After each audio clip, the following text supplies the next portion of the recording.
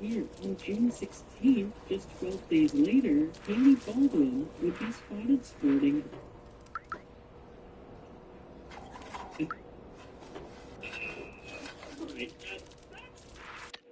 a little weird. Almost identical G tattoo in the same exact location as Selena's. Maybe they're secretly with friends. What about that conspiracy theory? Maybe they each got matching G's because they're like, you're my G.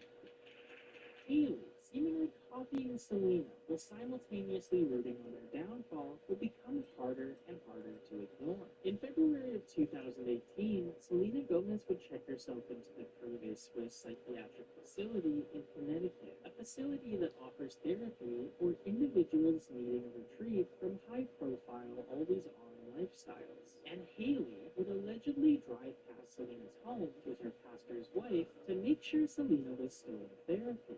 What? They just happened to drive down the same street? Right? Haley would later claim in interviews that she and Justin officially started dating in 2016. But if that's the case, why was Justin dating Selena just months before your wedding? Either way, Haley Baldwin was now Haley Bieber, and even though she got what she seemingly always wanted, the lurker, concocting her plan, I will marry that. I will marry that. Holy matrimony, ever heard of it? Following the release of Selena Gomez's song, Lose You to Love Me, Haley would immediately post a screenshot of her playing summer record song, I'll Kill You.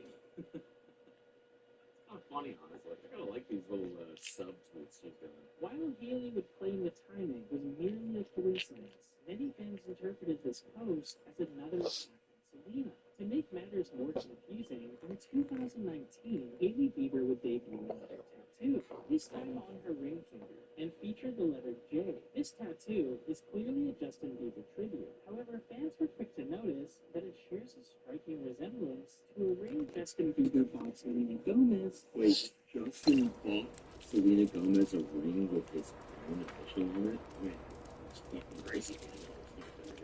I guess, maybe, just not even.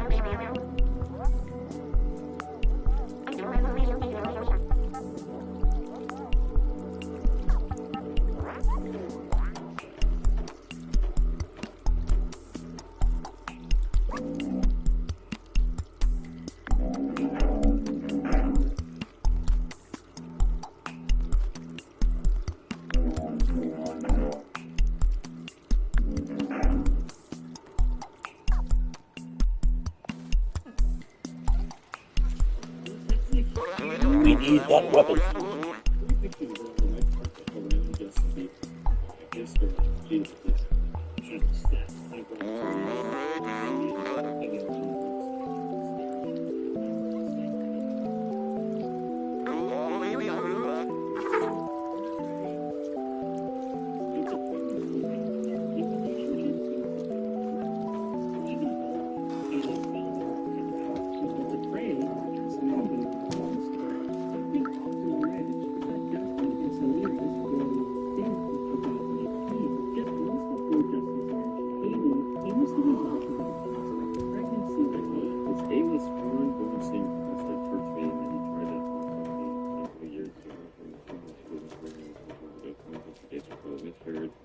This could potentially give some added context to why Selena checked herself into a wellness retreat and why Justin flipped from Haley to Selena to marrying Haley all in less than a year. Regardless, one thing is for certain.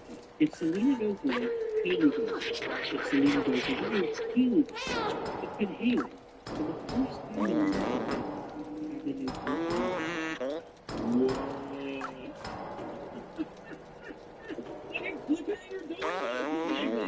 setting it up for a sequel classic. Oh wait, that's out. Haley Bieber's new obsession, Sabrina. It wasn't entertaining, alright? I think overall, it was a fantasy. They were Nepo babies. They were in the same room together. They started dating, and they got married. And they I don't think she was stuck. I think that's this is bone chilling. You really examine it. If this is bone chilling, I think you need to go on. Alright, well that's it. Let me know if you want me to watch. Just for shits. Right? Why not? You know, we might as well. Thanks for watching.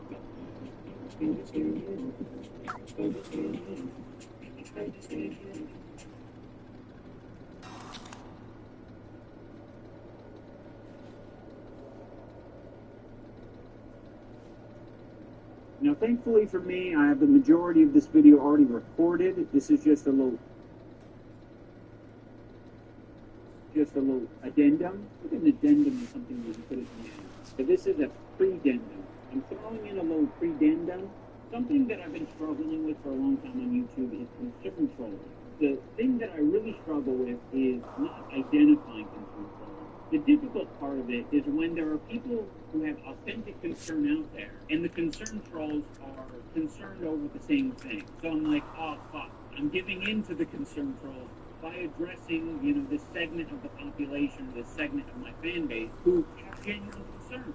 So I don't want to let the trolls inhibit my ability to communicate to my fans or people who are confused out there. So I want to talk about Creator Clash. I want to talk about the structure of the business and how it's changed over the years, and just sort of put to rest any of the lies that are being spread out there about Anissa, about me, and about the event. My main incentive for sharing this information is that I have felt extremely handcuffed by Creator Clash these past years because I'm not an expert communicator, and I don't know how to convey things, not over communicate, not do all these things that potentially put the event at risk and put other people at risk. And that's kind of why I wanted to step away from this event. It feels like it's inhibiting my ability, like the business side of things, like inhibits my ability to communicate openly and effectively, especially when there's so many people counting on me to do that well. So it's a lot of pressure. And now that Anissa and I have stepped away from it, I want to just clear the air because I don't feel that same pressure that I did when I was part of the event. If you look at the charity events, they come in so many different shapes and sizes, and there is really no format that is completely obvious for Creator Boxing plus charity. So for Creator Clash, we have the business model of after everyone has been paid for the expenses of the event, all profits go to charity. That was the business model, and it was successful. Thankfully, it worked out the first week. Now, I'm excited of one of the costs being parties for Creator Clash 2 and actually Creator Clash 1, because that's where we got the idea from. It was very successful for Creator Clash 1, or the event was successful. We don't know if the party worked to encourage people to promote the event, but that was the idea. We get a bunch of creators to show up to a fucking hotel the night before their fight, and they're going to post about it on social media, and the internet will be abuzz. And the event was successful, so we thought that that strategy of having a little people worried before the event and after the event was a good idea. So we ran with that strategy again, hoping that creators will post about it and get excited about it and buzz will be generated. But it didn't happen. Or maybe it did happen, but it just didn't sell tickets. I would cross that off my list of what we need to do this strategy. People to post about it, not do it. You gotta make sure that people are slapping each other. That's probably what I changed. And it's cheaper, The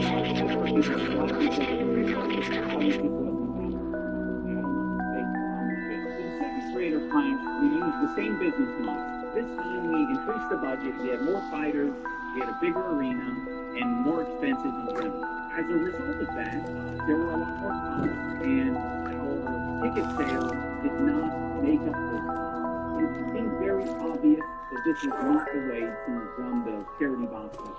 We told our business partners, we are not going to do this event again unless it can be promised to us that there was a way to guarantee money for charity. And the business model that was presented to us was what we're enacting, or we did enact this year with Creator Clash 3.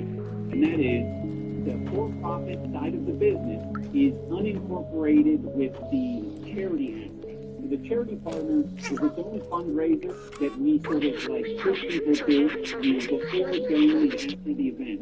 I think where some of the confusion is that many people don't understand how charity events operate, because to be honest, they're all very different. And with something like a charity boxing event, there's a lot of money that you have to front putting on it.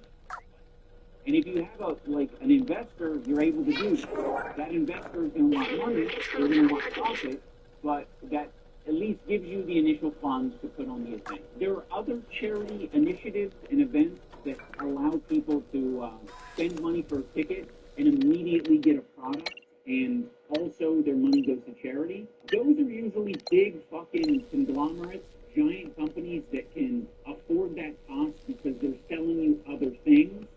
Some people have an idea of charity events as being like a altruistic thing where everyone is just sacrificing their time and energy and money for the charity. To put on a boxing event costs a lot of money. And even in other examples like GDQ, Games Done Quick is a charity event, but they're not like a charity themselves. They run a business and they partner with the charity and they fundraise for the charity. They send people to the charity, and thankfully they have, multiple ways of being paid and paying the people who are running the show. That might content from the charity. That might include around like Twitch streams, merchandise. I just know that for a charity boxing event in the form of Creator Flash, there aren't too many ways to recoup your money other than ticket sales. And that was obviously the biggest challenge of the previous two events. When it does well, awesome. But when it doesn't, it's a huge problem. It remains to be seen whether the for-profit business side of the event will be successful. But the main controversy, I would say, is that it was revealed with the change of ownership that Anissa and I, because we're one-third ownership of Creator Flash for Business, that we were getting 34% of the profit share. We weren't anticipating this event doing well. Like, we wanted it to do well enough to pay back the investors, of course. So that's one of the reasons that we were, okay with the profit share thing. But another part of it as well is that the contract wasn't structured in a way that the profit share could just directly go to charity. It was told to us, like, you could just donate your portion of the profit share to charity after the event. So we were like, okay, fine. Now, I know some people will find it hard to believe that Anissa and I were just going to give our portion of the profit share to charity. There's nothing I can really say to, I think, convince them otherwise. It was up to our discretion at the end of the day. And if you don't believe us, I can't say anything that will change your mind. I guess my only appeal is that year one, we made a bunch of money for charity, and I just got the fighters pay like everyone else. In year two of the event, we definitely got nothing. So yeah, having said all this, I know that there's probably a lot of you out there who honestly don't care, and you're just like, you want to see boxing, you want to see regular videos. I get that. For my soul, I needed to communicate it. So yeah, that's a big relief for me. I'm very happy this year money is being raised for charity, and that it's already more successful. And mission accomplished as far as I'm concerned. I responded to his personal attack with a joke, and then Steve hit me with a concern Let's go to Elliot. There's a lot of concern trolling around small businesses. This is the most boring kind of concern. Get Snoop Dogg and Tupac to concern troll. Concern trolling. You need to address this issue, man, because you were offending the trans community. That is such poor concern trolling. Lindsey Graham did a lot of concern trolling about this. Concern trolling is empirically wrong. Dude, this is like the hardest concern trolling I've ever heard in my entire life, dude. You know the answer to the concern troll? Concern trolling about homeless people? This guy's an example of a concern troll. Concern trolling about fairness. They sit on the sidelines and they concern troll. It's basically concern trolling. A lot of people do concern trolling. Concern trolling. That's concern trolling. Concern troll. Concern troll. Concern trolling. Concern trolling. Concern trolling. What is essential concern troll? That was some expert concern troll. Yes.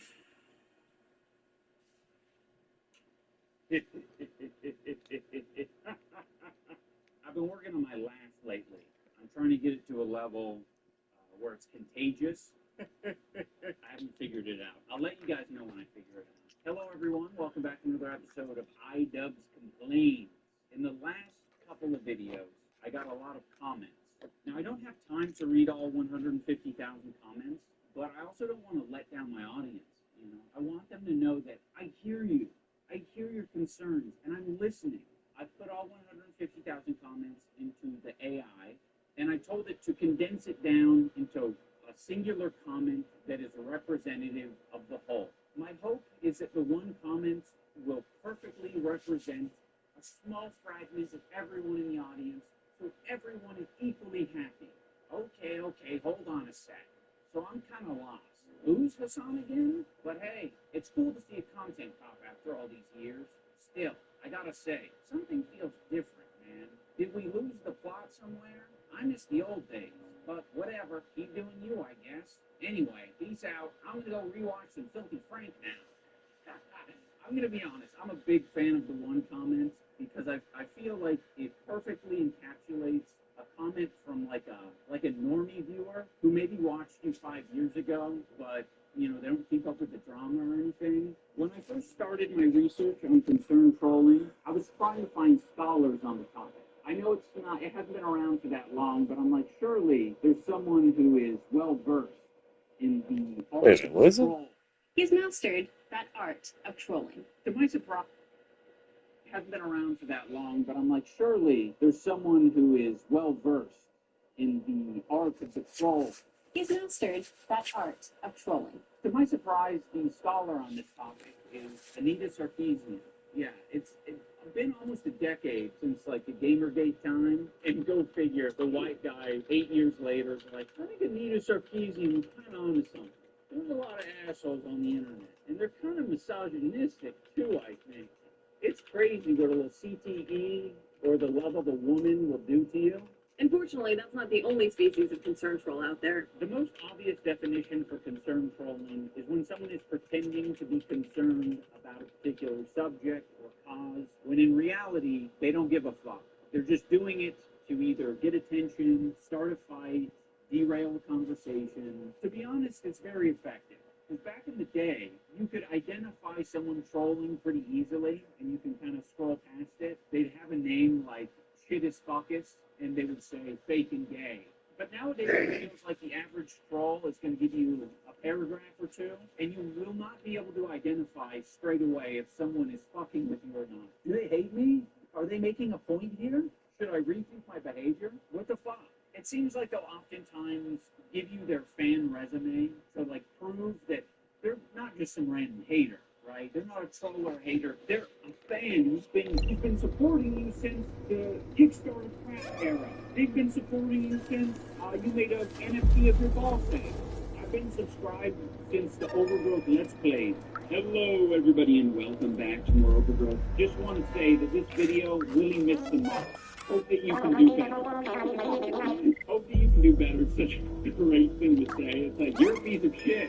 Part of the reason I want to share this is because I know there are a lot of creators out there who have to deal with it on a regular basis. They have to be the ones to differentiate between authentic and inauthentic. And a lot of the time, you just gotta fucking... Forgot what that dude is. I wish there was a map. I guess a cat wouldn't be able to read a map, but the robot would. I would handle that really well because my policy is to not give a shit about any of it. But obviously, if you do want to have some sort of relationship with your audience, Yeah, you gotta get back up. You do have to give some percentage of attention to what's being said online.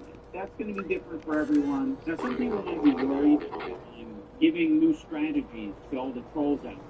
Don't worry, they already know these strategies. This is kind of like I think this is in all of us, right? Like, if you want some attention, you're going to figure out a way to get the attention. If you want to talk with people, you'll figure out how to talk with people. This isn't like some secret sauce, really. There's a few different strategies of dealing with concerned trolls. You can obviously, try to look into their post history, and if they don't come across as credible, all their post history is right, then you can just say, I'm going to err on the side of you're trolling. When I listen to Tim Pool, he has like a little bit of a theory on, the left versus right and who is doing more concern trolling. The right has their concern trolls, but it's rarely happens. On the left, it's endless because people like Patton Oswalt don't care about principles. Now, I don't fully buy into what Tim Pool is selling here. You can kind of look at the political spectrum as like a spectrum of concern, and people on the left seem to be generally more concerned than people on the right. You can say that people on the right are... I know exactly where to go, but I forgot where to go. Forgot where to go. If you're somewhere over here where Tim Pool's at, all you got to do to concern troll him is take one step to the left.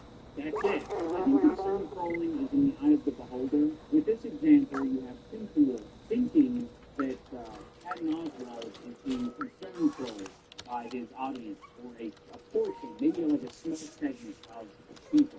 This is what happens when you fall for this stuff. Patton Oswalt falls for it. He is a weak man, but Patton Oswalt doesn't feel that way. He sees it as authentic concern, which is why he addresses it in his Instagram post. By the way, the concern is basically just people are uncomfortable with his association with Dave Chappelle, because Dave Chappelle did some transphobic or said some transphobic shit. But Tim Pool has such a fucking low emotional IQ that he doesn't realize it isn't a big deal to listen to what other people are saying and, adjust your behavior. It's all up to our own fucking discretion, right? Like, if you are to the point, Tim, where, you don't want to apologize for fucking anything, which, by the way, seems like it's a theme on your content, basically saying, I'm not a problem. But acting like that's to operate, it's like, I think Patton Patton Oswalt is doing just fine operating the way he's operating. Wallow in it. Okay, Patton Oswalt? Never tell an offensive joke again. Never cross the line again. Good luck trying to figure out where that line is. Good luck. You won't find it. You give in to the concern trolls, and you will never work again. It's so fucking funny, too, because Patton Oswalt has been doing comedy since Tim Pool was in fucking diapers. What the fuck are we talking about? Can we please, like, I don't know. It feels like people like Tim Pool love to appeal to, like, authority all the time. In this scenario, can we please appeal to authority or acknowledge that this guy has tremendous authority over you in the world of comedy? Unless you think comedy is saying, like, I went to a Jewish bakery the other day. They had bagels. Really good, really impressive. That's the comedy you're headed for. That's the joke South Park made. And even South Park, I started pulling its punches. Let me tell you about the real world, my friends. Get woke, go broke. One of the reasons that I'm bringing this up is because after the content con, I noticed a huge influx of concern trolls. They're trying to impact things in the real world. They're trying to, make people crash out, as I was kind of indicating in my video. But I will say, one of the concern trolls was super fucking obvious to me. They came into the Discord. I'll read you what they put so you can kind of get a vibe for what a concerned troll might sound like. Now, this comment is in reference to me saying that I think he needs a good ass whooping. One would say he needs a hug. No, he doesn't need a hug. He needs a good fucking ass whooping is what he needs. They say, just being for real, this line in the video was pretty strange. Red flag number one. At worst, it's a call for physical assault. At best, it's very toxic masculinity-esque. It just comes across as terrible, right? This is literally no one's concern ever. He needs a good fucking ass whooping is what he needs. Either way, it doesn't seem to align with Ian's mentality towards being more progressive and against harassment. You see what I mean? It's trying to insert a little seed of doubt. Whoa, you might have been irresponsible here. You might need to take accountability for what you put out on the internet. Never mind the point that you were making in the video. I think you need to repent for your call to violence. I don't think any creator should make that kind of statement unless they have a very good reason to do so, morally speaking. Because you never know what one of your fans might do. It's quite dangerous. I mean, to someone who hasn't been through the ringer of concerned trolling, I'm sure this could, upset or confuse someone. But this is just fucking drivel. I honest to God just think his vid and the whole intention would have been better without that in it. I don't see why he said that. Of course, this is a new user to our Discord, so no post history. So we gotta get creative. You reverse search the username, and you find that they have a Twitter. Their Twitter is suspended. The Blue Sky account, though, has tweets like, so how long until Destiny gets banned from this app? Hashtag DGG. Hashtag Taliban. Hashtag Destiny. Tankies are already terrified of arriving Taliban. Following back all liberals. Hashtag DGG. Now, the reason that these posts are relevant is because Destiny is quite famous for saying very unhinged, offensive shit, and he doesn't seem to care that much about it. Don't pretend like you care about mental health or any of that cringe shit. Just be base. Tell people to kill themselves. Make fun of people who are on SSRIs. Make fun of people who have depression, anxiety, or ADHD. Just do that. Just embrace the I can't say the word on stream anymore. All the slurs everybody used to. Just do that. Go full in on it. Now, I'm going to put one line here and say that I don't think this user is actually worried about the language use. I don't think that they're concerned about me being toxic masculinity. Make fun of people who are on SSRIs. And I kind of think that they're worried about a call to violence. I actually think that they wouldn't mind me doing it. Tell people to kill themselves. They actually might be encouraged by it. I can only speculate based on that Taliban, which is just a racist drivel. Ultimately, concerned trolling is just saying something in bad faith, very similar to I didn't really want to talk about those because those feel different to me.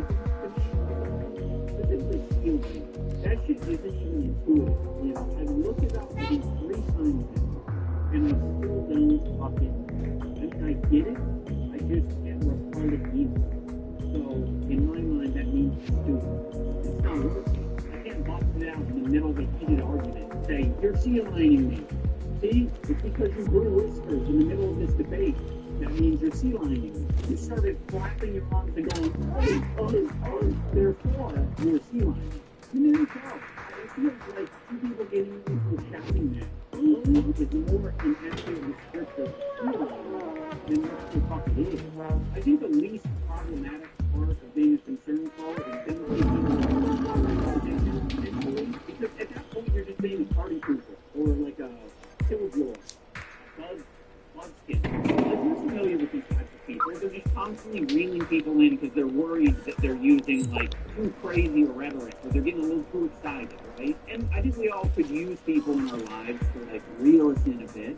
The aspect of concern trolling that bothers me the most is the role playing aspect. There isn't really a lot of incentive to not be anonymous anymore. There are some people out there who've made the unconscious choice to be like, my online profile is just an extension of who I am in the real world. And then there are all the people who consciously decide to stay anonymous. Now, for some of these people, it's just like, I want to be safe and I really don't want to take that plunge, fair enough. But then there are the people who are like, not only am I not going to be myself, I'm going to be someone else. You know, I'm going to be someone else so that I can fuck with this community of people. Now, every time I see these characters, the image that pops in my mind is not like, oh, like you're a clever, smart guy who has infiltrated the opposing faction. You're like the spy in Team Fortress 2. It's like, no, that is a fantasy. What you actually are is you're like Steven Crowder in a wig at a women's only event, thinking that they're making some kind of grand point. I'm Stephanie with all the frequencies of feminism, and I am here at the Women's March in Austin. We quickly found out that nobody questions, criticizes, nor runs security background checks. The reason someone like Steven Crowder gets into this position is not because of his cunning. It's because people are like, oh, you're a fucking weirdo freak. I'm staying, 20 feet away from you at all times. Or I'm going to be a very non-judgmental person, and I'm not going to ask any questions about whatever you got going on here. We could get away with anything. Go anywhere, act any way we wanted, and we were really able to learn what today's progressive issues are all about. And I guess in this case, it's a massive own. He's proven that people are tolerant of him.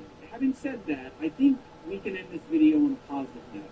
I'm proposing that talking with people might be a way for some of these concern trolls to indulge in things and lifestyles that they never thought were possible because they're so opposed to them. So by pretending to be the very thing that you hate, you might actually gain some sympathy, or you might be like, oh, actually, the people in this community I kind of fuck with.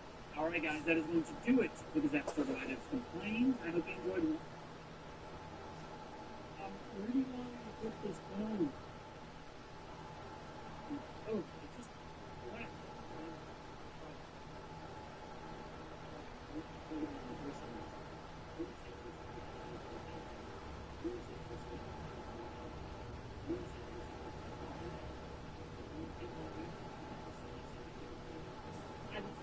Walking through the country with so clear, I'm just very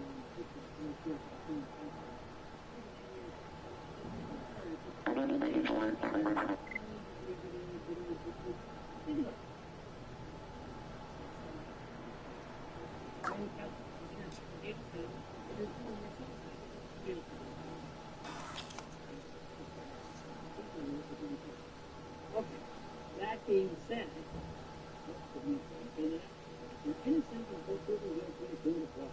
And the burden to the veterans is really good. Reasonable beyond it. Beyond the most important thing. Still would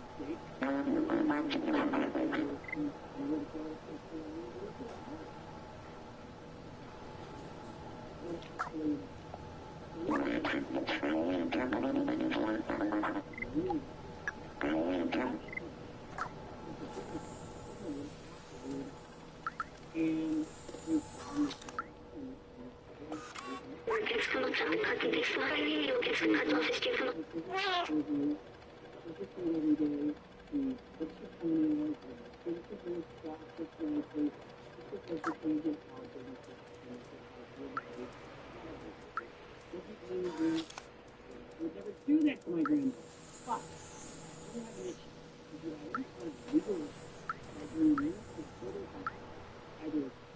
recently. Already been there. I know what that is. I swore Elliott's place was up.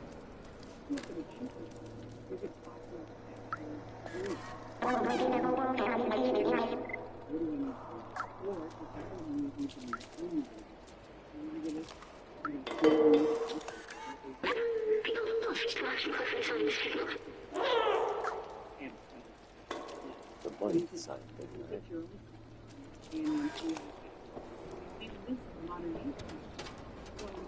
It's a way for you to get to where you need to go. To save people and you're informed, and you're focused. And that's for you.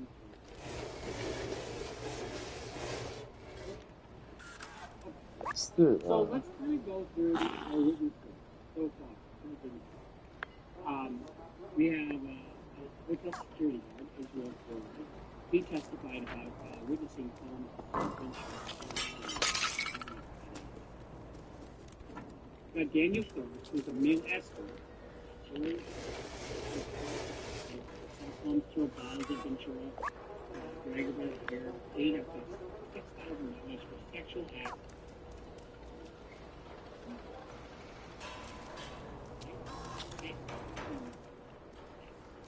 I know. Here. Crazy shit. And there's a different flavor for everybody. But honestly, and curiosity. She alleged that decade of abuse, drug deals, sex parties. And one of the things that they did in terms of violation is they showed messages of worship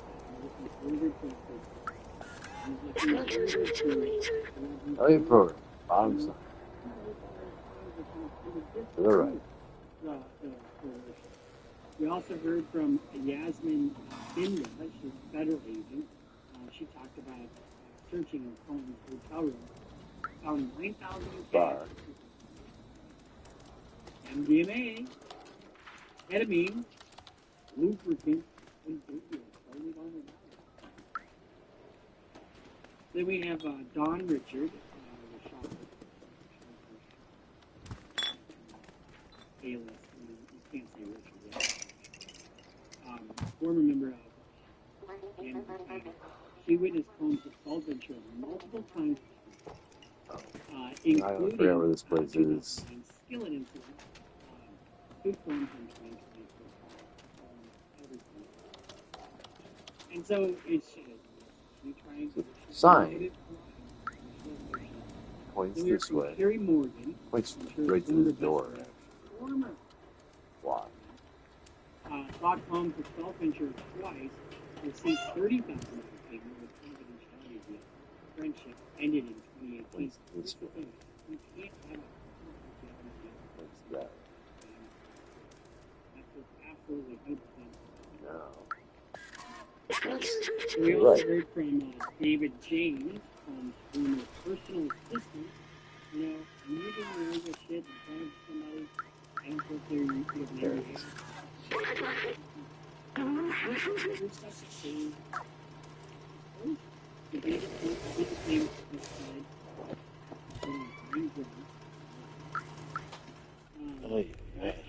Now I know. This is the dude.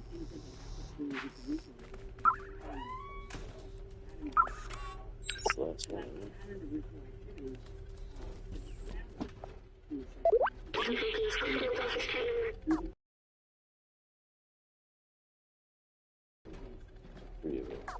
She took home she took the home equity loan of $20,000 to prevent Combs from releasing.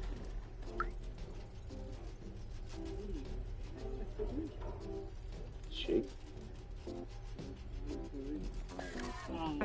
Photos of injuries were also seen.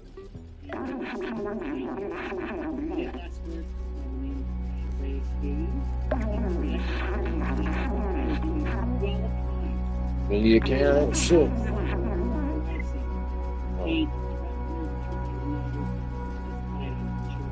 he testified that he poured an air 15 parts in and around the bed and stairs and right under the stairs.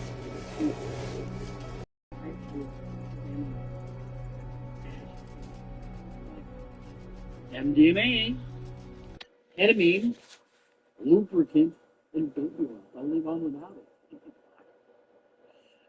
Then we have Don Richard, Richard. In the A-list, you can't say Richard, you have to say Richard. Former member of Dan Duquesne. She witnessed Combs' assault venture multiple times, including 2009 skillet incident. Sued Combs in 2023, along with everybody else. And so it's we heard from Carrie Morgan, I'm sure his former best friend, saw Combs' assault venture twice, received $30,000 friendship ended in 2018.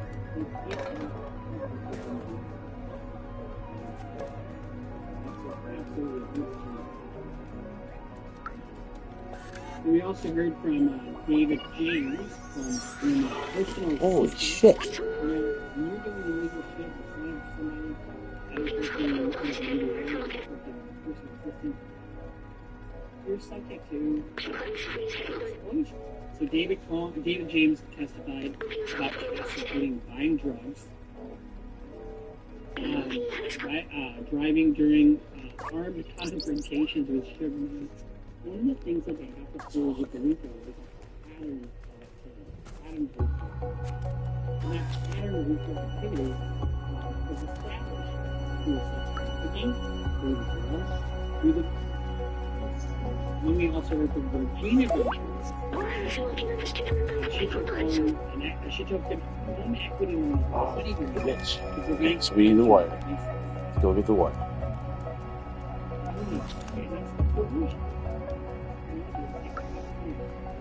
Oh, man. Photos of injuries were also shown. And then now we have male escort by the name of Sheree Hayes testified. Hired.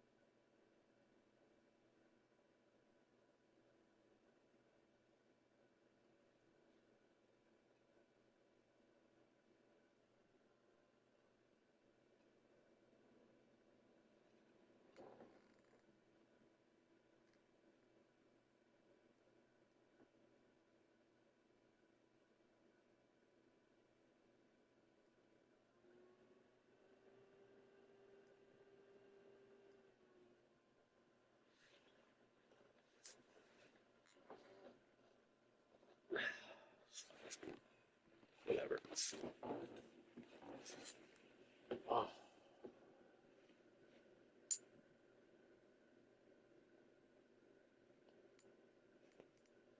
Okay. Yeah. Be careful.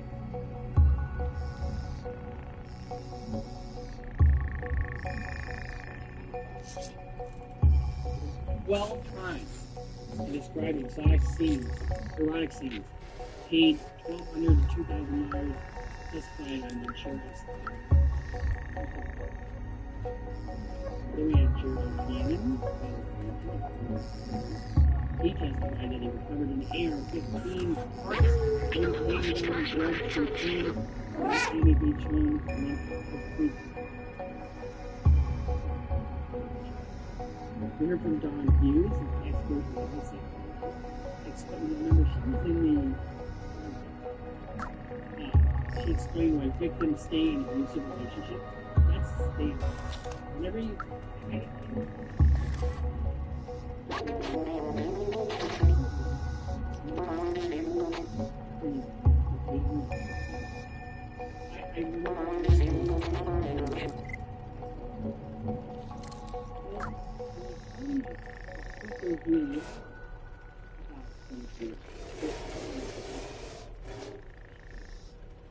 Well, you agree, children, and you agree, something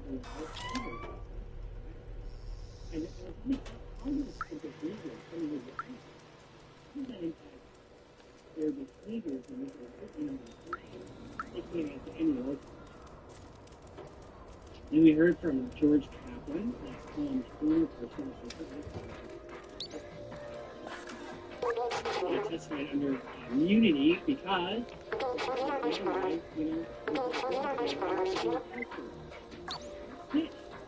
Had that electrical. Quit after witnessing violence. Described setting up, cleaning up hotels. Maybe I'm imagining. I can squash on this. That's a great job. That'd be a great job. Where do you want me to put this gun? Oh, it's just, you want to put the gun I'll put it in here somewhere. We heard from Big Cuddy, Miss Cuddy, musician actor. He testified Holmes threatened him. Inspector Holmes broke into his home, firebombed his purse, you see here. Photos. So I need. I don't think they can do anything. Makeup artist from she witnessed the Queen of Tennessee. Saw Ventura was thrown up. Dusted with that. You know, and one of the other things that they have to do on the legal side is that the overhead or the pattern they have to be done in furtherance of the How do you? or in furtherance of the position of the actor within the organization. I think that just shows the force of the nature of it. I don't think there's really good people and being in conjunction with the lead. Then we have Frederick Zamore, hotel manager at Wilmot Cottage, Beverly Hills. Go to Clinton's room habits, handle Basketball. linked to Freakoff's curb insurance test.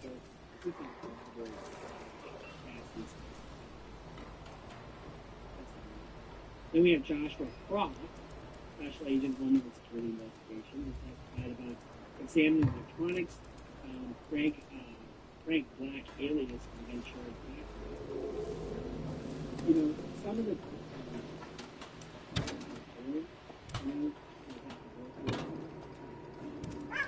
how did you get the computer?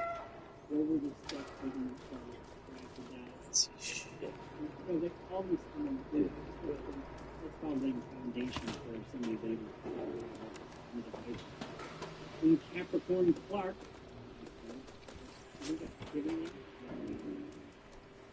Another assistant. Yeah, all assistants are Because they're called conspirators. That's why. Because anything that's covering up this crime Not shooters over is here. either protected Yeah, or this building's all back connected. in prison for the conspiracy. You know, helping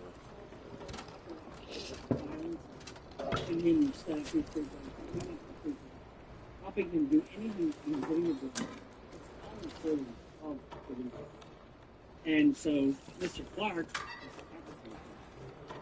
testified, the details in the court was testified in the bail.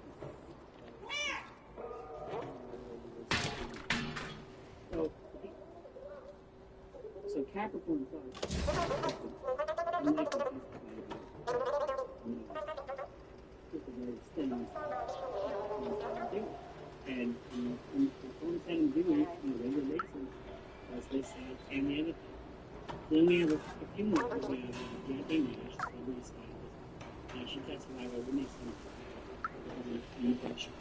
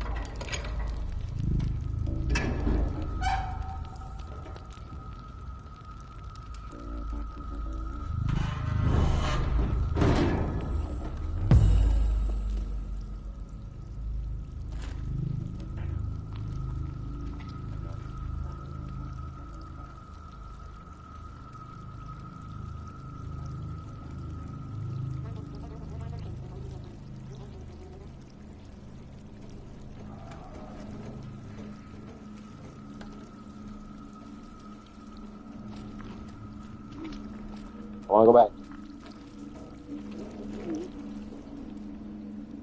What are you? It's in. Yeah. It's so explore a little bit. Excursion?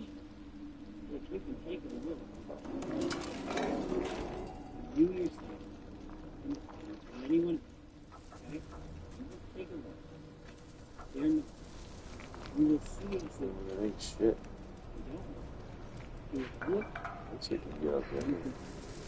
You go and look. Nope. With permission, I am going to ask a question now. And then you look at it. Whether it's an exhibit, you recognize, accurate,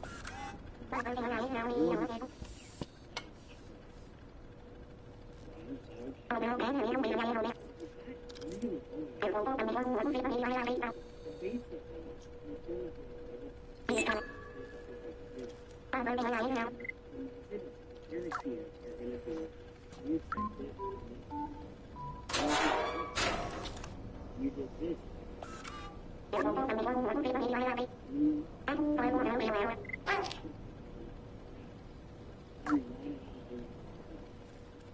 It's going to be basically full agreement with everything.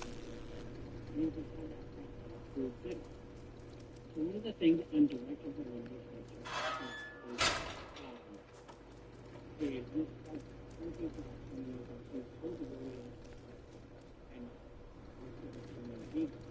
and she said she went there to talk about time opportunities, but when she got there, you know, they were there to tell me to leave Pup alone and that this wasn't going to end well for me. And a Yipple did and the exact problem was judge. And this is for the sake of mine of the witness. The question was, who is that? The objection is sustained. The jury should disregard everything except for the first sentence of the witness's answer. In other words, it was hearsay.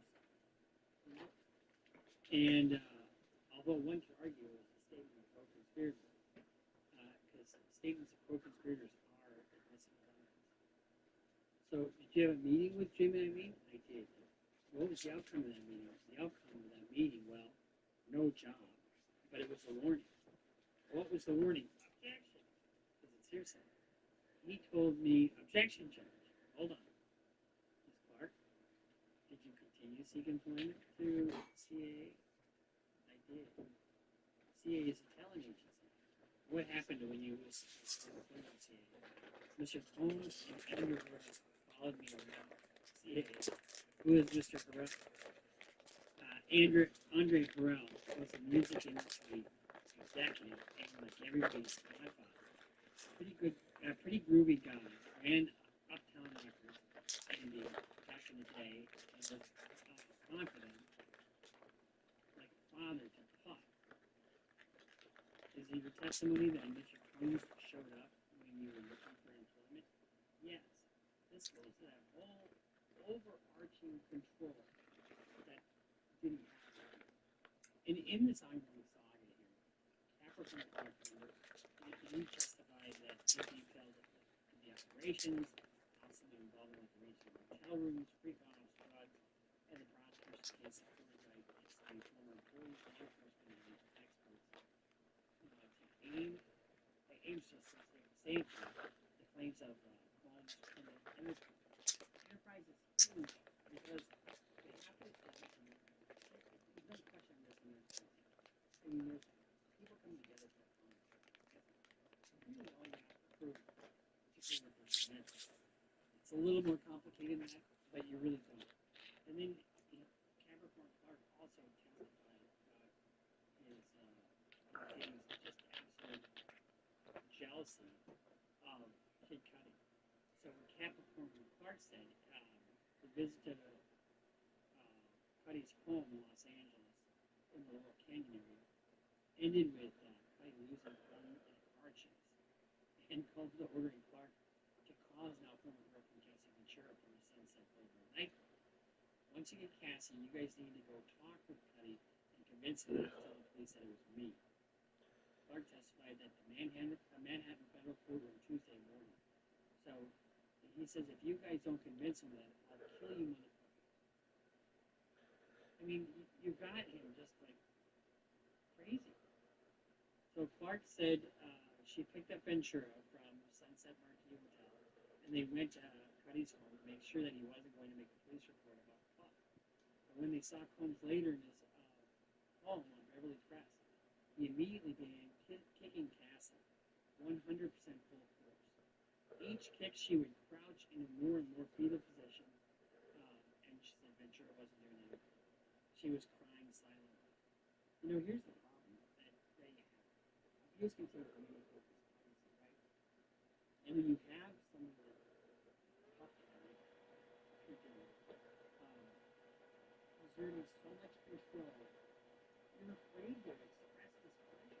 You're afraid to not say that I'm looking forward to this because you're going to get a beating of it. That's the problem that I think the jury's going to have with, saying that you loved it. No one's going to believe that. I mean, honestly. And the reason I'm using some of this testimony is because this is a long process. And the government can't just get through this with just a witness here or there, because everybody's got their agenda, right? Everybody wants to sue you for shit that they didn't do. Everybody wants to get on the bandwagon, further their career.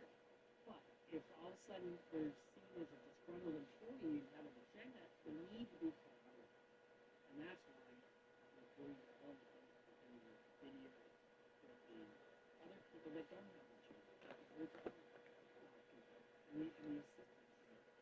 So we'll continue to follow this, but the overarching theme It's nice here. It sucks. I don't like it. Feel boxed in. I don't like the chase coming.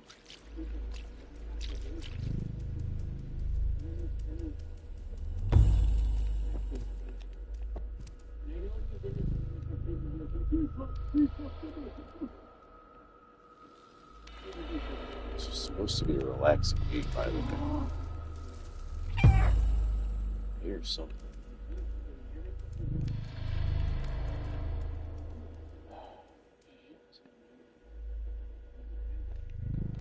It's graffitis here. This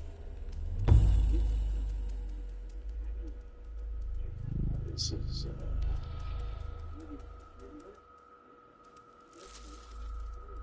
very Asian.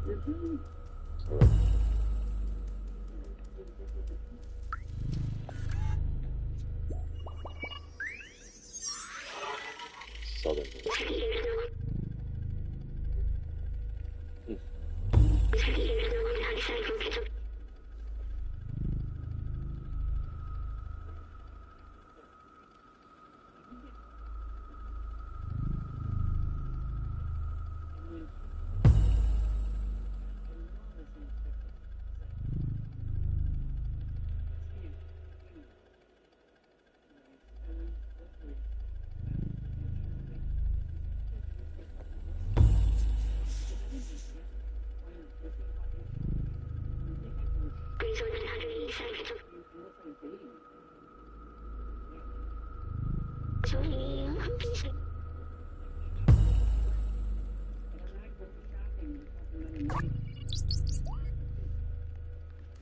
Anyway, so we'll see next time here from the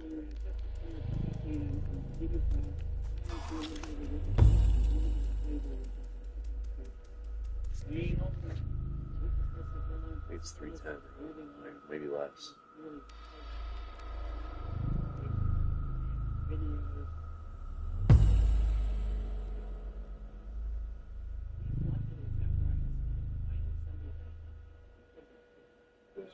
I got the wing stuff too.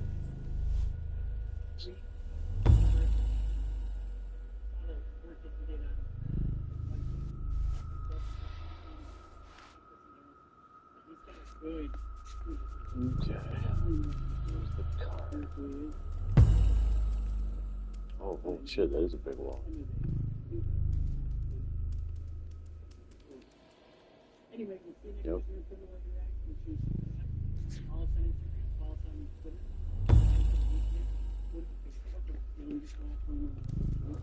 and if some of our content over on Patreon is going to be so we'll see you next week.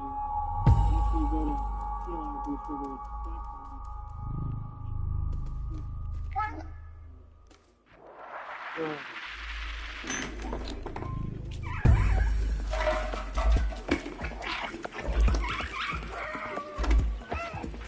Also, one more banana.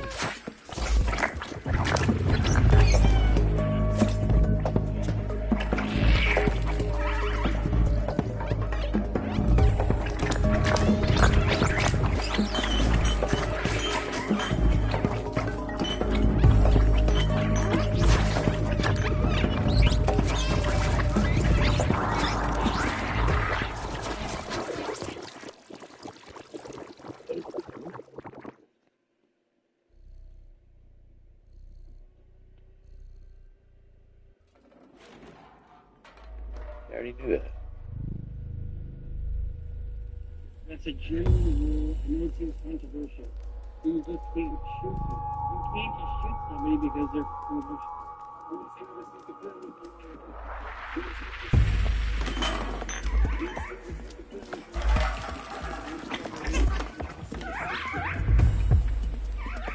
Oh, what the? I just producer was walking through a fun-filled episode of Criminal.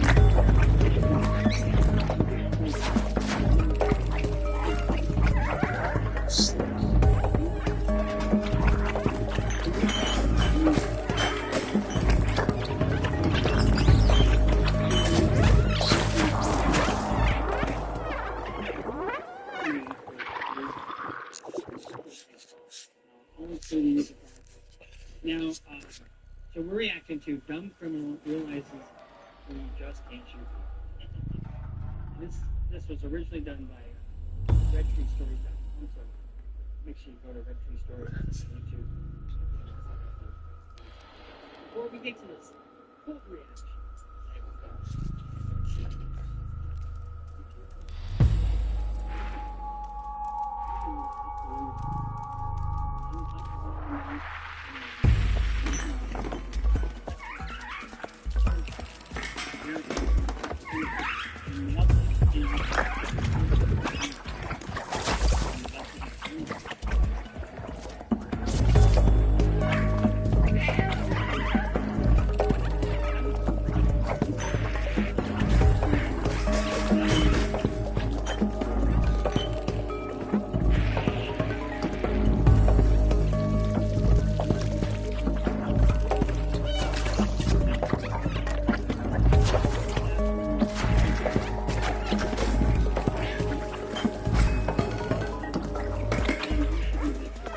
Robot meat. See how slow those dudes are? Shit. Oh. This is...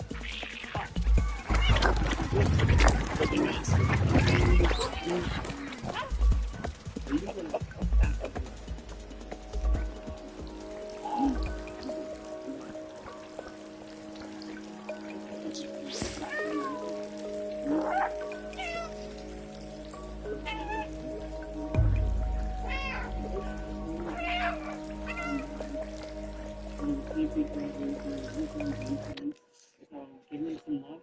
They're an incredibly loyal they're incredibly loyal sponsor to us. And we have a really loyal following, so make sure you guys go to ask them more. Okay, let's just get right into this. I have no idea. Given the fact that it looks like he's got a fake nose on and a mask, let's just see if this guy realizes he can't shoot people. Back in early 2022, New York detectives flew to Houston, Texas, and arrested this man, 32-year-old Amara Felton, for murder. They believe that Amara fled to Texas after shooting and killing a woman in Rochester, New York. One of the things that you can garner for somebody fleeing a jurisdiction is consciousness of guilt. So I commit the crime and I fucking take off. I don't want to live. That's just consciousness of guilt. sure you got some questions and hopefully you can answer some questions for us. We can fill some blanks for you. Okay, what should he do right now? You know. I would like to talk to a lawyer. I don't want to answer any questions. I want to talk to my lawyer. Stop snitching, right? You're down here in Texas, right? Exactly. New York, New York. Okay. We're from New York. Okay. I'm not going to bullshit. We're from New York. Okay. How long have you been in Texas for? 2 days? That's not long. All right. So, what brings you down here? Is it family trip? You got family down here? What brings you down to Texas? Yeah. Big city. Yeah. So this is the point where he gets threatening man's aspect versus really fucking because he knows the jig is up. Was it a family? Is it a planned trip? Or was it just kind of like spur of the moment where, hey, I want to go, I'm sick of the fucking cold, there's too much snow here, I gotta get hot. You know what I mean?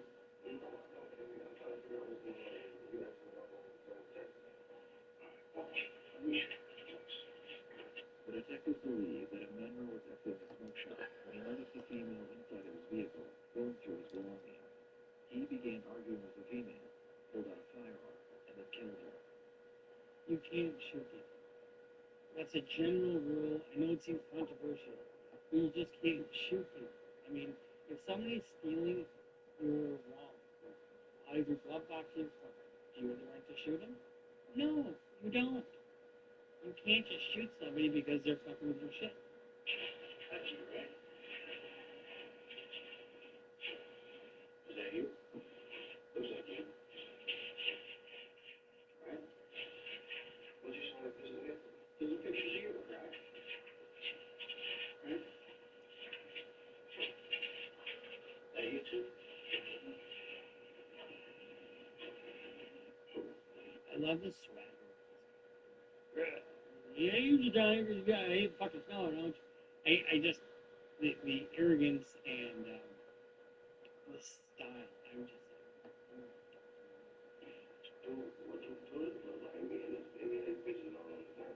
They was the same, actually, yeah. Yeah. Actually, they probably same coat for and North Face.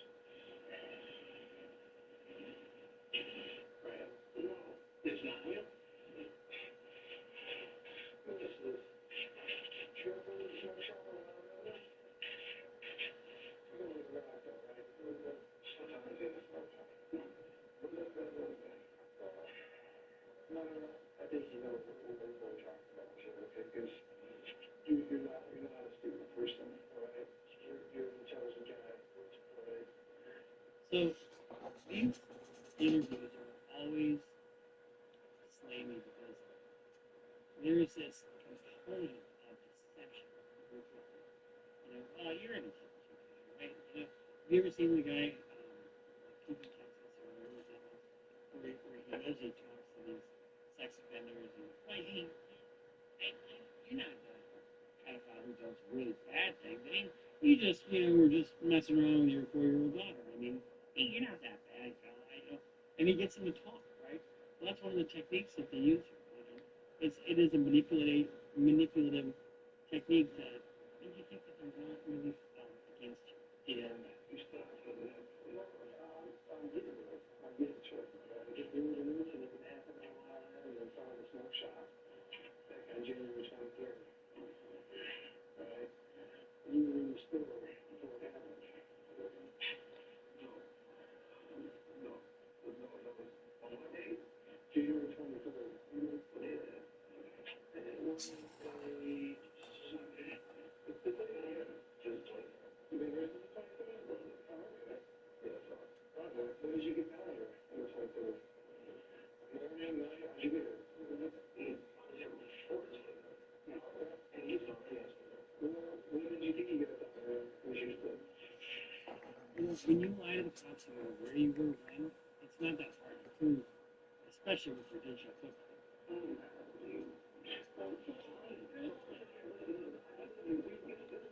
Sure.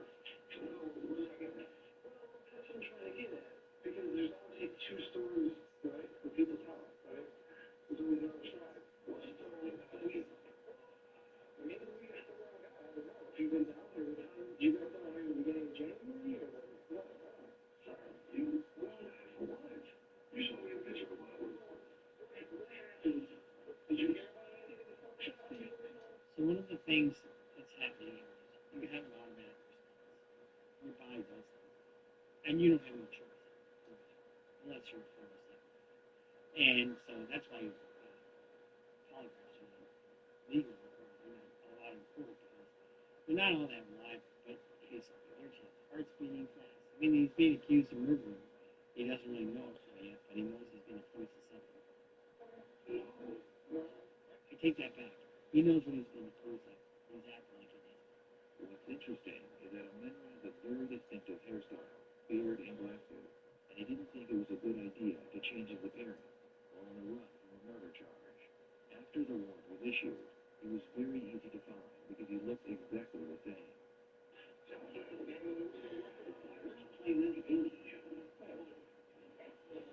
So I think the reality is that actually in this picture, you're like, that doesn't look like me. But I'm sitting here with you, you know, I'm like,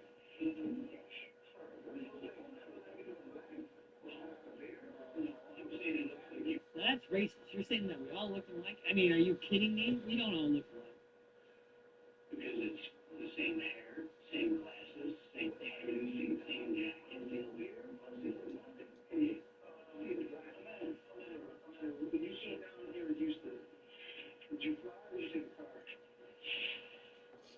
He's always so expressive. There was a shooting outside the smoke shop. Thank you. All right. So that's what we're left with, you know. That's what I'm trying to figure out. You were in the store, but it happened. All right? We know that because we know your phone, and we know you're in the store because we've been in that store around. And cameras, they're good cameras, right? It's a phone shop. You go to that store 3 times a week, right? Even though one of us, that's why we're asking you, because maybe you saw something, maybe you know something. You came down and texted and asked if you was on the store. We don't know where it is. Well, what's wrong with this one? That's what it is. That's what it is. Well, we just came ready to go. We go everywhere, baby. Baby. I love when cops use the word baby at the end of the sentence. That's what it is. That's what it is. Well, we just came ready to go. So, would you, the last time you were in the phone shop, you think was when? Well, for you, man, because, listen, in that area right there, at the smoke shop, let me tell you something. There's the studio. Let me just finish one thing. Right? Because there's all the cameras at the smoke shop, right? Metro PCS, the fire department, and there's the Department of Transportation. There's a camera right there at the intersection. There's so many cameras everywhere. Just cameras everywhere. I mean, I remember you ever seen the read the book, you know, where Orwelling. I mean, it's happening as we speak.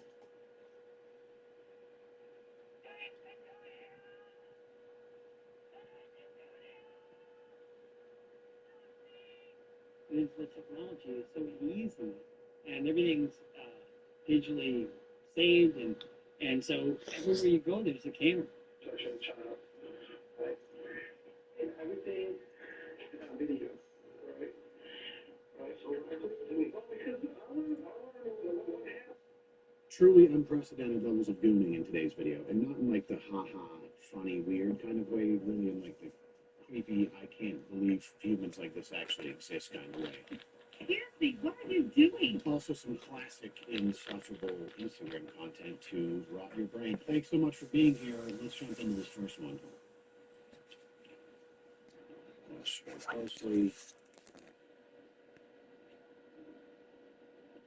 Excuse me, what are you doing? No, I just saw you put that underneath her dress. Absolutely you did. You absolutely did. Then show me your phone. No, we're going to call security. You absolutely did. And you were following me over in the children's section. Well, now your pregnant sister has a brother who's a pervert and registered sex offender, dude. We'll get back to that in a second. Holy shit. You going to stay with us here before someone just show me? No. Let's get security. Because this is absolutely wrong. No, you obviously did.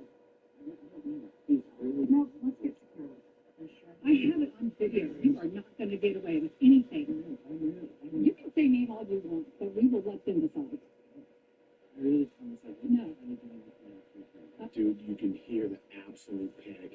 voice, this low testosterone fucking creepy slime ball. Just unbelievable levels of shit stain going on in this dude. Oh my dude, look at how he's shaking like a leaf. Look at his Show me your phone. No, we're gonna call security. classic insufferable Instagram content to rot your brain. Thanks so much for being here. Let's jump into this first one.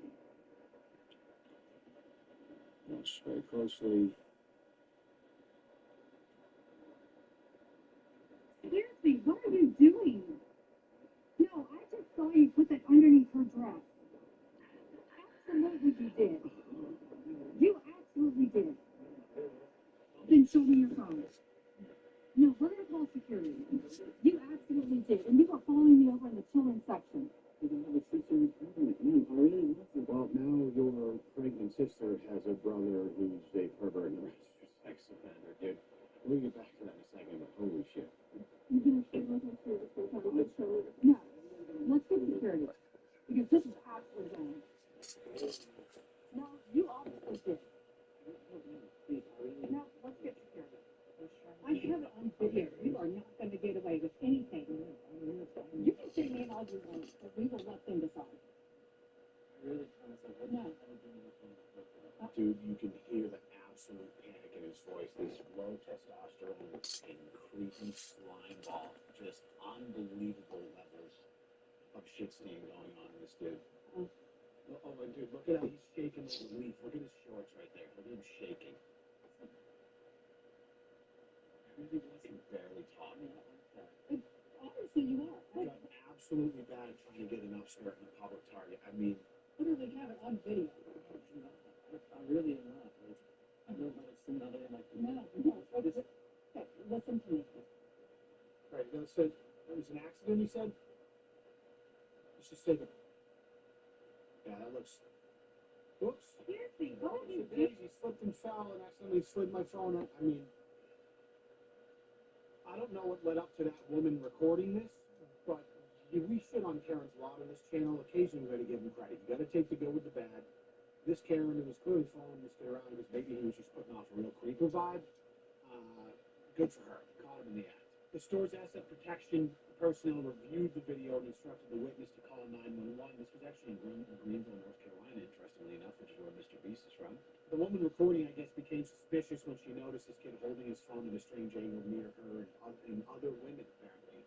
So she decided to follow him and recorded him using her phone. Then we obviously saw what transpired in the video. He was identified as Thomas Ryan Elliott, 21. He's been charged with felony secret peeping, released after posting a $5,000 bond. Just nuclear levels of gooning. I know there's definitely a cohort of people that are like, oh, porn's not bad, it's fine, it's like, it's kind of easy to relieve. What's that, bro? You're telling me, like, this dude is so far down the porn rabbit hole, it's fried his brain to the point where he's running with the targets trying to get, he's 21, bro. What are you doing? You should be, like, out having a couple beers or, like, at home playing video games. You shouldn't be sitting around the target doing creepy people shit. This is what happens when bros start watching porn at, like, age 10 and just fall down that rabbit hole. It's 21. It doesn't do it anymore, so they gotta go outside and get that voyeur shit. It's truly disgusting and despicable and sad to see. A whole ass target and they're all picked 2 out of 10. Leave it to the Instagram comments to miss the whole point of the video and just shit on the woman's looks. Truly remarkable is the most liked comment as well, which is unsurprising. Then you gotta leave it to the white knight Instagram commenters to come and put this guy in his place. It's a classic give and take here, and probably one of the reasons this post went viral. Unfortunately, one commenter apparently had an update. They said Thomas Ryan Elliott, 22 years old at this time, was sentenced to probation with 100 hours of community service, no jail time, also ordered to take his sister and parents to the eatery. Yes, this is not a joke. I don't know what the fuck that means. Oh, and he does not have to register. So dude gets pro bono with 100 hours community service, doesn't have to register on the sex offender registry. Talk about insane fuck on the wrist. Lord only knows what's on this dude's computer, right? Like, I know, like, if you got to the point where your brain is going to run so bad, all the shit you've been habitually consuming for probably 10 years, that you've taken it to the point where you're going out in public and doing shit like this, you could just get thrown in the lake right now. Like, you're now useless in the life of society.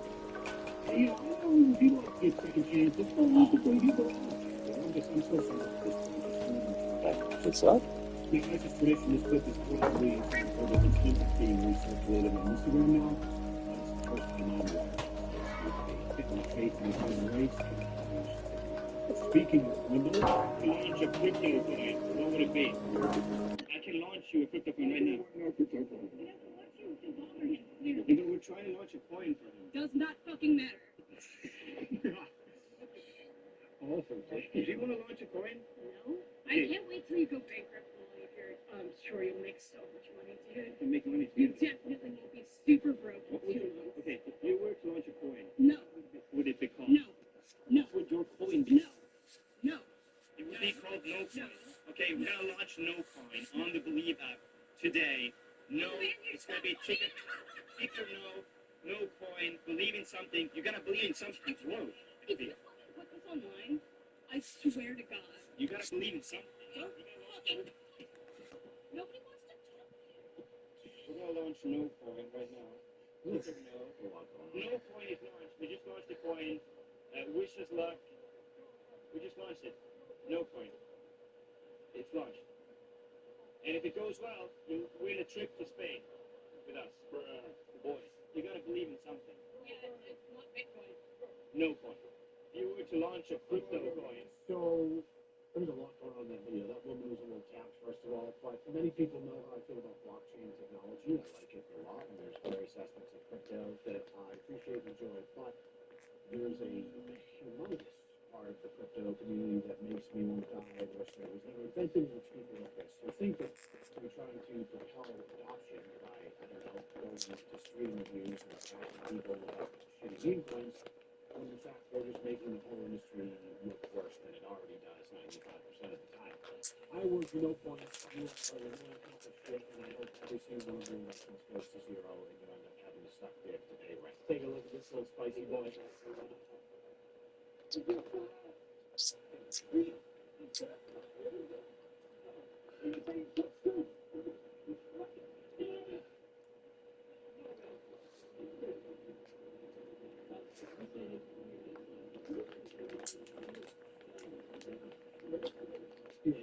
There's no chance letting this dude on the plane. Like, this is what it's just, you know, kind of like a sheltered old... Shut here. Sit down. Sometimes when I think of, like, an English soccer fan, this is exactly what I think about. I think that movie, Green Street Hooligans. When I think of the movie Green Street Hooligans, it sounds these, like, gang you look at this movie, picking this type of game, like, 7 to 8 times, and he's like, cool for the first grade, and then just comes into it. No, what's going on here? That thing's in the collapse.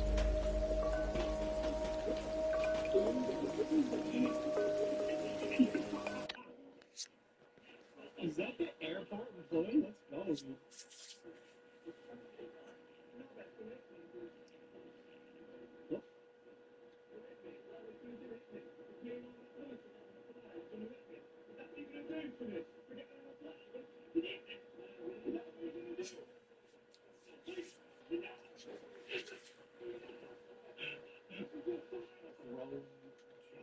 Just a grown adult baby.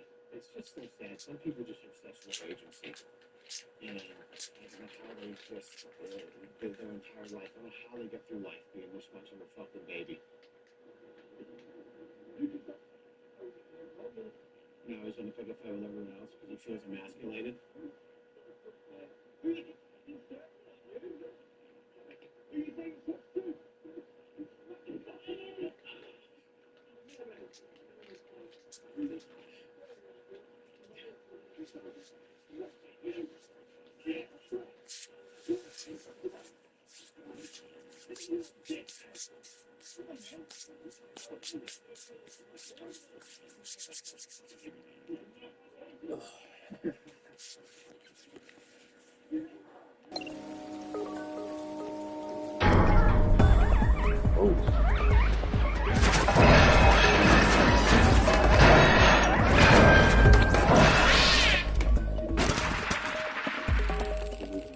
Up, dude.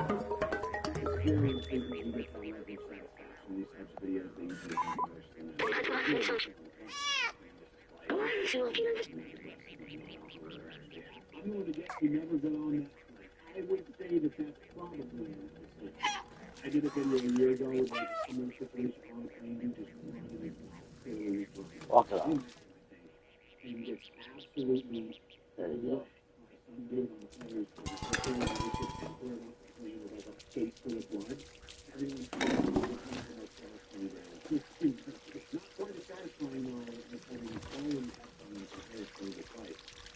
If you have to look at today's video sponsor, Of course it's Raycon. summertime is the best, man. These days, the last barbecue, the vibe keeps vibing, and there's no better side chick to my summer enjoyment than Raycon's everyday headphones. I'm outside practicing my swing with them on. I'm pooping around Starbucks, getting work done. Wherever I go, I know I can listen to crystal clear sound, whether it's for work or leisure, with these babies right here. Their latest model is better than ever, with 40 hours of battery life and a comfortable ergonomic design that is cozy on your head for extended listening sessions. The everyday headphones also come with active noise cancellation, which rules when I'm trying to focus on work at the coffee shop or at home or traveling on an airplane. I mean, getting high quality noise cancellation at an under $100 price point is a rare opportunity. But don't just take my word for it, though. You can try them for yourself risk-free with Raycon's 30-day happiness guarantee return policy. No questions asked. Just go to buyraycon.com/LeonLuck15 to get 15% off Raycon's best-selling headphones. The link also in the description below. That's buyraycon.com/LeonLuck15. I really think you're going to love them. Thanks so much for listening. I appreciate it. Come on, what do we got here?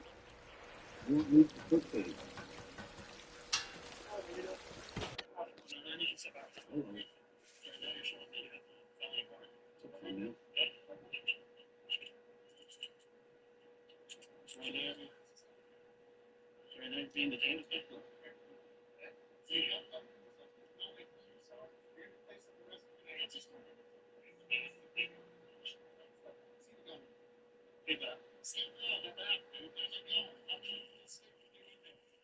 Is that his own house phone?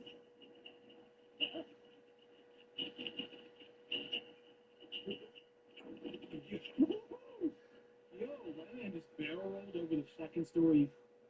This sounds like a half a story. Stair balcony. Interesting escape tactic. Assuming that's a hotel, maybe? I couldn't tell. Like, if that's Yeah. an apartment, what is running away from the police going to do when you're running from your apartment? You're eventually track of that one. Maybe it was a hotel. That's a hotel. Weirdest corners I've ever seen, the comments say. Yeah.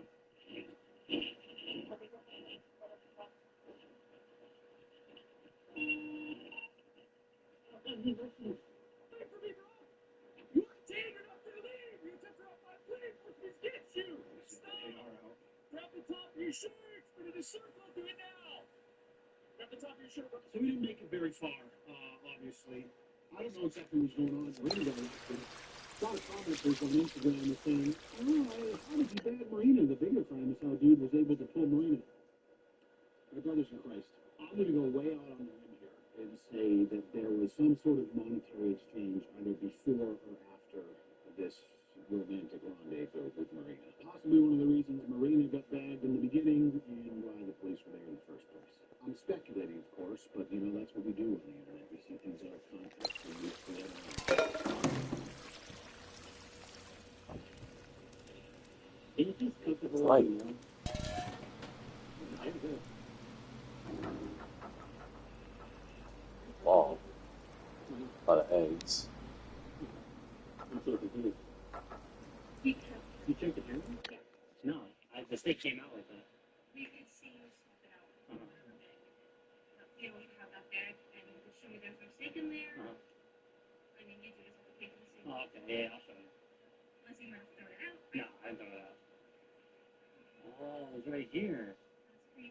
Yeah, I am just gonna have you pay for this, okay? Oh, dude, I didn't know that. Oh, okay. I didn't know the steak was in there. You didn't know the steak was in there, but you swapped it out yourself. Like, when you get bagged by the cameras, can you just be like, it's all right, drink down around, cool, and like, be cool about it? You don't have to keep banning and stuff with a prick. Like, I looked at more of this guy's content, and this steak prank he's done a bunch of times, it's honestly, like, the least offensive, and there's one or two of them where it's like, he kind of buckles and folds at the end and leaves the waitress a tip, etc., and that's okay, but the majority of his content is classic insufferable Instagram, put this motherfucker in the meat grinder immediately. For example, Alec, I need your help, please!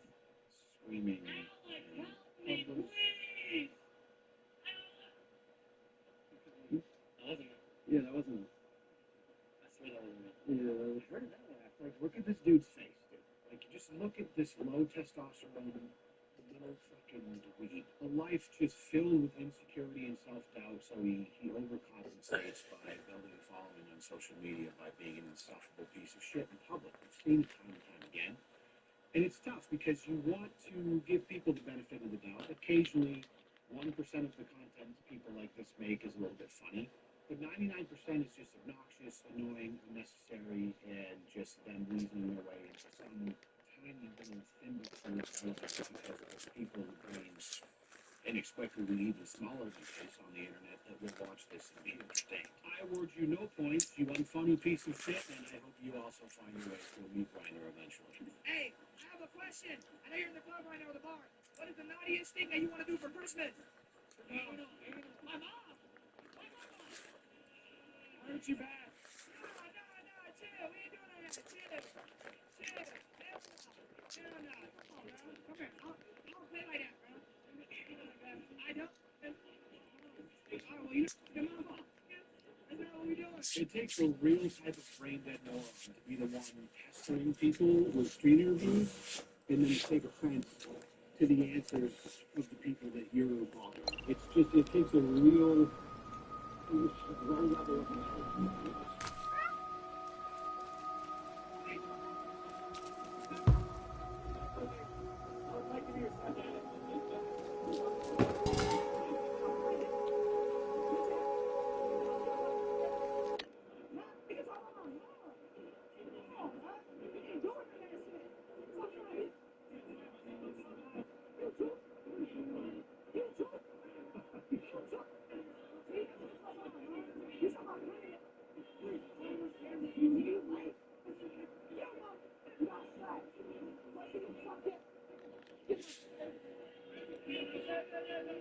Live stream culture truly is a cancer on society. It's just, it's a malignant, metastasizing cancer that continues to propagate and get worse and worse because the behavior of the course just continues to get worse. It's so the whole thing is initially for again, and followers, and just makes a living, you know, never put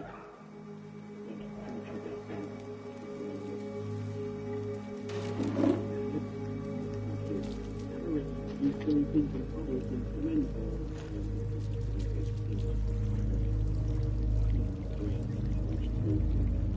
We can wrap it up.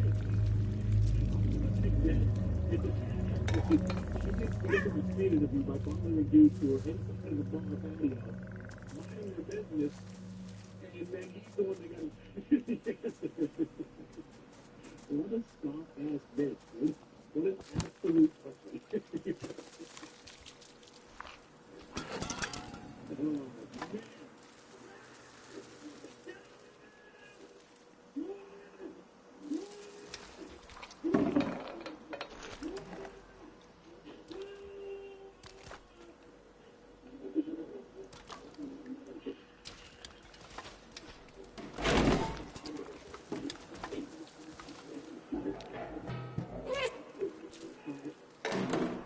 So he's British, by the way. I have no idea what he's saying. Just unbelievable hyper-nuclear level things. And this is really you know what's crazy is he just had a video up yesterday when I was looking at this. She just posted a video with a black eye, and the subtitles were him talking about quitting social media. And I've never been so excited, but apparently even Bobby Meisner thinks it's funny, which is crazy. Bobby Meisner is just as much of a fucking loser as this dude. Maybe not quite as badly, but like such sadness for grown men to behave like this because they get attention online. Like it's so fucking pathetic. Here he goes. Part of me thinks this is an Instagram filter. And he's fading looking for sympathy, which is very possible. Brother, I like your content. You always make me laugh, don't you? Greetings from Barcelona. What are you doing here, Stats? What is making you laugh about this? Shut the fuck up, dude. I've thought about this a lot for the last decade, but there is this unique demographic of people that social media specifically has enabled. And it's the type of people that are unremarkable, mostly, don't really have any substantial skill set or impressive qualities, which is fine. Like, you don't have to be an impressive and remarkable person. Like, everyone's going to be in the NBA or an astrophysicist, right? You can just be a normal dude, live your life. But social media has enabled these people to leave any sort of shame or normal adult behavior. Why? And allow them to garner attention, and it's like in their desperate for it. It gives extremely unfunny and unremarkable and normal people an opportunity to be just the loudest in the room and the most annoying in the room, and just with enough perseverance, you can grow a following doing it. And it's quite awful, honestly. Like, I don't care if you want to stand in your house and upload and doing the same thing, stupid shit, or screaming like a snake. It's just, there's that element of being in public where you're just being a nuisance. Like, that is the draw of your content, is just public nuisance. I have no marketable skills, I'm unfunny, I have no talent, I am just very good at being a public nuisance because I have no shame or decorum or any sort of foundation of quality as a human being or man. Zero testosterone in my body. So this is what I do to get attention. And it's just it's the saddest shit ever, but this is one of the side effects of social media, though. Along with a lot of great things, there's a lot of bad things. And that's why we're here, to discuss those things and scoff at them. And hopefully make these people feel bad about themselves if they ever occasionally have an honest video. The good news is I know you guys watching this are mistaken for those people. And even if you are just living in your life, that's fine, but you have the intelligence to not make a fool out of yourself. To scrape a little bit of attention. I can't. I appreciate you for being here, and thanks for watching. Make sure you stick around and hit that like button and subscribe if you haven't. And we'll see you in the next video.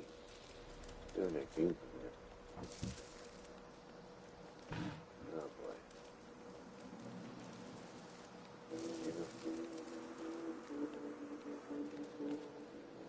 Hey you, and welcome.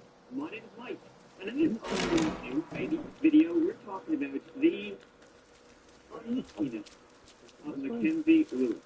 Mackenzie was a student at the University of Utah. Oh boy, once again, Yeah, I think that's right. And one day, she perused a website to flip right here. Well, why? she didn't find it. This way. Instead, she would find the author of a book that's so bad it's kind of funny. But the rest of the story isn't so. So, let's give it a go, you and I. Come on.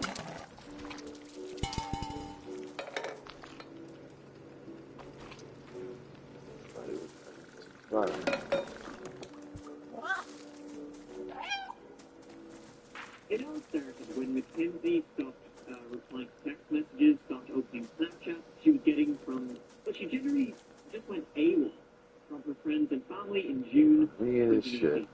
See, around that time, Mackenzie's grandmother, whom she was close with, recently passed away. So when she began ghosting her, it seemed like, she was more than likely just in mourning for Granny and didn't want to talk anymore.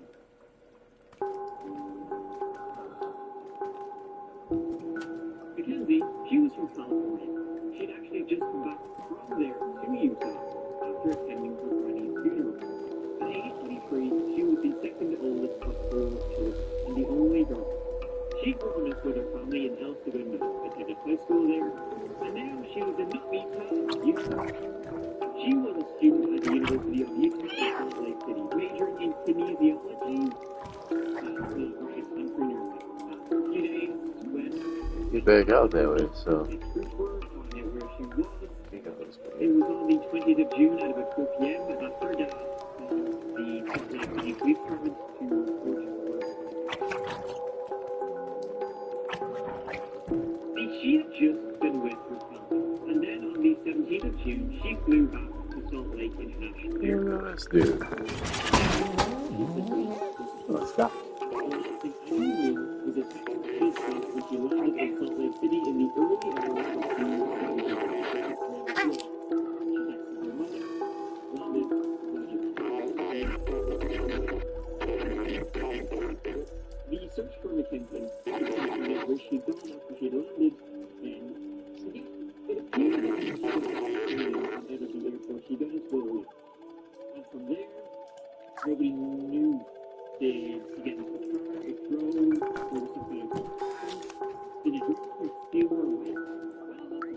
seems quite accurate.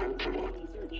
Her university classmates and friends were out in full force trying the worst. Missing continue to pepper solid sea sleuths, helping find an answer to the question, what impact images in the I think getting out.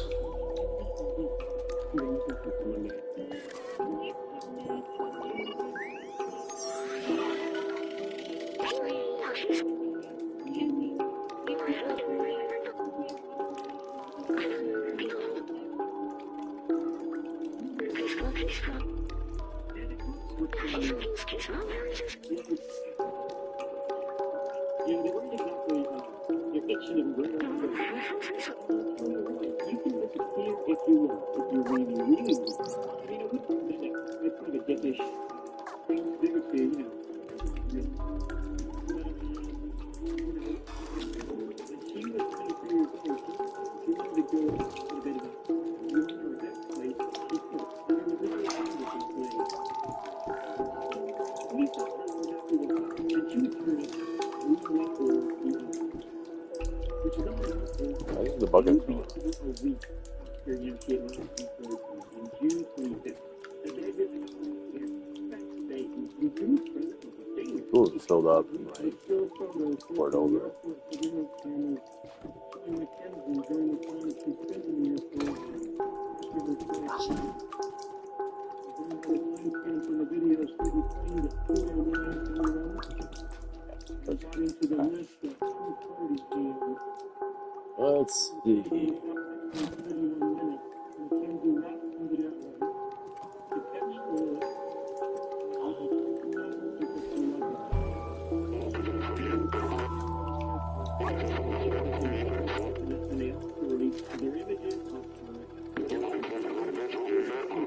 Point 21 gigawatts to work.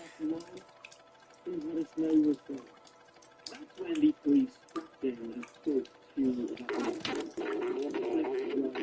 who said, yeah, you know, I took her to the Air Force, dropped her off, you know, left her safe and safe. But he didn't drop her off at home. Not that he would know where her home is. I'm paraphrasing. Yes. Instead, I took her from the airport and dropped her off at about 3 a.m. Then the lift driver said she got out of the car and he saw her meet with Or just someone and get in their car before driving off. This was confirmed via call when he had left her there, confirmed via phone and call data, and get picked from the office phone. Detectives have spoken with the lift driver and learned that Mackenzie was met at that park by another individual in a vehicle. The lift driver left Mackenzie at the park and stated that Mackenzie did not appear to be in any type of distress. We have not yet confirmed the make and model of the car or description of the person. SHIT is getting pretty real.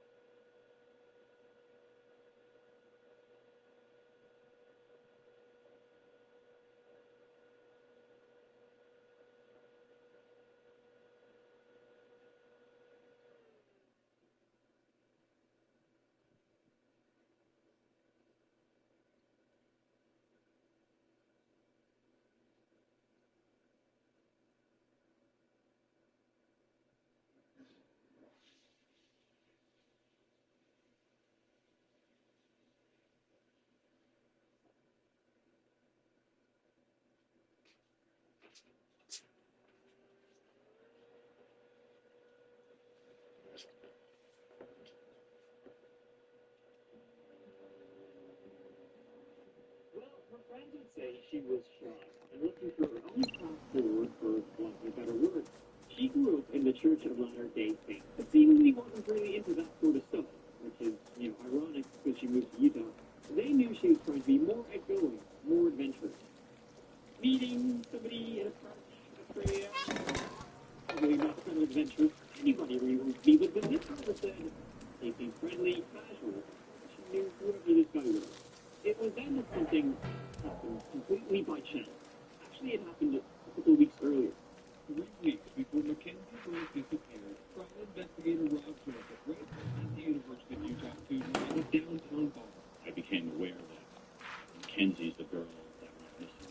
Joseph's disappearance became a personal quest to find out what happened. I believe this was her first contact with this guy. Joseph, former Salt Lake City police officer, has been uncovering leads since Monday. While at a bar in the city, a former cop turned Brian had actually met Mackenzie and they started chatting. Just randomly. Isn't it basketball To too? reveal to him that she was on a dating website, a very specific one called Seeking Arrangement. It's a way to find yourself literally a sugar daddy. On this place, you can, quote, upgrade your relationship from whatever piece of shit relationship you're in right now with some loser, some rich old guy that will mentor, pamper, and also have 3 other sugar babies.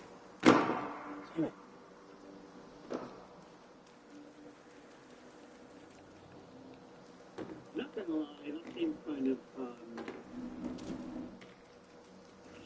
weird. But whatever floats your boat, I could get be the last person account. Her profile on that site was then quickly found. And it seems from her Facebook post that this was, something she was more than familiar with. So then, likely, whoever car she got into had something to do with that. Whoever, would soon be revealed when they got a hold of Mackenzie's phone records, and it showed that she had been in contact with a fella named AJ. AJ's phone was also in the park that night within minutes of Mackenzie's phone being there.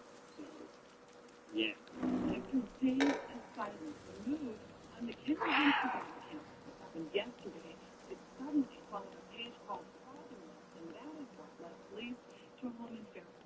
The owner is unhappy now being called a person of interest. So the police then decided, hey, maybe we should head on over, start yapping away with him for a few at his place. Which they did. Roll the body count.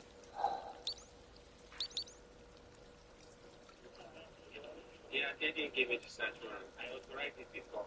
I never get the search warrant.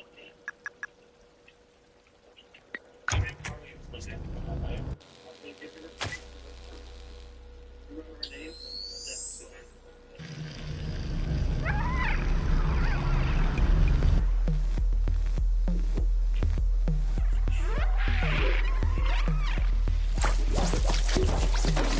Nuts.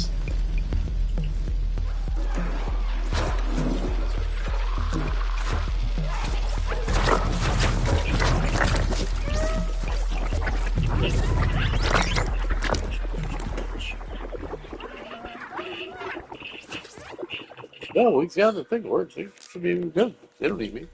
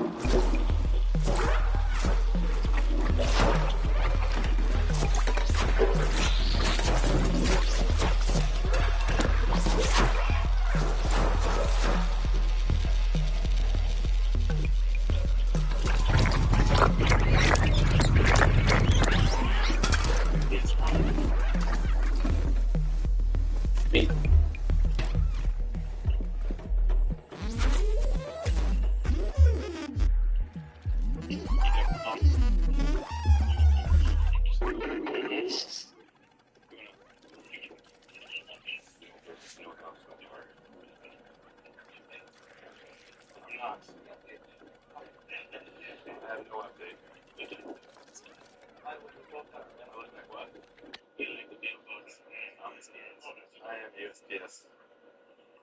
like we said, as soon as we know something, I'll tell you. Okay. I hope he's not the postal service. I think he's gonna raise some rates every time. I'll be official. Exactly. You say you're going to which library? Is the library practice road? Oh, on the other side of the library. Yeah. West. Yeah. Okay. That's a new one, right? Yeah. It's been in Test College back in this week. But I don't be there. I don't have a phone, but if you guys are walking in the house, that's where you can see. Okay.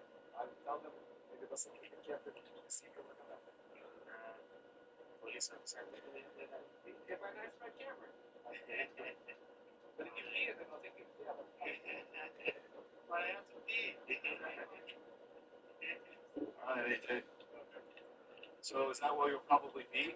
Yeah, well, guys want me to stay. I'm happy to stay. No, you're welcome to leave if you want to. Just if we wanted to come talk to you, is that where you think you'll be? Yes. Okay.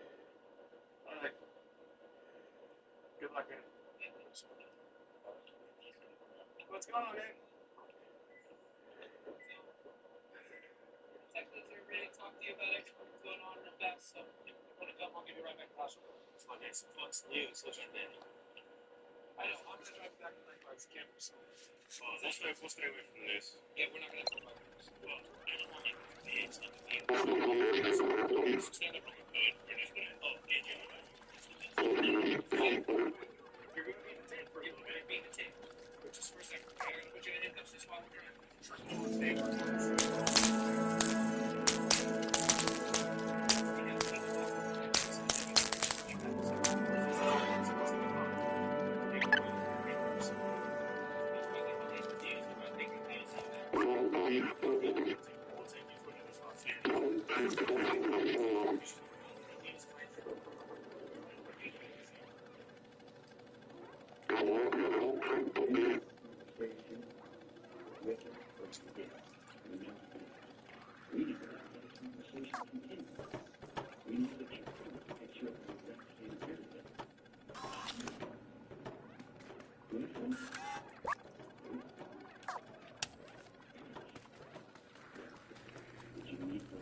So he mounted it to my thing. Tell me how to use it.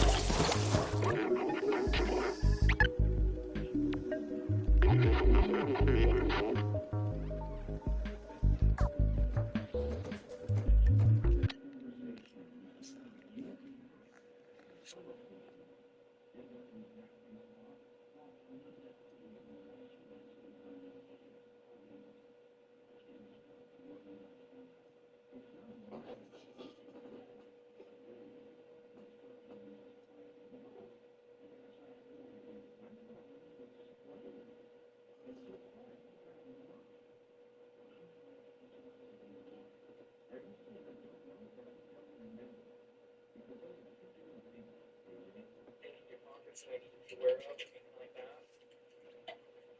Put that in there for you. Put that in there for you.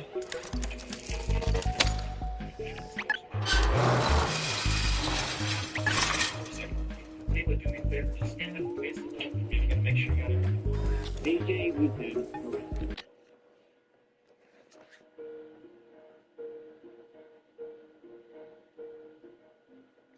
AJ, real name Ayuba Ajayi, 32 years old, was originally from Nigeria, and he had met Mackenzie on Seeking Arrangement. They had been in contact since 2018. He had previously been a model and was briefly a member of the Utah Army National Guard, and at this time was working as an IT specialist. He also had been an author, I don't know, maybe he's going to turn into a series, of a little book called Forged Identity. Let's give it a, find out some names. Sure it's good. Ezekiel was almost 15 when he witnessed a gruesome murder. An angry mob burned his neighbor alive in the street, and the man died at his feet. Sadly, it was not the last time he witnessed such horror. With his well-respected father as guide and mentor, Ezekiel saw this death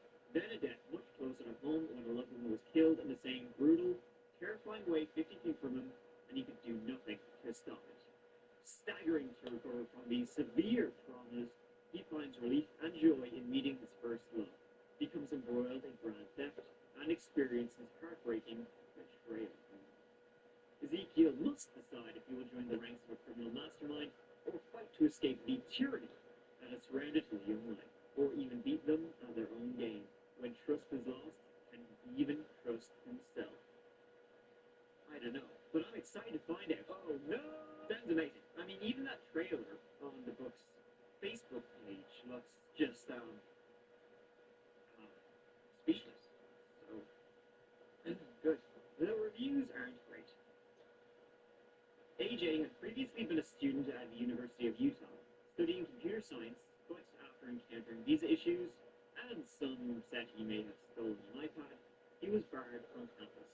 He eventually returned, but never got the degree.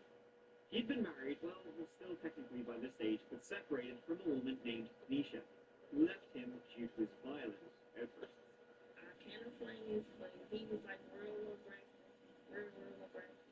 Because he wanted me to move to Utah to be with him, and I told him no. I jumped through the window, and he had a butcher knife was trying to stab me, and I ended up killing him. He was living in Salt Lake City, and his house was listed on Airbnb. Though it had some things that Airbnb certainly does not allow.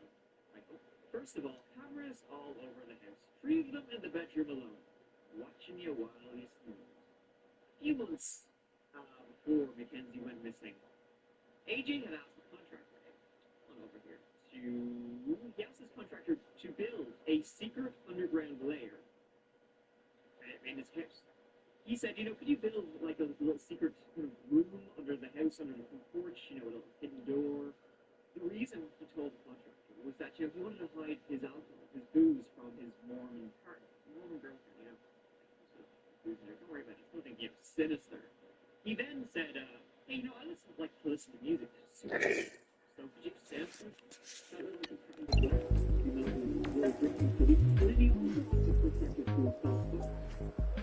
the ceiling.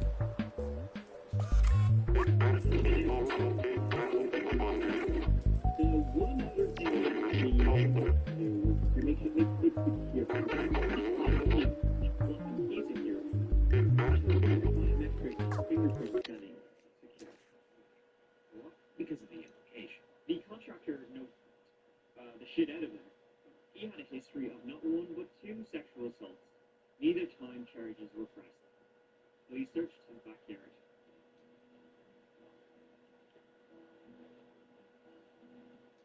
He was released the next day for a day because he was then rearrested. KSL TV was on the scene as this unfolded and captured this exclusive video. You can see officers in tactical gear gathering on the side of the building, weapons drawn. Murder suspect Ayula Ajayi is then seen slowly walking toward the officers with his hands raised, one hand holding a cell phone to his ear. As he reaches the officers, the 31-year-old hands over the phone. The SWAT team members lower their guns and place Ajayi in handcuffs. Officers then enter the building. Minutes later, they return and transfer Ajayi across the street to the back seat of a police car. Later this afternoon, crime scene vehicles showed up and entered the building with bags and cameras. This all happened very quickly, really less than a half hour. After an exhaustive week of investigation, we are filing charges of aggravated murder, aggravated kidnapping, obstruction of justice, and desecration of the body in the homicide of Mackenzie Will. The man charged with these horrific and tragic crimes is the person of interest. Ayola Adese Achai. I will not be saying the killer's name again. Police uncovered in his backyard evidence that he had burned something in a makeshift fire pit. There, they found some of Mackenzie's belongings and, some of Mackenzie. Camera's on, what you got?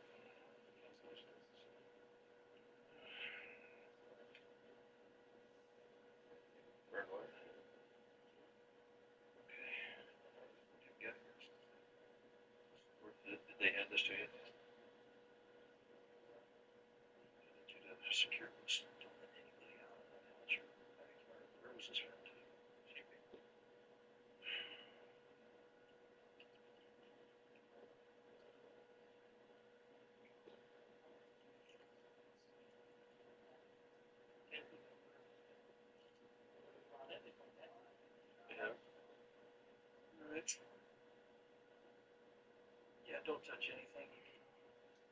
AJ had bought a gas can 6 hours after she got into his car. And neighbors would say he had lit a big fire there around the 17th, 18th of June. Mackenzie's body, however, was still missing. Then, still using AJ's phone data, they learned that a week after Mackenzie's disappearance, he had traveled north to a place called Logan Canyon, and he was there for 2 hours. Following the signals left by his phone, they found Mackenzie in the woods. We recovered the body on Tuesday. The Little family would like to express their gratitude for the effort put forth by the Salt Lake City Police Department. Her friends say that Mackenzie shouldn't be labeled or judged for someone that she wasn't based on rumors being spread by people who don't know her. They say Mackenzie was the kindest and sweetest person, someone that would always lift their spirits and make them laugh.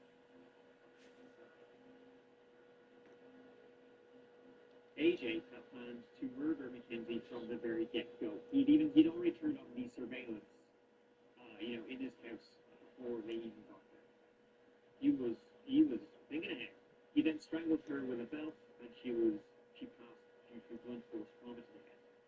He then burnt her body and then dumped it in the woods to the north. AJ would be charged with kidnapping and sexual assault, both of those relating to the 2 other women he attacked. Also, he was charged with 19 counts of sexual exploitation of a minor when pictures were found on his computer. So, in relation to Mackenzie Luke, he pled guilty to first-degree aggravated murder and third-degree desecration of a human body.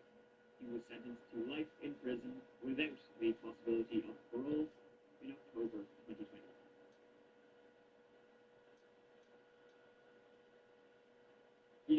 One fella from down the road, a fella meaning a retired FBI agent, said that and thought that AJ was on his way to becoming a serial killer. He certainly wasn't a pro at this. The crime scene was handled so poorly, and the way he tried to hide evidence was done so badly. I think he was a burgeoning, very dangerous, possibly going to be a serial killer. AJ himself said it was all planned out. He had covered his tracks to a degree, and he killed because he just wanted to know what it felt like. And as we've seen before, once a killer, pops very hard to stop. Some good came out of this case, though. Mackenzie's sorority, sisters, they set up a non-profit, Mackenzie's Voice, to help in other missing persons cases and provide support to the families, which is great. Unlike AJ, a child. Here, look at that. That's a guy who knows he's really screwed now. Good.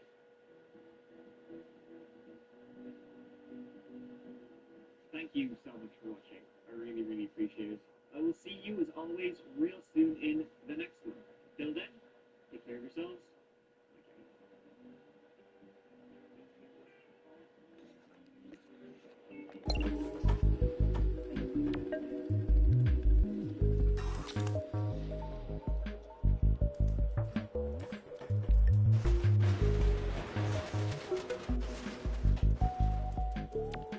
Hunter County Police working to determine whether the body is that missing murder suspect being told. The investigation started when deputies were called to a Jersey Mike's restaurant.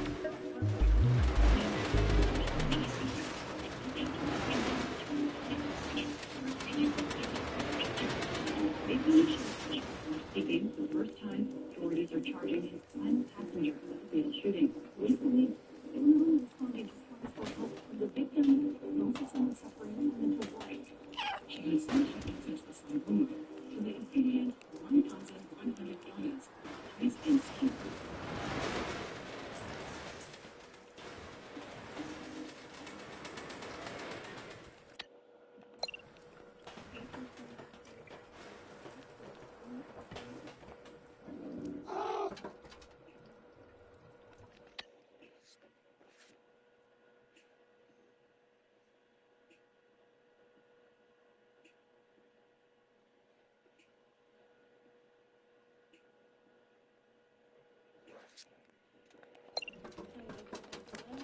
Welcome back to another episode of Serial with me, your friend Bessie, Annie Lee.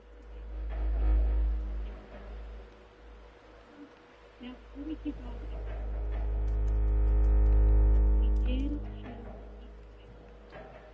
See, if I was a cat, I'd try to sneak up there. That way they can go across. You know, once we go down there, we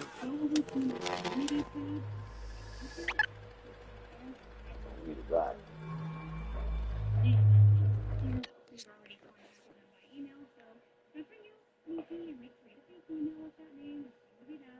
We've already contacted the winner, but we will be doing another one of these very, very soon. So stay tuned for that. But let me talk to you about what's going on this week because we have got so much to talk about. We have cases about a man finding a dead body in his pool when he went to open the pool up for summer to just celebrate and we also have a woman who was rescued after leaving a note pleading for help inside a Jersey Mike's restaurant. And what unfolded after that is totally wild. Exorcism gone wrong, which I didn't even think exorcisms were real, I'll just be honest. I've seen like Poltergeist, I've seen The Exorcist, I've seen all those things. I didn't know that people actually died. It's sick, so we're going to talk about that one. We also are going to be talking about a teenager who killed someone for talking bad about their mom. Like, who told about my mom? I'll go ahead and kill you, something crazy like that. We have more cases. Let me just jump right into getting into it because there's a lot to talk about. And also, if you didn't listen to the Monday episode, today,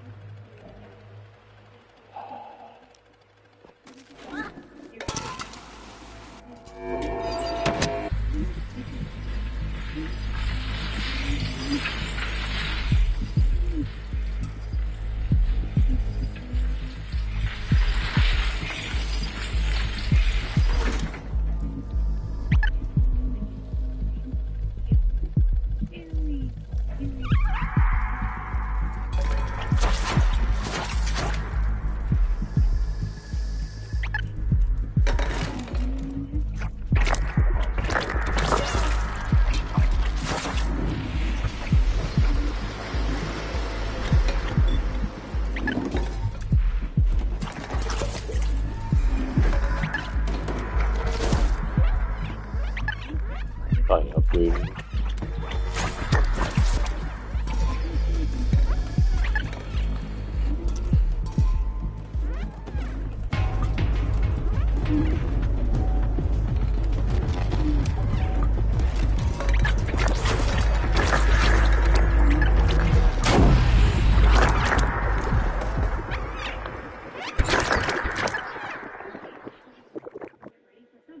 and this is something that really happens over on the East Coast, and it does West Coast, and so like the cold weather hurricane season.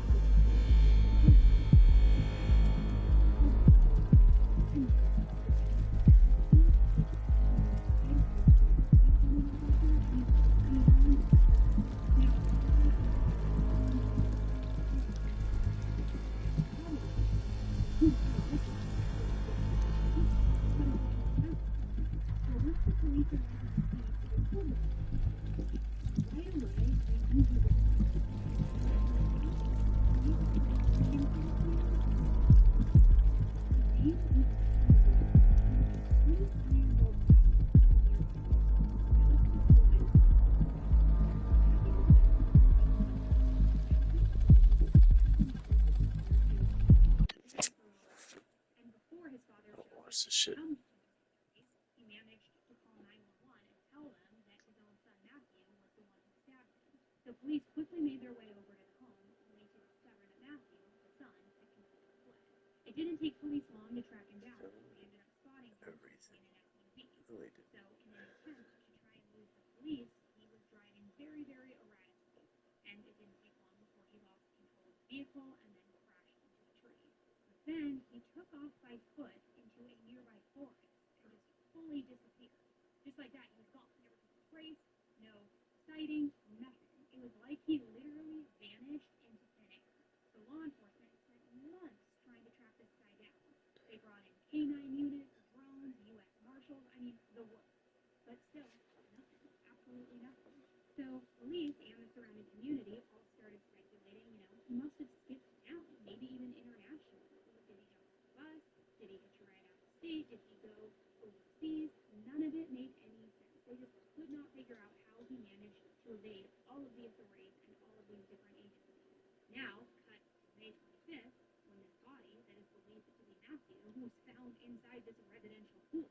So what the police believe is that while Matthew was running on foot after he got into that crash, that he unlatched one of the corners of the pool cover, trying to get inside, hide, go underneath it, figuring I'll be here for an hour or two and then I'll sneak back out. But then accidentally got himself trapped and because of that, most likely drowned. Take a listen to this press conference. Currently waiting for a DNA analysis to confirm that. But, based again on all of the ancillary evidence that we were able to uncover, we are investigating that strong possibility. Police say it appears the body had been in the water for some time. The medical examiner will determine the cause of death. Now get this. As though this would not get any more, I don't know if you would call it crazy, but serendipitous, maybe. It turns out that the homeowner of the pool was actually one of the detectives on the task force that was searching for Matthew. How ironic is that? That's pretty crazy, right? And I gotta just say, I love to see divine intervention at work, right? And regardless what you believe, if you're spiritual, if you're not, the fact that this freak stabbed and killed his father and then made a run for it, took off, and seemingly got away, was successful getting away, only to then hide and get trapped and drown. I gotta say, that is karma working overtime, and round of applause for the but now we're finding out too that the homeowner was the detective. Why is it just showing the same ones over and over again? How ironic, right? I mean, here this whole team, including the U.S. Marshals and Okay, now they're new. desperately trying to track this fugitive down, and the whole time it looks like he was right under their nose in this detective's backyard, in his pool. I mean, you can't make this stuff up. The irony is just off the charts. So I thought this was a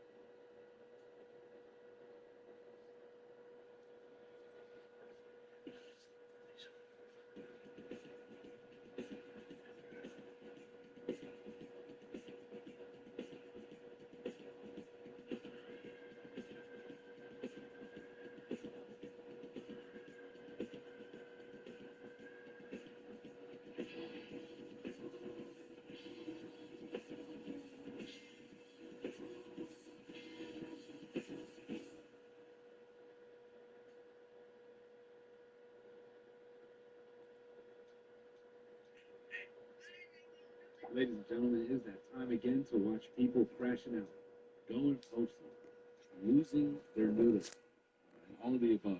We've got a great array of videos today. One in particular I'm very excited about, and you may have seen it already. Spoiler alert, it's a girl taking a dookie on porn. This is your first time watching, welcome. If you're back to this doesn't need any intro. Let's get into it. That's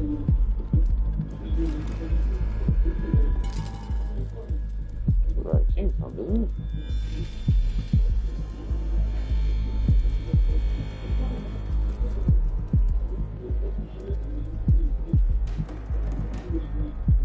I love the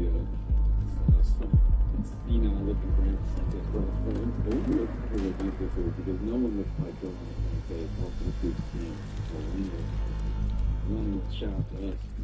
We're keeping the 5'11" skinny jeans alive with maybe us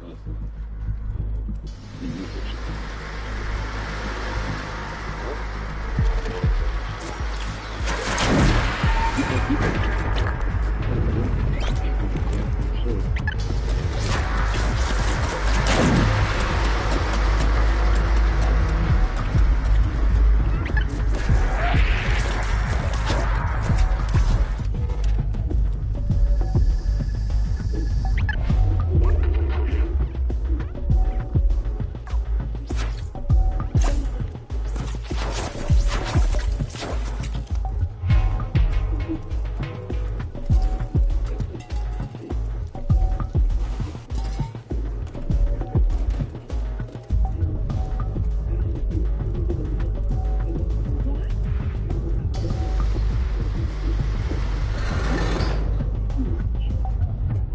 Honestly, this plain background and the way he's delivered with monologue just feels like an audition. Because around the casting director, he's doing a great job so far. I really feel the energy of this character. I really just smelled it. It's great. I'm curious what you have to say. Like, what would Frank Way to call somebody out?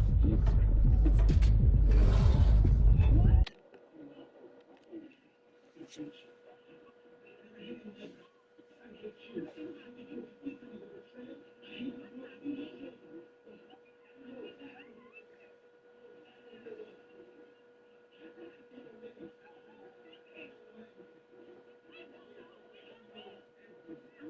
Hear that? Uncle Benny. Where's Uncle Benny? Uncle Benny.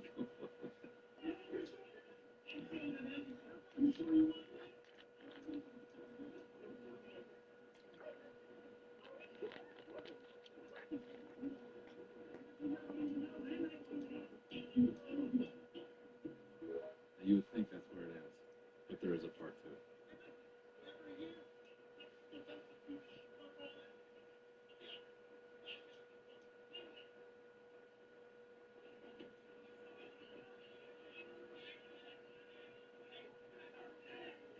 It became a divorce party. Holy. So for the sake of copyright, we can't play this song, but I can read you the lyrics in a monotone way so that the major labels that own this song can't sue me. It's an EDM remix of the song It's Not Right But It's Okay by Whitney Houston. Pack your bags, up and leave. Don't you dare come running back to me. It's not right, but it's okay. I'm gonna make it anyway. So imagine those lyrics of these people dance. You know what, Sam? Go ahead and cut that monotone reading of it over the people dancing. Let's see if it has the same effect. I have a lot to say about this guy, going on his revenge plot right here. But to set the stage for everything I want to say, excuse me, I'm so excited the acid in my stomach is shooting up. In order to show you where I'm coming from, I'm going to have to reference this specific frame for everything I'm about to say. So first of all, having done open mics on flat ground, and that's just a shameless way for me to plug, I am on tour, youallknowlive.com. I haven't performed on flat ground before. This is brutal. There's something about not having a stage that makes you speaking into a microphone so much less powerful. I don't know what it is. It could be a tiny 5-inch stage. It could be the height of the pale little poop this guy's upset about. it makes what you're saying feel just a little bit more powerful. And he very well could be smaller than the people that are watching him. So I give him a lot of credit to have this much conviction in front of these people. All right. Secondly, the way he's gone about this to me feels just painfully millennial. I feel like this is like the type of revenge you would see in like a Judd Apatow movie. But it feels very 30s. I don't know why. But even getting past all that, the thing that is really messing me up, it's not the infidelity. It's the fact that both of them are built like Mrs. Incredible. Look at this.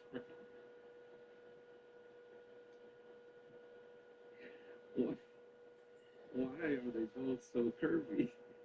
I've never seen a straight curvaceous couple arguing with each other.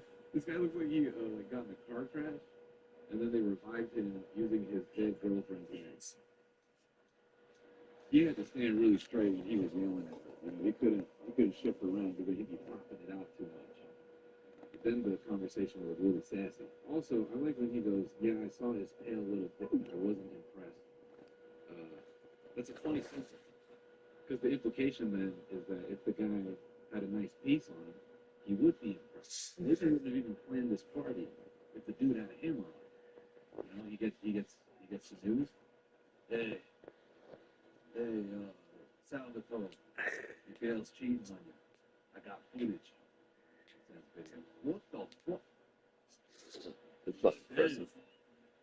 This guy's got a nice piece on him. Hey, Bruno, punch out this guy's fat piece. My old lady's cheating on me with this guy with the huge salami, eh? I don't blame him. Nice cut. As a reference to the circumcision. Also, if you're the guy, apparently, you know, allegedly, with the pale, unimpressive little wiener, you're watching this video, and you probably feel pretty good. You probably feel pretty evil. You're sitting there looking at this footage, and you're like, damn. Look at my little thing causing all this chaos. You sitting there proud of your tiny pecker going, God damn. Who said I can't stretch somebody out? I got this guy worked up. That might be why she cheated. She saw his pale little dick and she thought, well, it definitely can't hurt. Alright, there's a clip going around of this guy who is apparently a former MMA fighter. Excuse me. He's got a 40-minute standoff with the police. We're not going to go through all 40 minutes, but looking at this frame right here, this guy is gigantic. He's built like Xerxes. This is New Jersey Xerxes.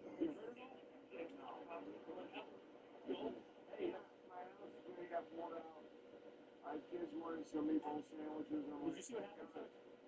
Did you see what happened? No, I just came up upon him. Yeah, so I was going to call his wife for him. You don't even have his phone. You heard anything or you all right? I'll see you. You can tell how big this dude is because they're approaching with real politeness. You know, that's when you know you're a huge guy. When you get angry and everyone goes, whoa, hey, champ, hey. Oh, we're good. They don't even want to pick you up with one click into anger. They don't even want even a shred of the power you possess. Okay, it's okay. We'll get some man. Listen. My car. Hey, listen, it's okay. Your car will get it towed. Don't worry.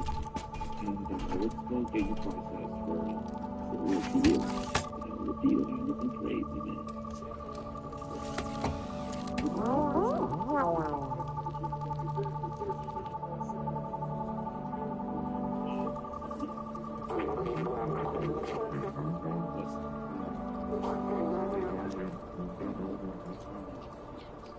This real. I'm trying to say is I think it's a really smart thing to state your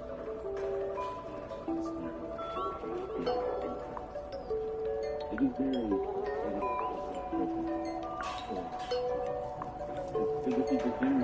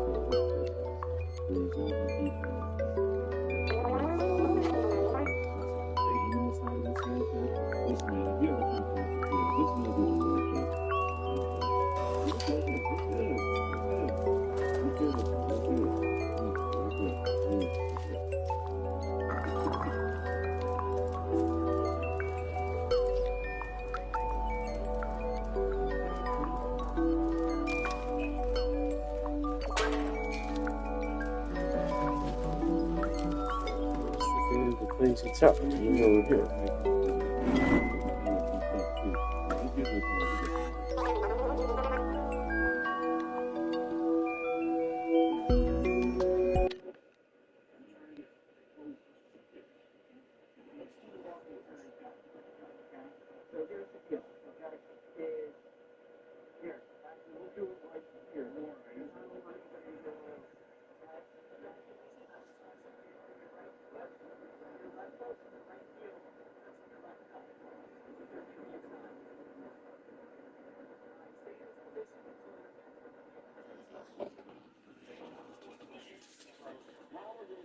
See, now this is the problem, man. When you're a big guy, you're trying to get out of a DUI. It's a lot of weight to maintain the liquor.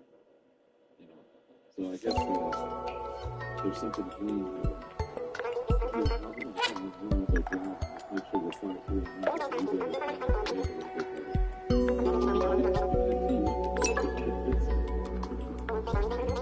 this is DUI.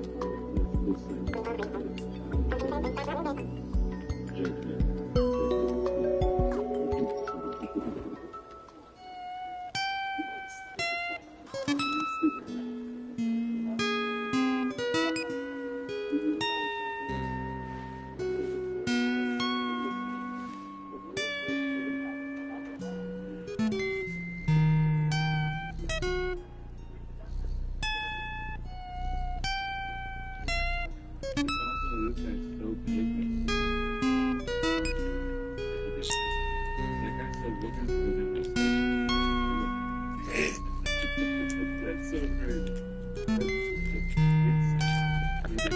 You could just hit the face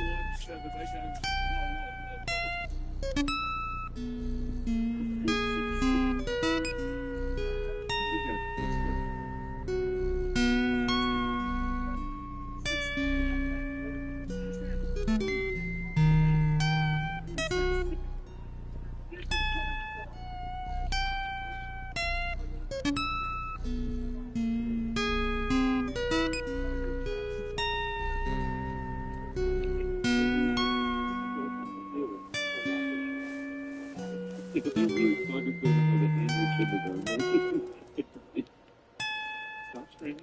Stop screaming. Joel, stop screaming. Joel. I got all the music, got the safe open. I don't know. What are you going to do? Get the soda cans, I guess. I'm scared. I'm here weeks, months, years after this has happened. I'm going to close the laptop. He started yelling. I was like, you know what?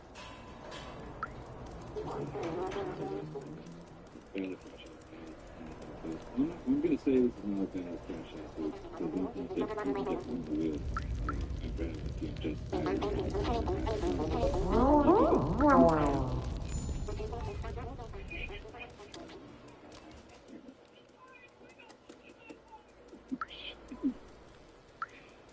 that's all we got, and honestly, valid. Yeah, man, We don't take care of what's important. Listen, Arlie, listen, bro. Don't listen to her. You don't know what she's talking about. Go buy your trading card. It's fine.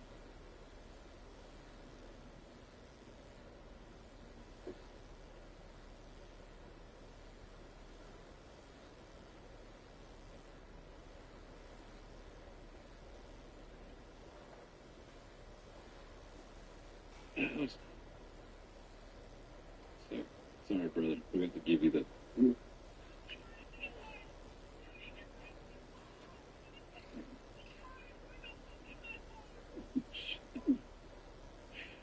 That's all we got, and honestly, valid. Yeah, man. We don't take care of what's important. Listen, Arlie, listen, bro. Don't listen to her. You don't know what she's talking about. Go buy your trading card, man. It's fine. It's fine. So what if you're leaving clues everywhere you go? That's why they sell them, so you can buy more. Okay? With the visceral nature of her voice.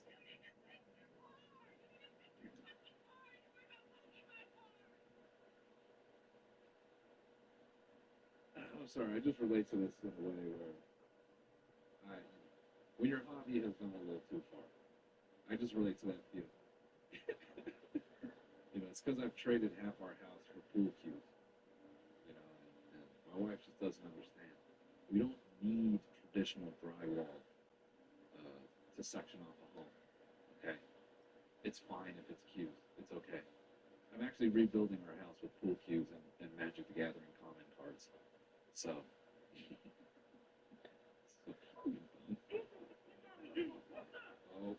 Oh, another poker table. Another poker table. Money's involved. We know something bad's going to happen.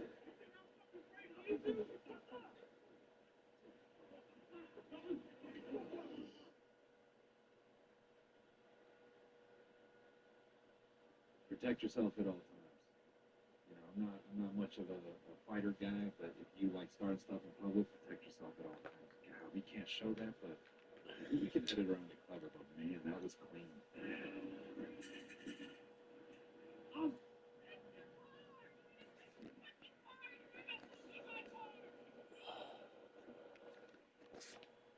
I'm sorry, I just relate to this in a way where when your hobby has gone a little too far, I just relate to that feeling. It's because I've traded half our house for pool cues. And my wife just doesn't understand. We don't need traditional drywall to section off a home. Okay, it's fine if it's cues. It's okay. I'm actually rebuilding our house with pool cues and Magic the Gathering common cards. So.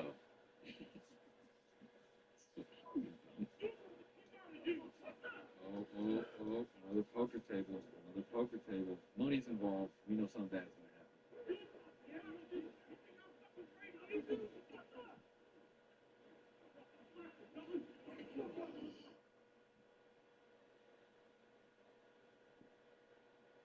Protect yourself at all times. I'm not much of a fighter guy, but if you like starting stuff in public, protect yourself at all times. God, we can't show that, but we can edit around it clever. But man, that was clean. I'm scared. I'm scared.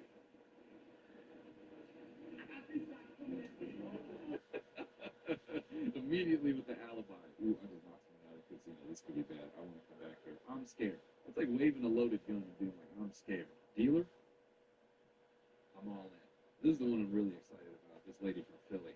I have seen this many times. All right, we'll have to kind of cover what she did. All right.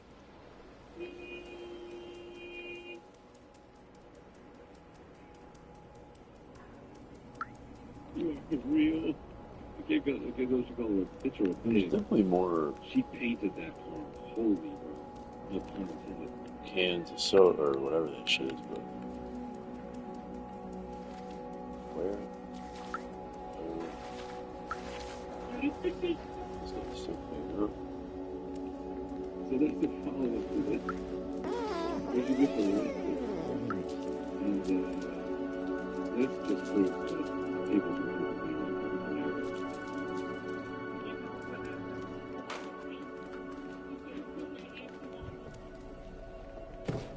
What you eat that day? There have been many times where I've been in like road rage situations, and I would love nothing more than to get out of the car and just paint the car behind me with my own feces, with a brush. Just a little bucket and a brush, and just go right over the window. That is one of those where it comes out of the right? If someone gets out of the car, it's visible, there's a window, there's a relative, it's a really flat track. And it's such a controlled passion. That type of poop, you gotta be either on a lot of drugs, or you gotta be a baby. It's only drugs or infancy where you can poop like that. You tasty? I like the steak now. You said you tasty?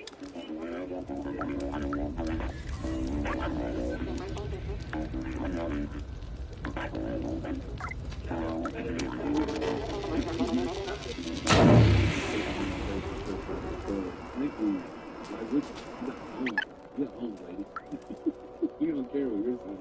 If you let someone duke you in your car like that, you can't say anything. His face just looks like a nurse. Hey, that's not fair. No, she's in my car. This is good. Because if you said something in your car, you did nothing about it. You just sat there. I think the only response was you just poop that. You gotta talk that. He puts on your car. You're like, oh, are you gonna poop on my car? And you walk over to her car. So you start pooping on her car. You start having drinking the golf club thing. Okay, because now you say to the crowd, because now you need to tell the story. Now you start and then you go, well, this whole fucking dude's gonna come over to my car and shoot my car, so I just thought I was shooting her car. Number one. Now, first of all, I know it's crash out. I'm gonna say this. Because even if she was in the wrong, she'd make it. If someone caused you to be so angry that you get goofy on the car, you win. You find yourself in road rage. And back up towards their car. Face your back to the other person. Because that feels crazy. But when it's that crazy. Because if you hop out the car and you're looking forward, they're thinking you're coming at them. If you get out and the reverse and you just back slowly, they're going to think, well, what's wrong with this person? And then you can quickly get to the hood of the car and just drop it and flip. Elevator? The elevator, I guess. Yeah.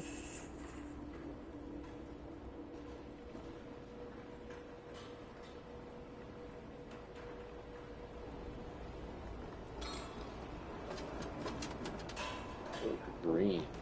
Blue. In DC, It's just light.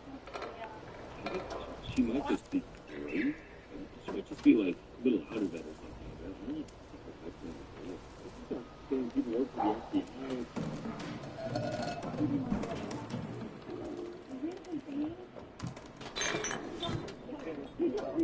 Item 16, harmful offenses, Chapter 10, offense against public administration. Article 2, obstruction of public administration.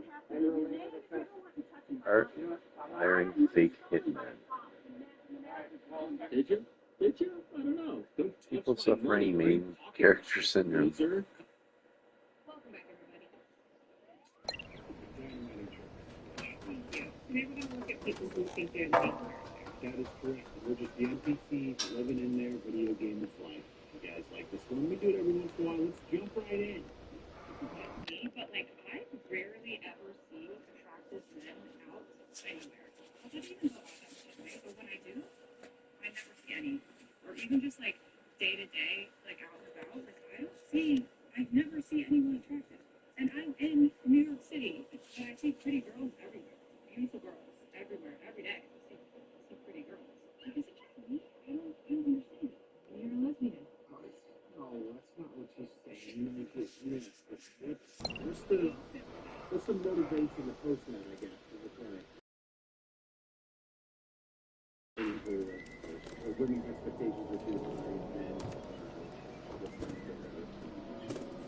I think that also like the sensitization that you're seeing the best of the best, like how much you're supposed to be to see. Where does this go? All the way down? see any pop machines up here, my dude. I think they'd be up this high.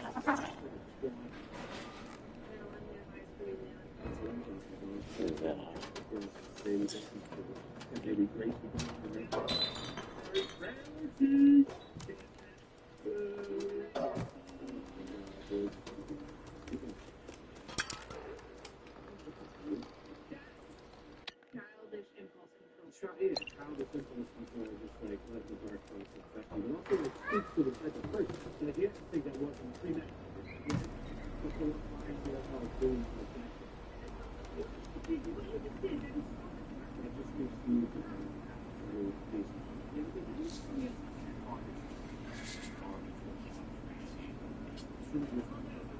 Assuming there's the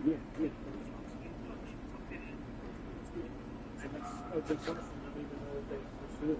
Like, what would you do? You call it that way. Okay.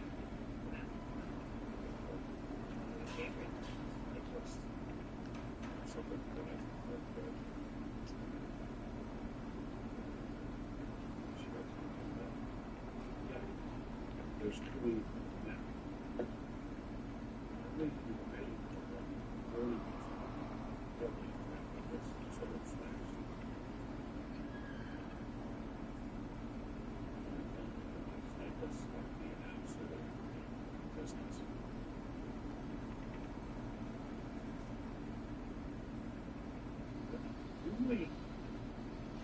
Get to the shoulder, get on the sidewalk.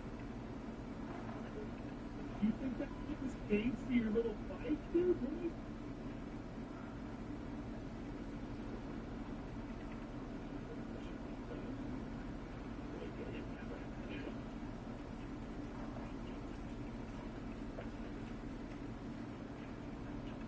Let's go!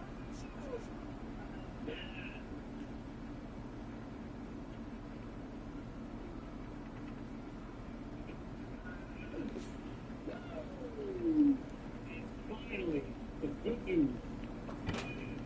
If she was being such an anger at me, I wouldn't be applying. But I'm not suggesting that's how we deal with things like that. I am suggesting that that's like good to see. I'm going to pretend that that's no good. A little bit, you're cheering. It's not like my team just You're dying. That's like my team for that's my team in 1994 looked like that.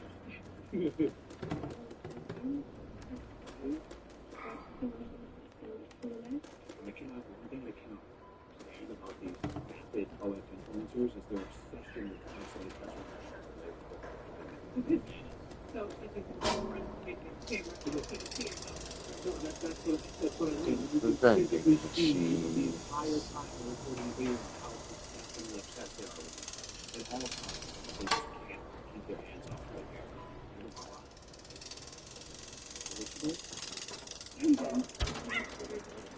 Workers, yeah.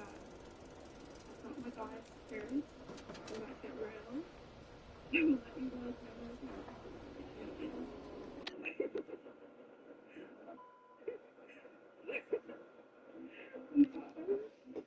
you're actually trying to get away. The entire time they're recording a video of how disgustingly obsessed they are with themselves. At all times, because they just can't keep their hands off their hair. What does she do? I'm getting so many weird looks from workers. Yeah. I thought my guys parents, I'm about to get around. I will let you guys know how it goes.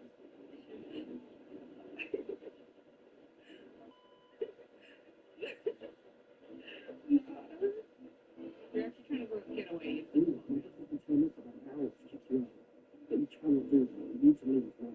If you cannot conduct your and there are pictures and videos of you on CCTV, you cannot conduct your again. Yeah, assuming that whole thing was scripted and staged, which makes it even lamer. Like, if you're going to do a stunt publicly, at least do it, or pretend to do it. Maybe she actually did. So, like, wouldn't be surprised either way if she did film herself getting absolutely pile drive by a couple of massive dogs at a test valve. Yeah, neither situation would surprise me. A few years down the road, she'll be wondering why she can't find a good guy that has some clues, you know.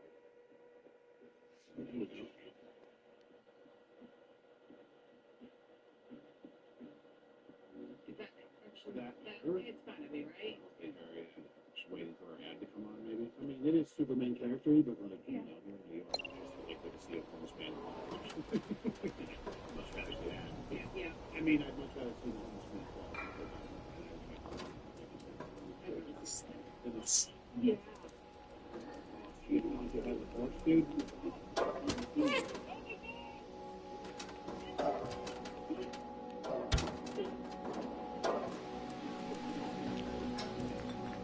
Yeah, like. Okay, no, we got that not. Saying that's most protected by the able. Oh, the horse. That's such a coolest thing. It's like, Yeah, shit. This is where that thing was.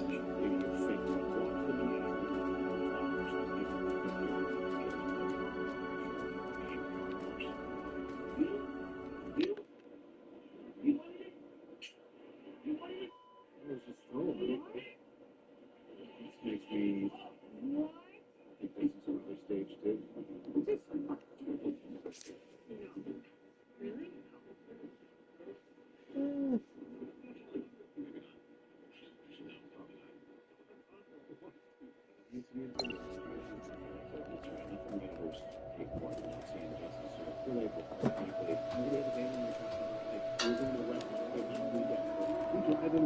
Take the tea for the experience. And yeah, we grew up in parties. I remember when I was a kid, though, like back in the day, like going to the city was a big deal. We literally went to just to ride the tea around.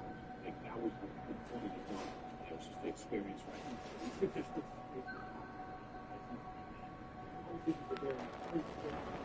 When people take transportation all the time without charges, but like people living in bubbles.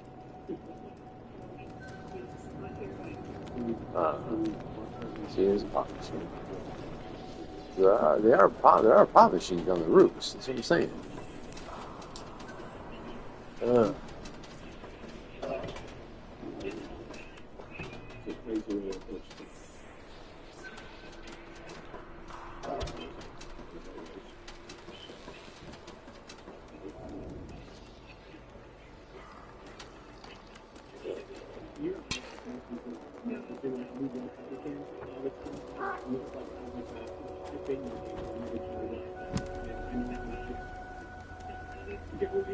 Drink every time I say I can't breathe. Drink every time I scream at the door. People just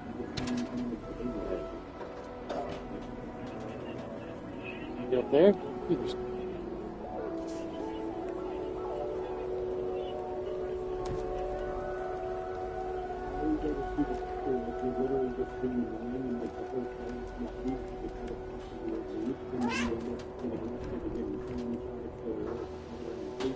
Oh, that's why this came out. Wait, this is... Oh, this is...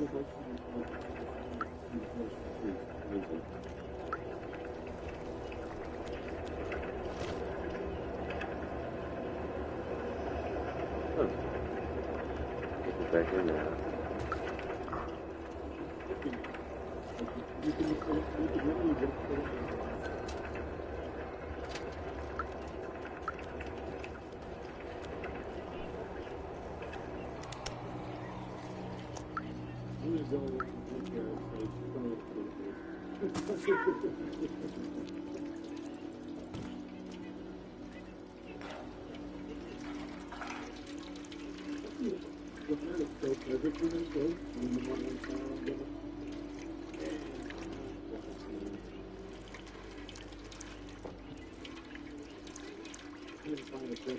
It would be way cooler if you were to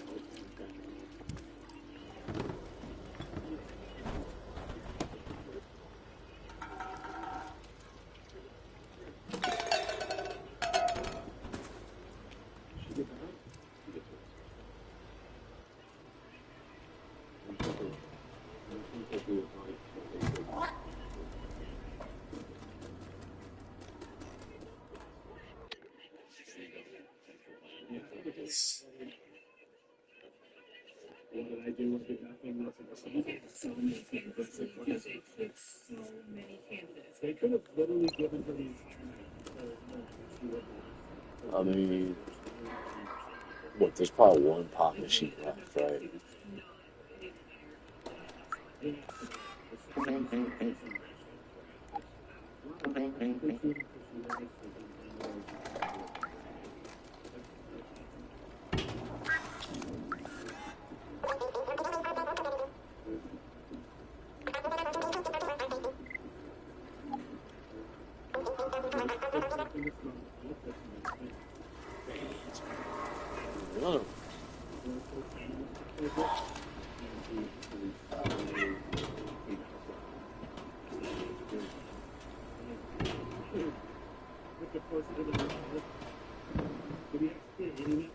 Sensation for Barcelona, support of Miami against Logan. I don't think he's playing that like arrogant.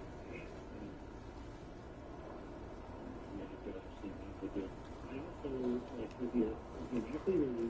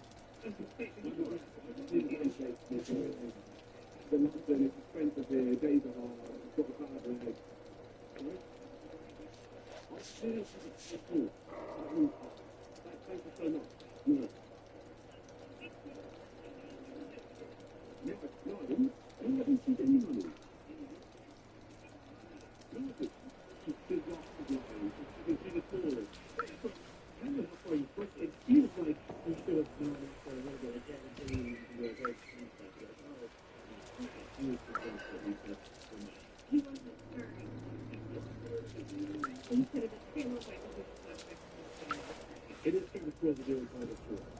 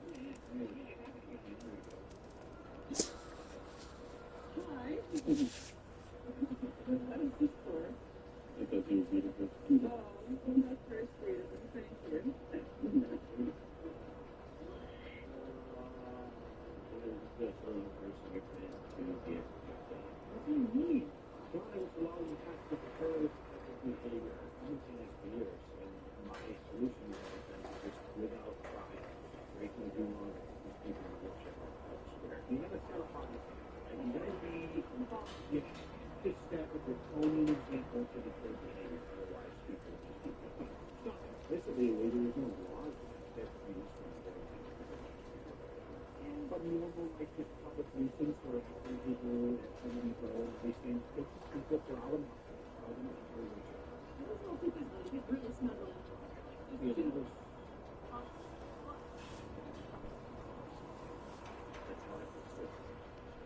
So in India, it's the same or does it taste a little bit different? Same taste. Because in my mother's country, in Ukraine, it tastes different.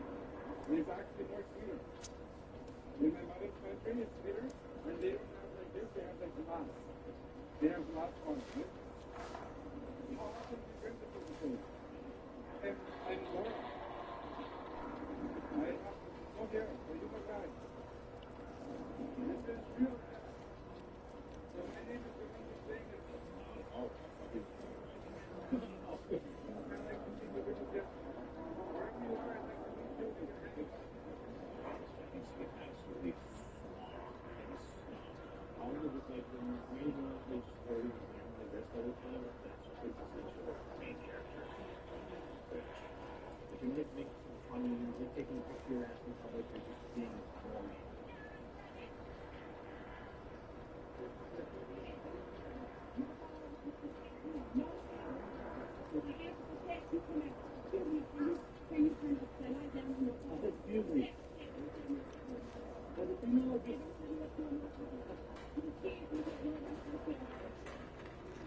Okay. Let's go back to the guy who is this way.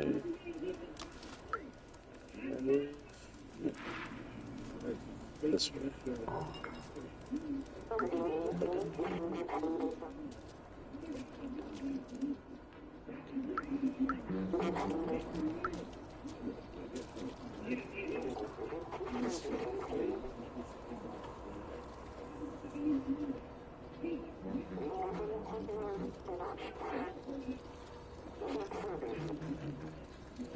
It's only feels some kind of courtesy, like if it's really hard to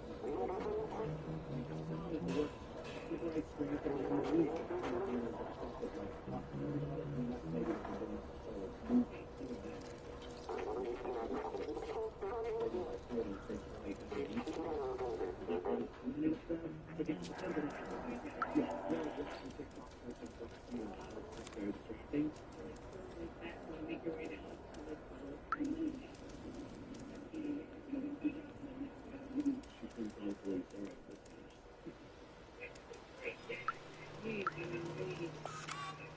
That's Elliot's, okay.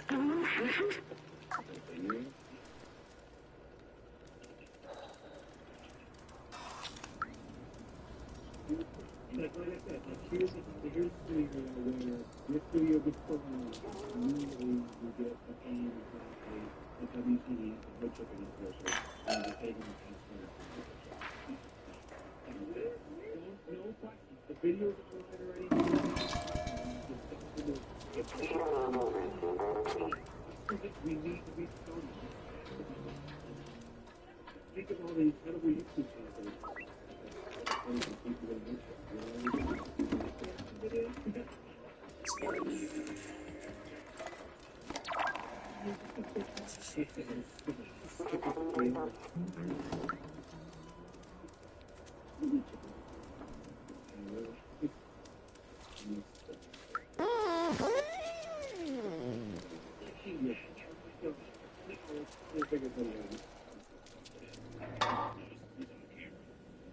This is Seamus, right?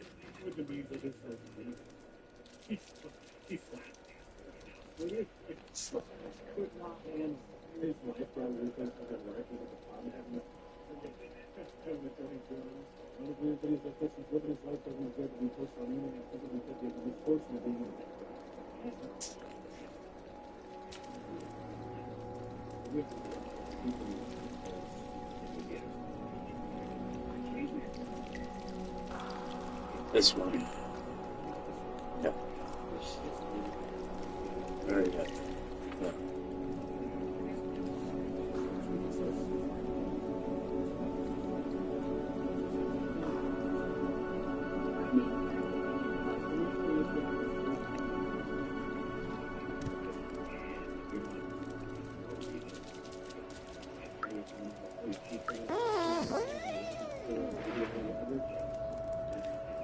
then obviously you get sent to the wood chipper. So that will be there when next week.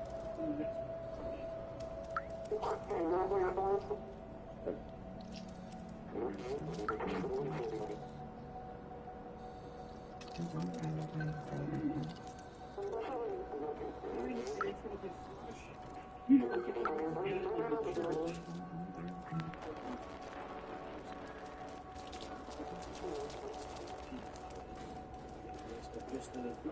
Sewers, right?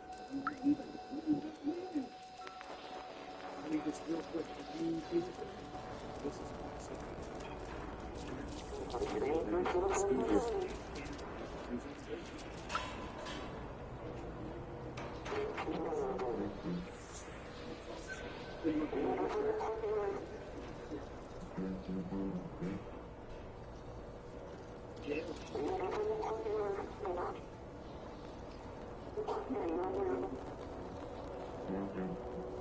Yes.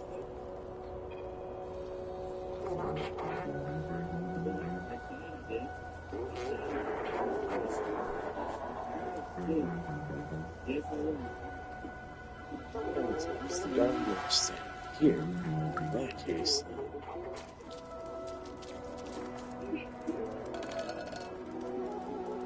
something's supposed to be that, so.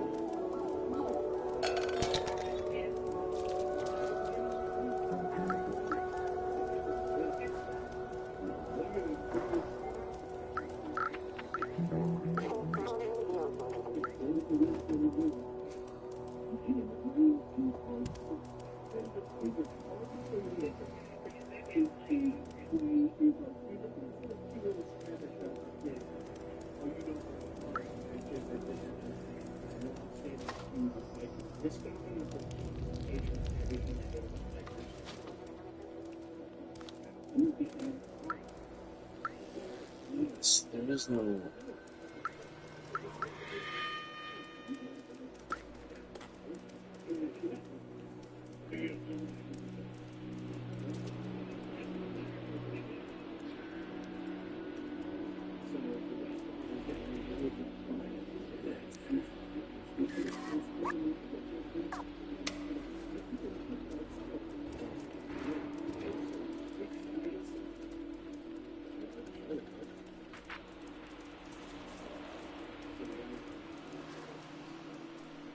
This is the guy, correct?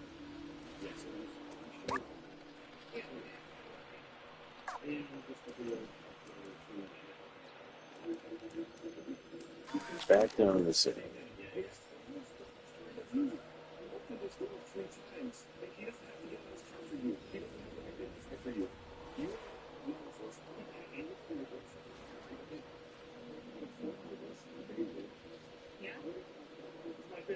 Starts bringing a different tune the second the all of a sudden he's like, oh, we're both okay. Yeah, each carry.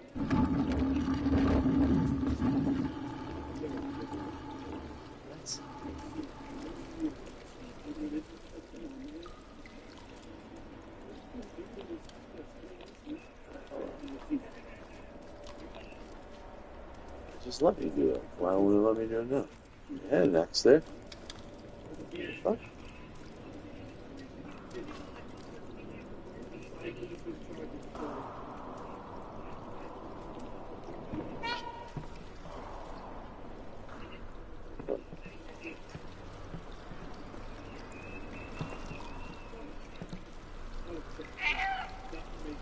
How are you supposed to get on that route? Isn't there supposed to be a vending machine or something? That don't make no sense. Like,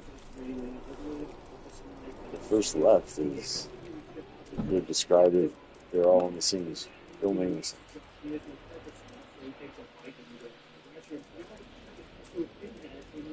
Follow the alley.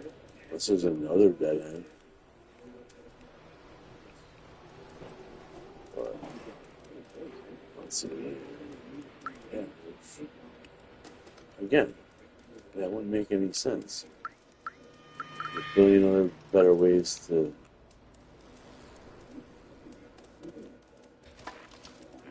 This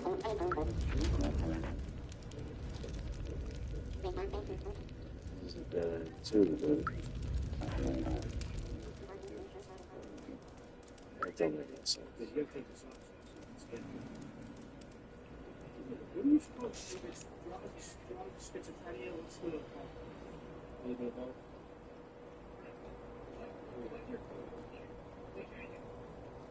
I'm not sure if he knows.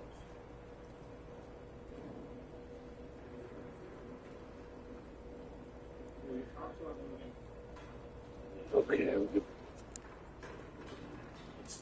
All right.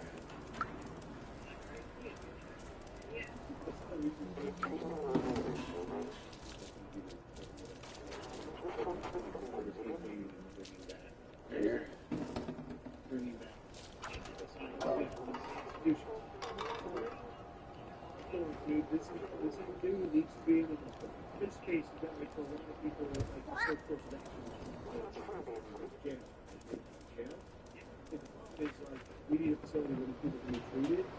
Make sure people being treated.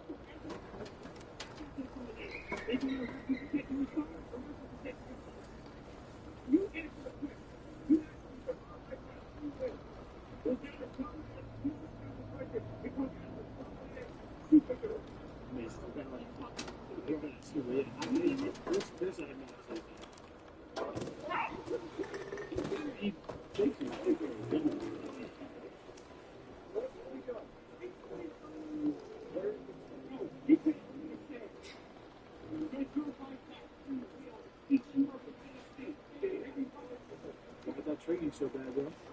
Sometimes the things that trigger you the most, that's when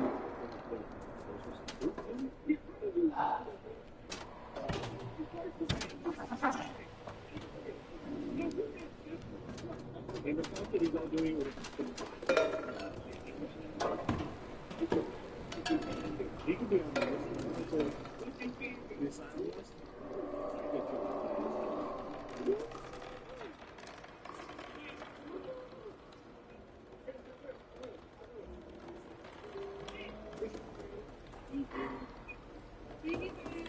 Here's the deal. For giving me content in my life, she's in 4. So I hate her equally as much as I think her is.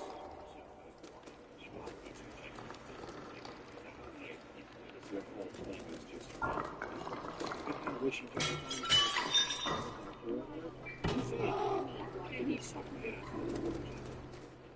to of course you release a t-shirt with it. This is moments, right? It was a nice, peaceful period of time. He was off for a while. Or maybe he was on his bed, I don't know what it was. And then he came back on a rampage on Twitter like 2 weeks ago. Everyone only knows.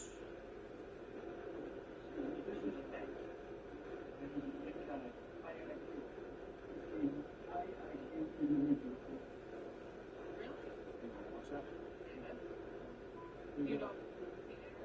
I don't know, this was Elon's oldest in the Oval.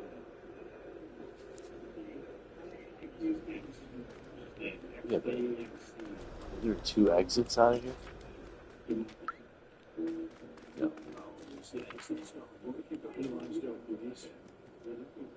Yeah, light coming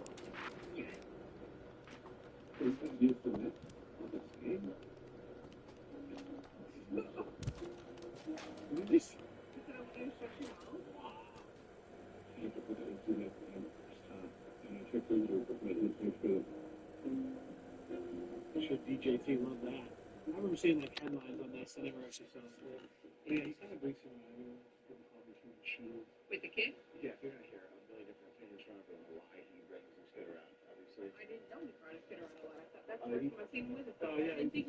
like he's got. No, well, he is, except that's his oldest.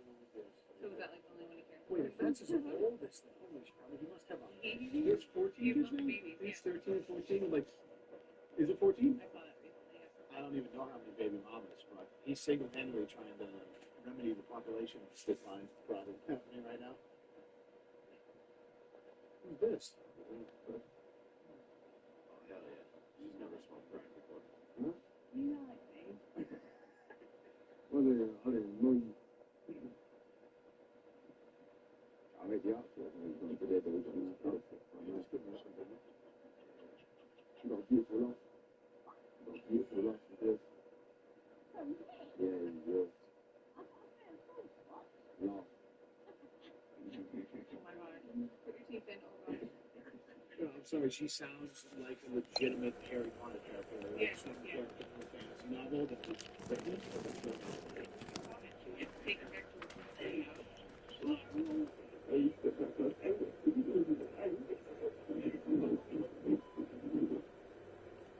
That's definitely some Hansel and Gretel right there. She's trying to fatten you up so she can put you in a big pot. No question.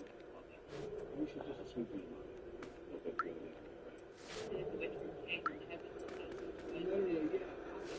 Yeah. Every fantasy story ever with a witch with a character.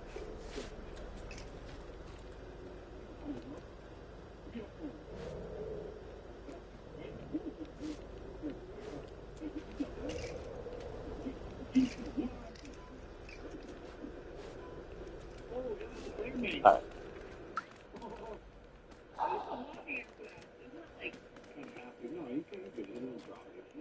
Seriously, when so does this thing make a right? Almost.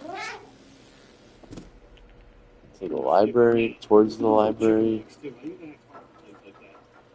Well, to the left, you can't.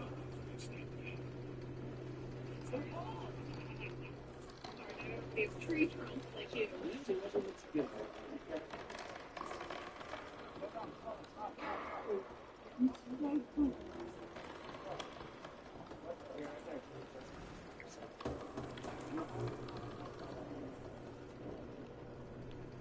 I have no idea what the context of this thing is. These guys feel like these First Amendment auditor types, but these guys feel like.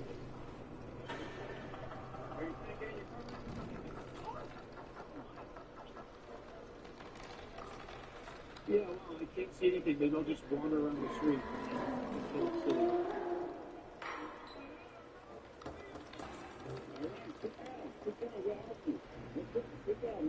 Can't really go this way.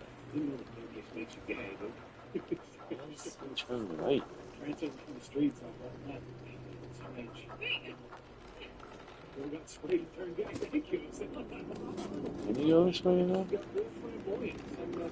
Yeah. Yeah, but that's. Wait. No, I know exactly which one you're talking about. You just felt the way like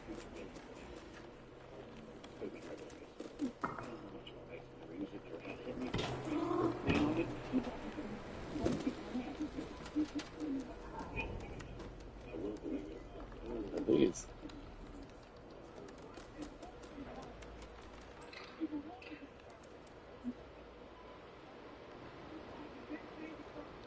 So I won't go that way.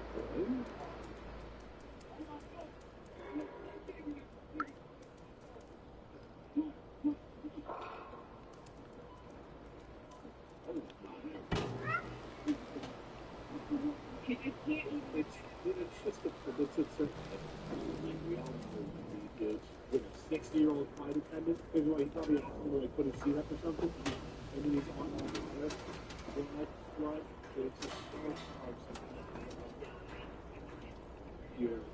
Even if dude, the guy recording, It's on a rooftop.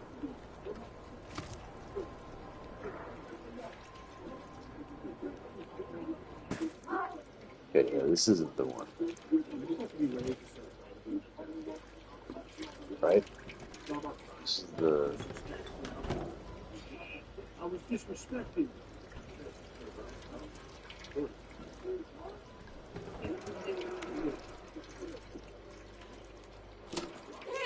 dude's probably was a pretty fulfilling one.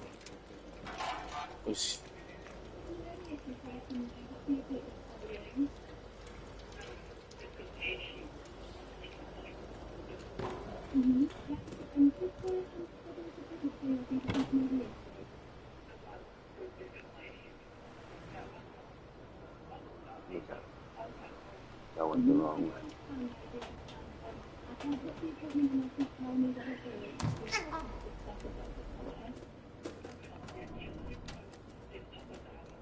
Okay.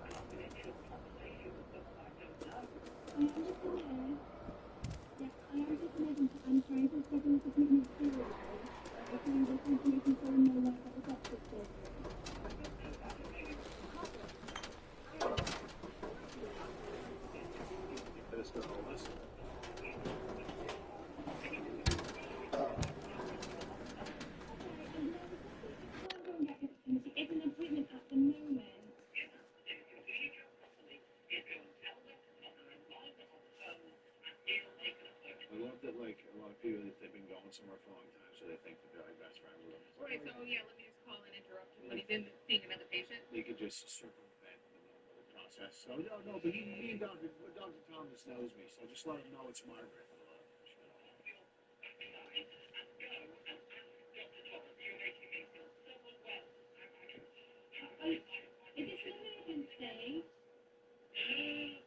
Is it an emergency? Do you need to call 999?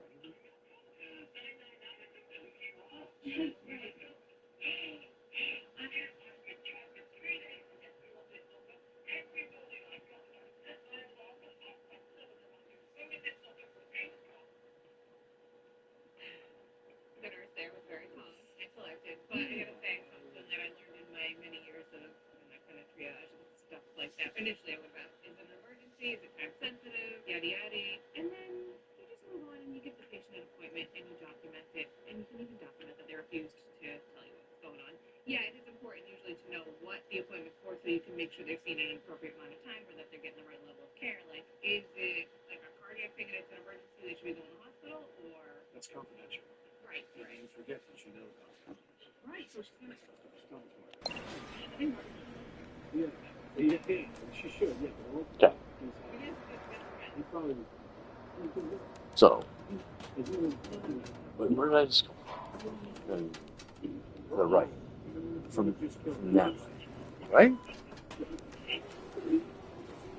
No. It's the right. Or if you're facing Momo's, then it is the left. But it doesn't say that. It says from Momo's.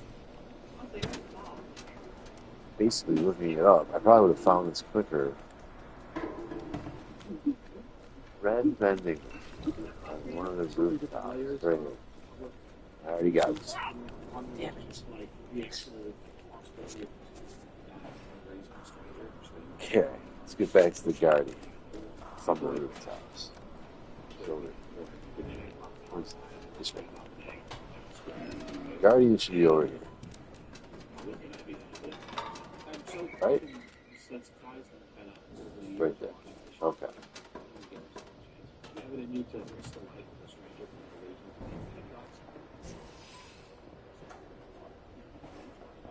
I asked him to put a dog on a leash.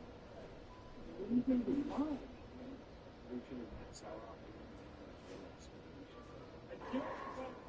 I live here. Get the fuck out of here. I live here. Get the fuck out. What do you think I don't live here? I don't live here? Why not live here? I live here. You're just dealing with someone who lives here. Okay?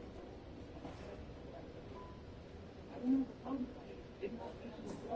That's why you did it. No, I was looking at this dog with you for the leash. He's 41. That's right. He's 41.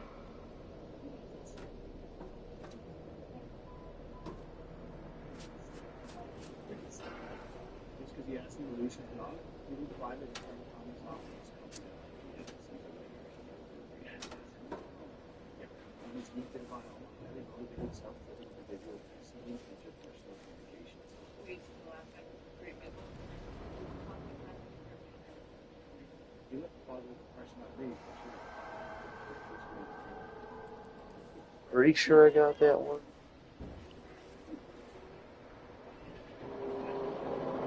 But it's way differently lit. But you can see that. You should be able to see from up the top. If I got that one or not.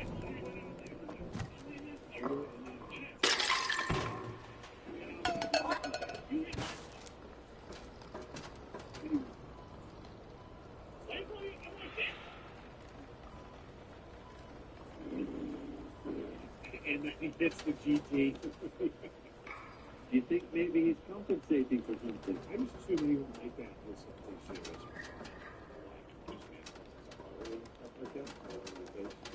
He's definitely not allowed to make his ability to always make it.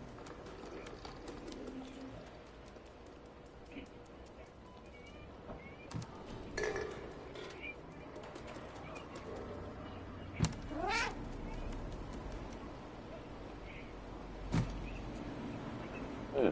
Same thing. I look at this woman and she's just.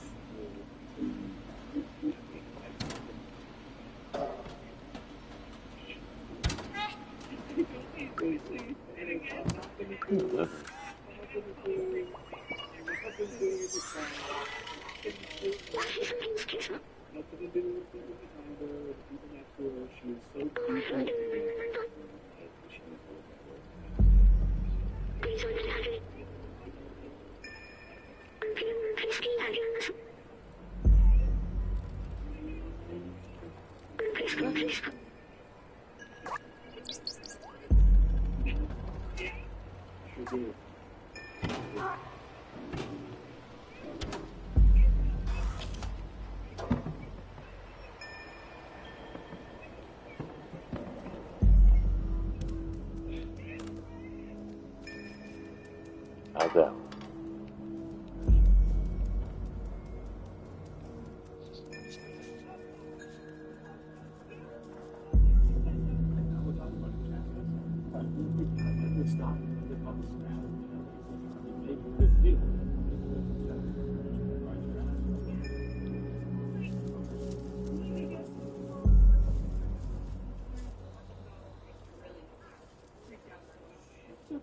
So there's not 3 on the rooftops. I think that was the dead end one.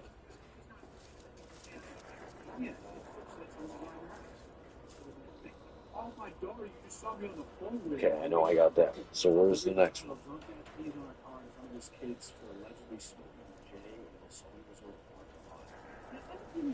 I'm trying to process this. In front of his kids for allegedly. Oh, peas on our car.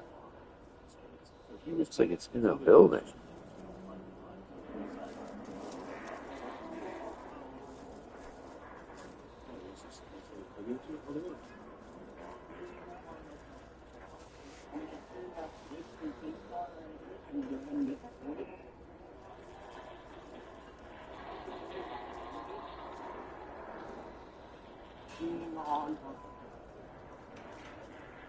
He's literally, imagine getting mad at someone for smoking a Jaybird at a resort, like the one place where it was probably legal before it even became legal, which it is now. Of all the places I could think when I was young, and I was probably having a J-bone, it was at a ski. Okay. Yeah, I smell it. I kind of do it. How it says they're all on the rooftops. That's wrong.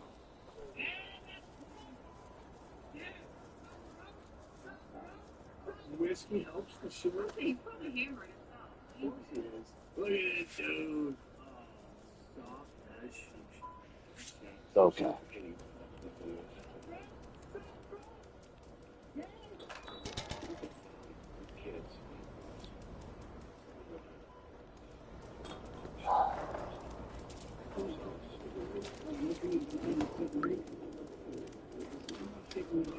What's my most dramatic speech? I don't know. I know it's one thing.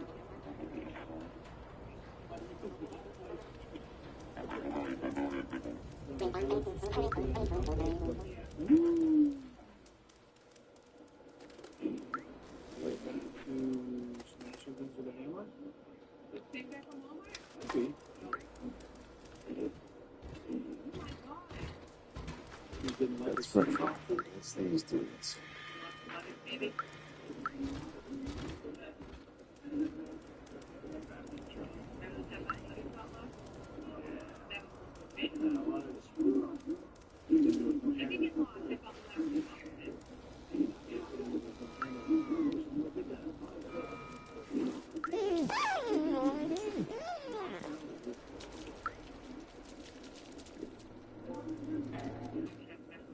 What are we assuming?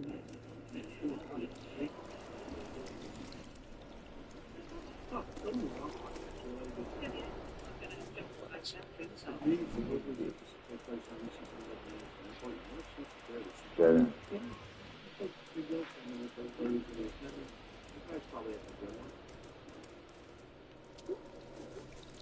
That was that.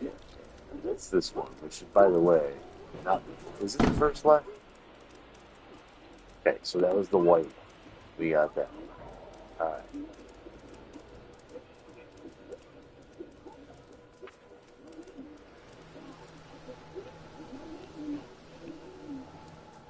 That's the TV.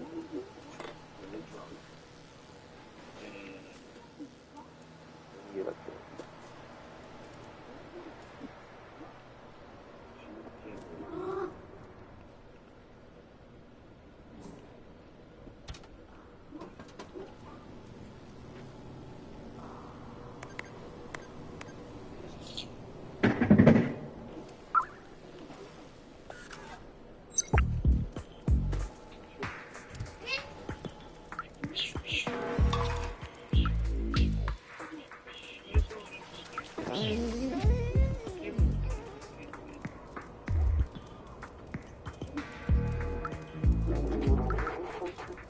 This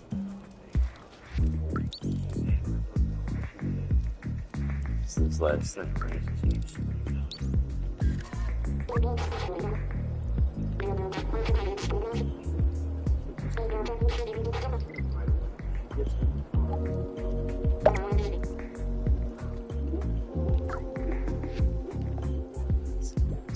Second one.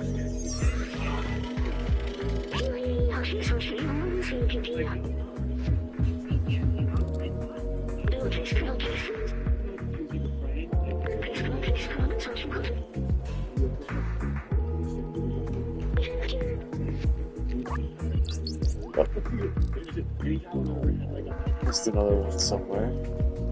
That's all right.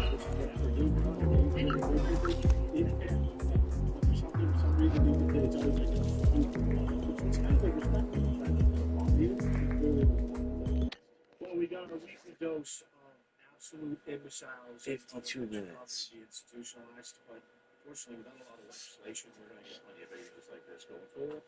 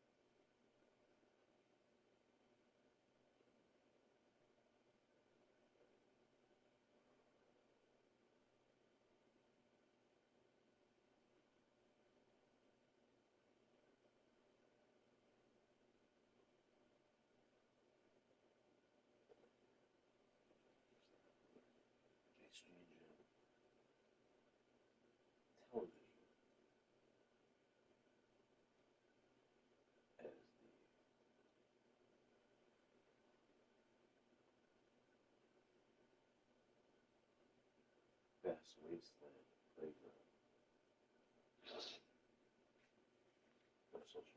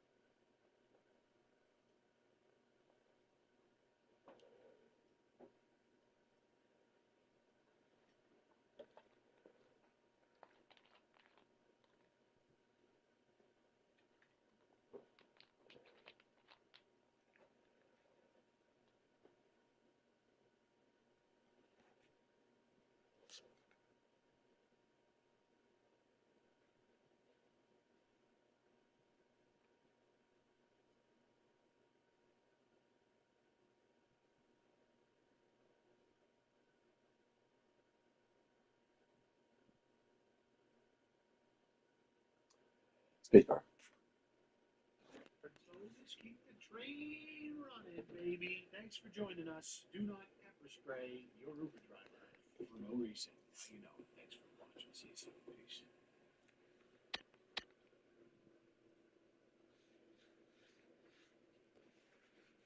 Satisfying. Let's go.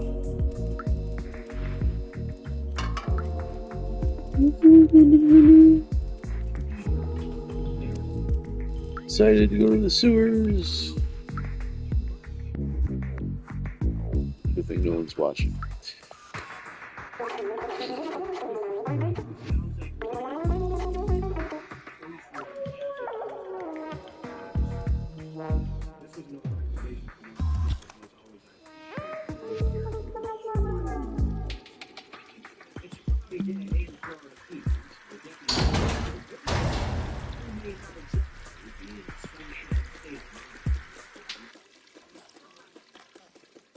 you okay?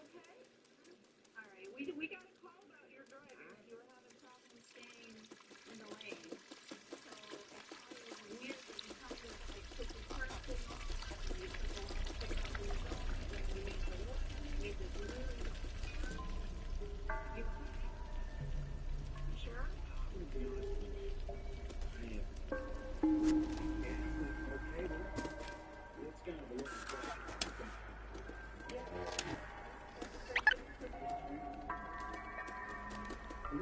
Well, it's way easier than hitting left.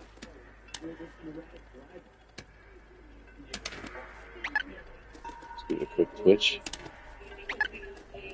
Doesn't use enough energy to really make a mark. You're already gung ho, ready to go. What's up, Momo?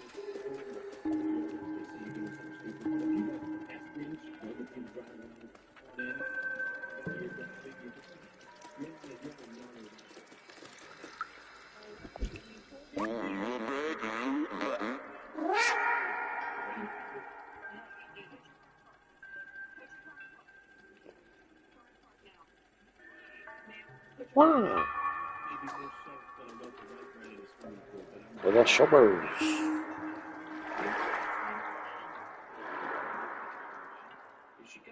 you were about to take off on me and you are now lawfully detained. So please step out of the vehicle.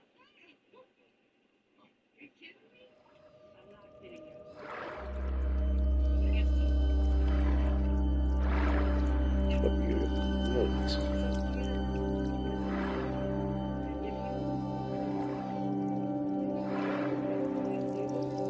All these mofos just come up really.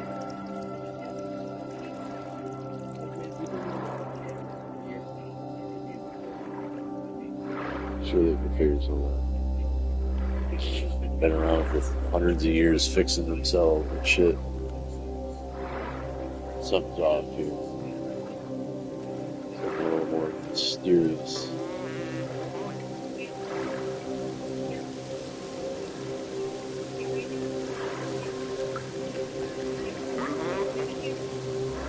Yeah. Keep it creepy. We're gonna get through here. I'm gonna have to do a series of puzzles and running from these idiot things to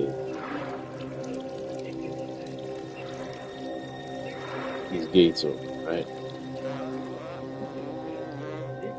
Alright.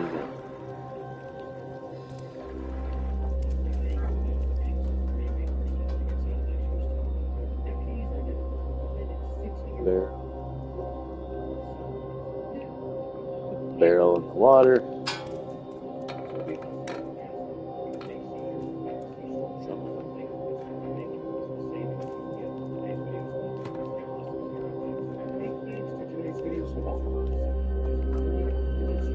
Easier looking.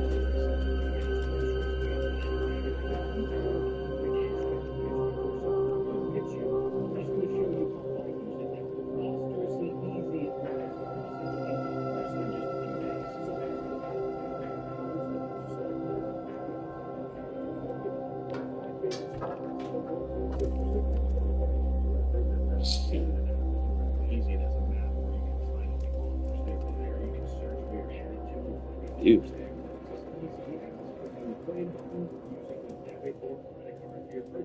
Oh, I see. As you get closer,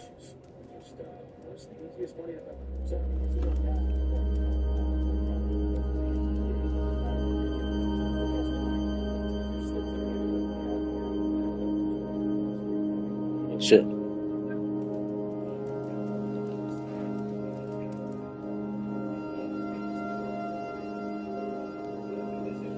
Now or never.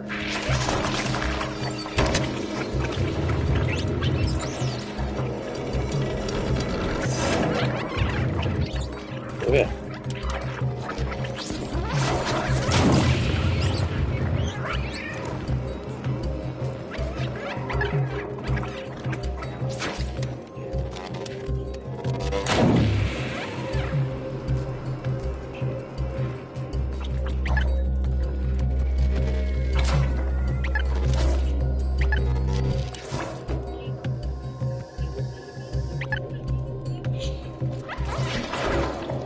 Dude.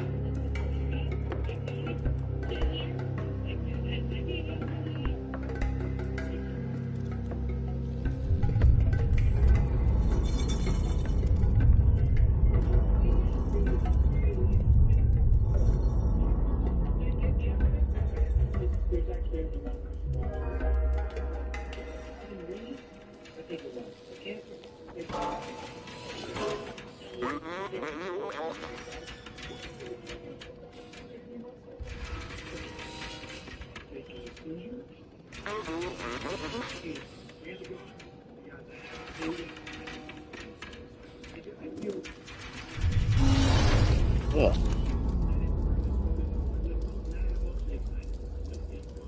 That was a freaking kind of job. Oh, she's gonna take off. Do me a favor, turn. That's not important. Okay, well, we're getting to the point. And listen, we're gonna have to take this away from you. So, are we refusing to do the rest of these exercises? No. Then let's finish this. No. Then let's finish this. Like, I don't want anything. I don't want to be in this position either, okay? I also. No, please, put the phone down. I want to record all you guys. We're recording. She acts like she don't want to. Like, she felt like. I know you did not. Listen, all right. We're done. You got a license? Yes. Oh, there we go. The suspect's attempt to snatch her license back from deputies earns her a fast pass into handcuffs. Let's see how that goes for her. Yeah, they're at like the skip to sobriety test point. This woman's clearly pickled 16 ways from Sunday. I mean, she does know Rick, the sheriff, and Rick knows that, well, you know what Rick knows about it. He doesn't know that she's not under a stomach ulcer. This is not going to end well for you. Are you kidding me? No, we are not kidding you. No, this is the God's honest truth.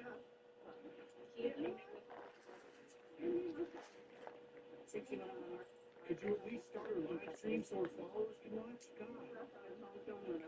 Give me my phone. Have a heart. Give me my phone. We'll go with you. Do you want to take this? Okay. No. Are you going to feel certified? She chose that. Like, she has got some kind of with him. So, really? You threatening me? No. We're not walking, please. No, even a little bit. Are you going to walk with me, or are we going to... Who? Can I not talk at all? We're going to take care of all that. Is there anything other than your phone that you... You're hurting me! You're hurting me! You're hurting me! Oh my God, here we go, dude. Don't scream.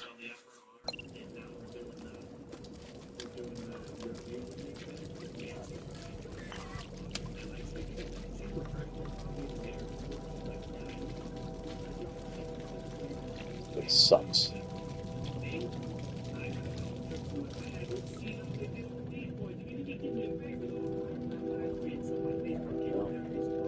Taking the well-lit area is the best way to go. You can't go that way.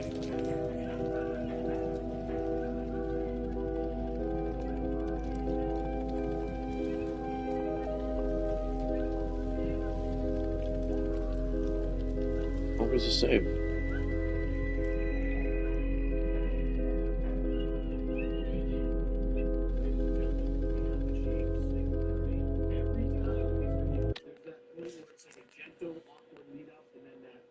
That stake in the sand and shit goes bananas. Mosquitoes, man.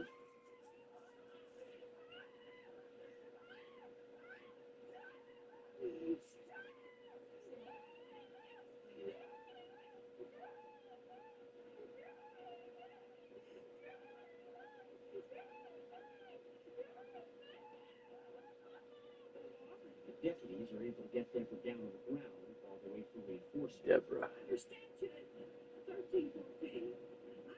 1314. I'm allowed to beat up. Where am I? Stay under statute 1314. I'm allowed 14 minutes. Where am I? What the fuck? That was so good. Oh my God. 1314. I want to make a t-shirt that says under statute 1314, I'm allowed 14 minutes. Where am I? Like this video and subscribe, and I'm going to turn that into a goddamn t-shirt, I swear to God. You're in the parking lot of Ocean Garden. You're on the Man Rush YouTube channel. Bye. I'm standing right here next to you. Yeah. Aren't you so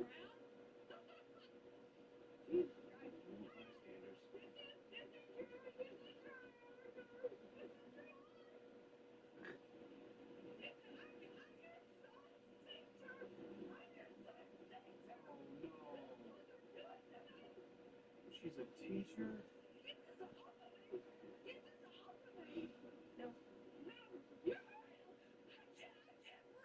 Math teacher, I bet. No, no, no, no. Language arts. Definitely language arts. Oh my god. That's. Yeah, man, that's not the handcuffs. That's probably just your health. I think that's.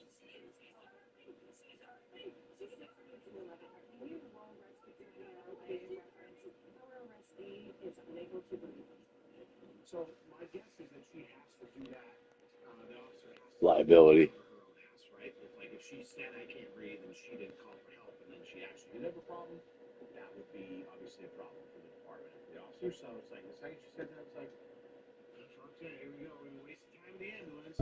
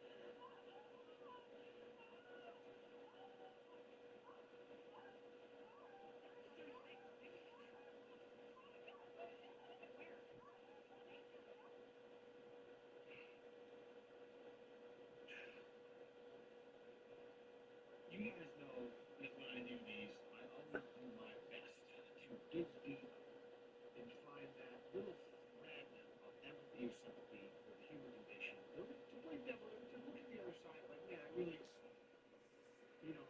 to be on her side. She's struggling, but sometimes it's just like a matinee blockbuster. I feel like I'm watching fucking Dune 2 right now. The entertainment level of this movie is just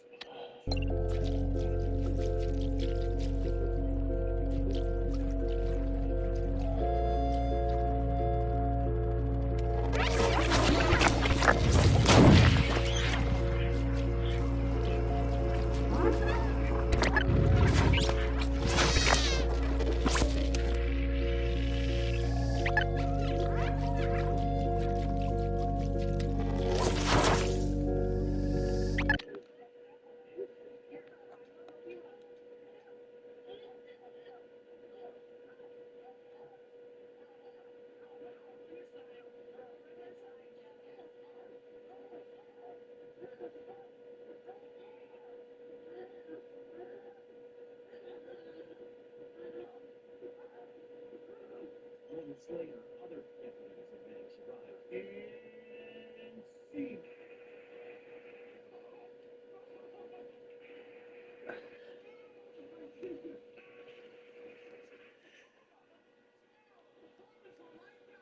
Moments later, other deputies and medics arrive to help.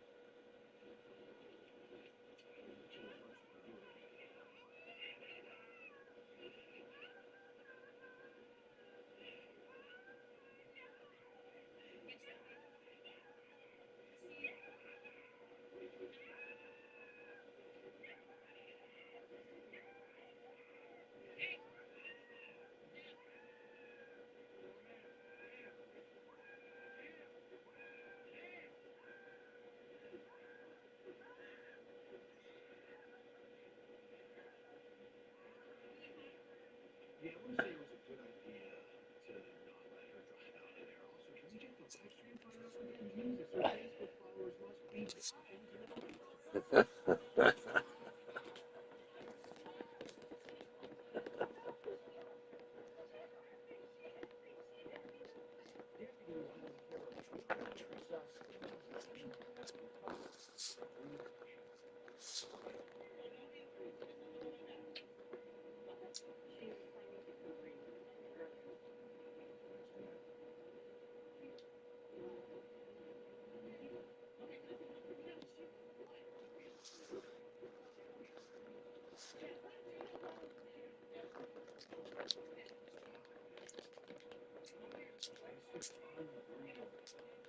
Oh yeah. A different law enforcement.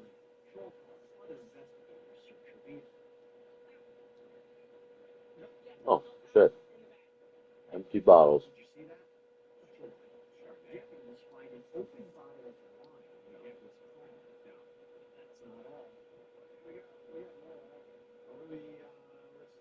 Let's open up the Vegas lines. What do we got? Maybe prescription bottles, probably prescription pills, more wine, possibly some sort of shit tier vodka. That's my guess. Edible.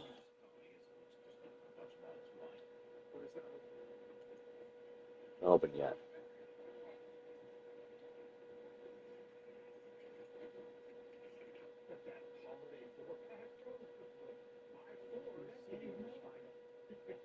And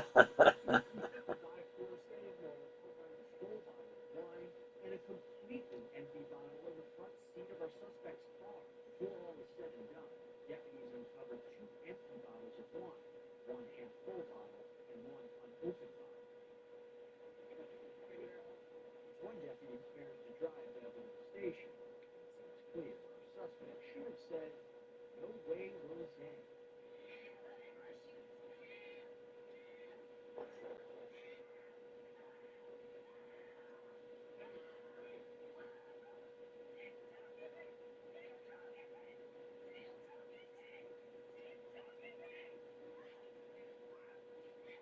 Another deputy goes to check on the situation. Maybe this is like some real-life poltergeist shit, you know? You know in the movies they always memorize that it's Hollywood, so it's crazy, and the normal professionals always very like fun and interesting and makes a good story. But maybe she's just like actually being choked by this weird.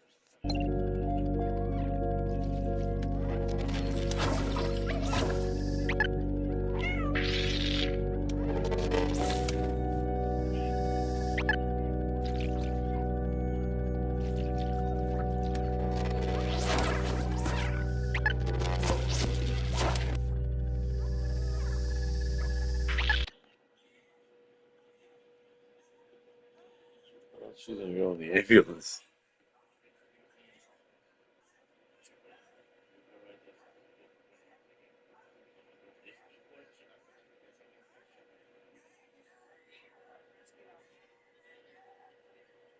Yes, bartender. I'll have one. Right?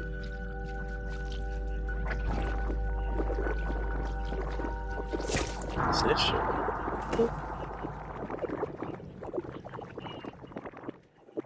The noise is so gross.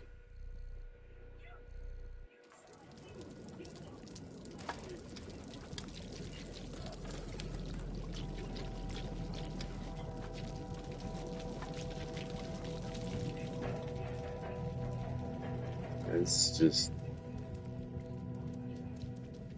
no.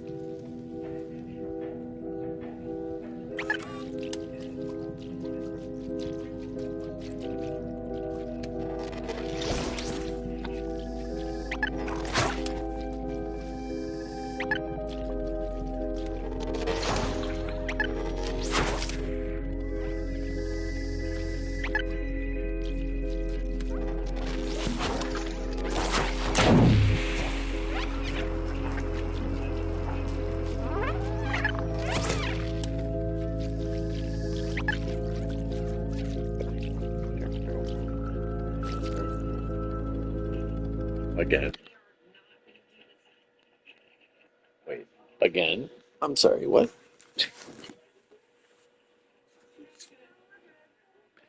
Well, they do seem to all know her by her first name. Like, hey, Deb. She's not even.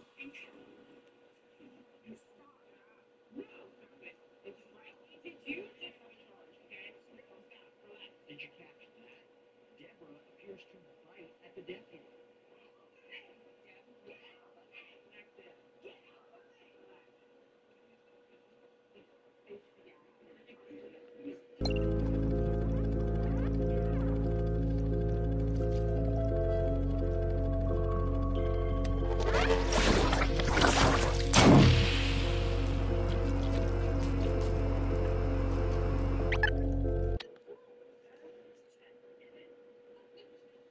another tantrum.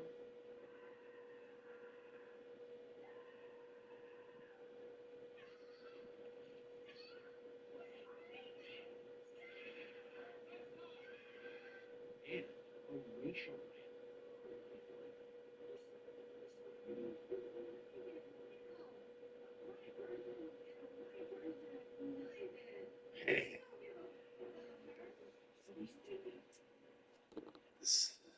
Cringe.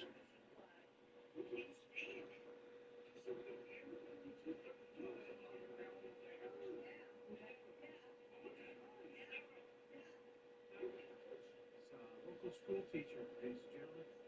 And she's raising those kids right, teaching them all the education they need. The worst part is, this is obviously edited down by the Law and Crime Body Cam YouTube channel. Did you know that, like, this just went on for hours? Just perpetual for hours from this beast. Could take a break. These poor deputies. Dude, it's all that fucking bullshit.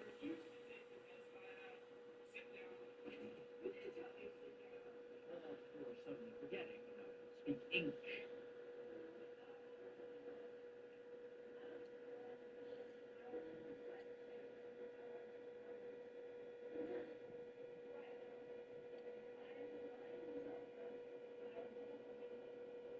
DUI interrogation.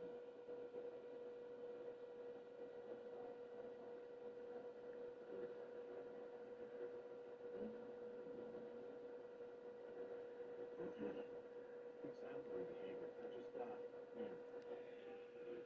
Deputies managed to get Deborah to jail. They poor day.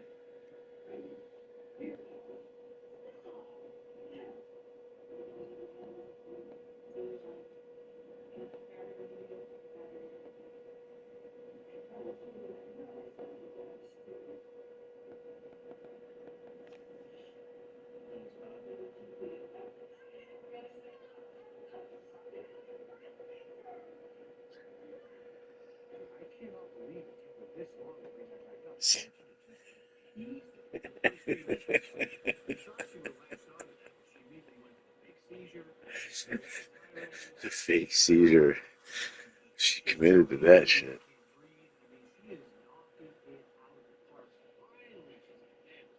We have a bingo.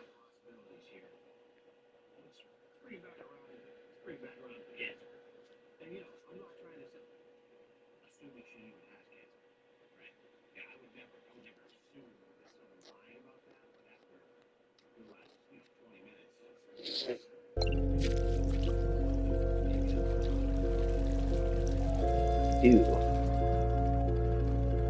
Okay.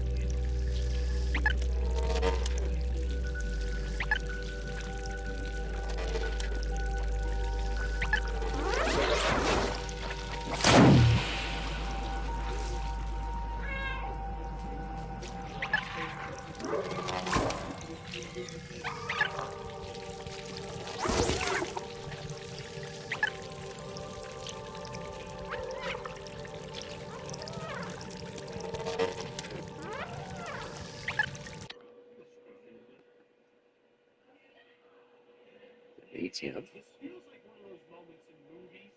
I know we're not allowed to do this anymore, where like it just pans over to like a doctor with a needle and like squirts them on the top, and they're like right in the neck, and she's like, oh my god,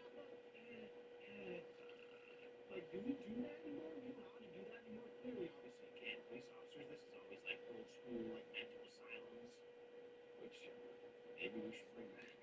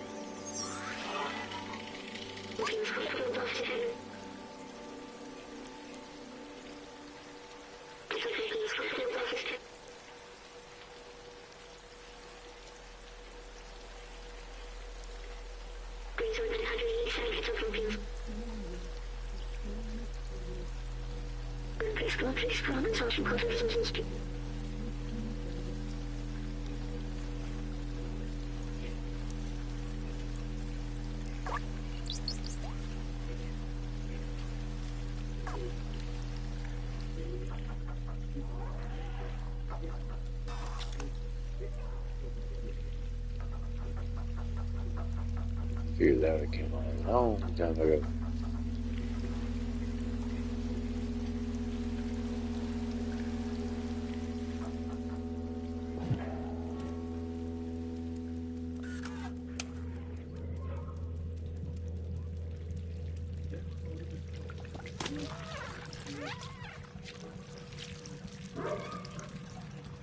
I guess that's kind of clippers.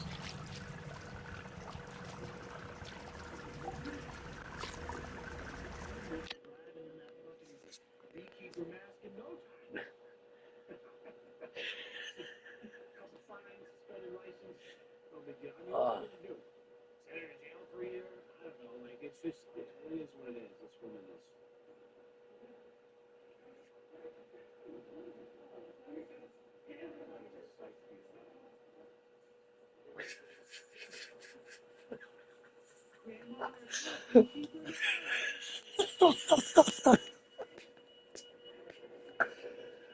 Oh, dude.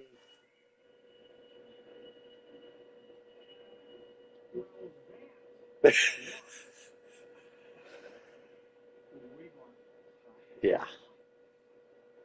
Not a lot can be said to follow up that magnum opus of a performance. You guys know I've said it before, I don't take joy in watching the worst people come out for alcohol, but boy is entertaining. Open band. Not sure. Anything else, a bunch of piece of shit. But I digress. You can do me a favor, hit press that motherfucker like button, subscribe if you haven't. I always appreciate you guys being here, and I can't wait to see you in the next video. Be well. Peace.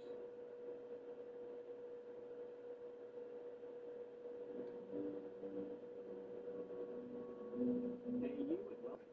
My name is Mike, and in this little video, we're gonna look at Wow. the year of Derek Stern and the admissions and case of Liam McFadden. Big YouTube fan.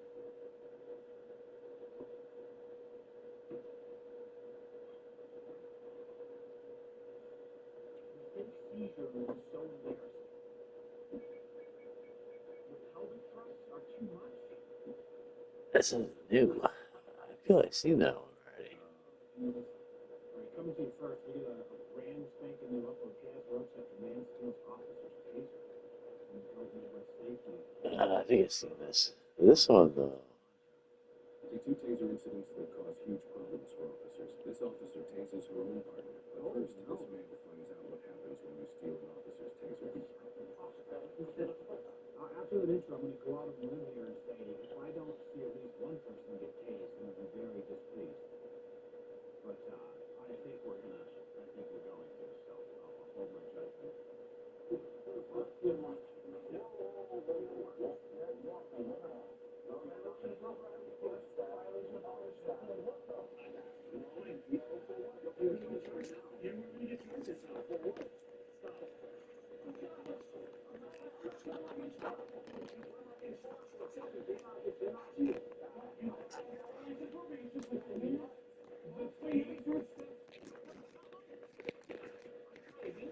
He's really coming in with a creative here.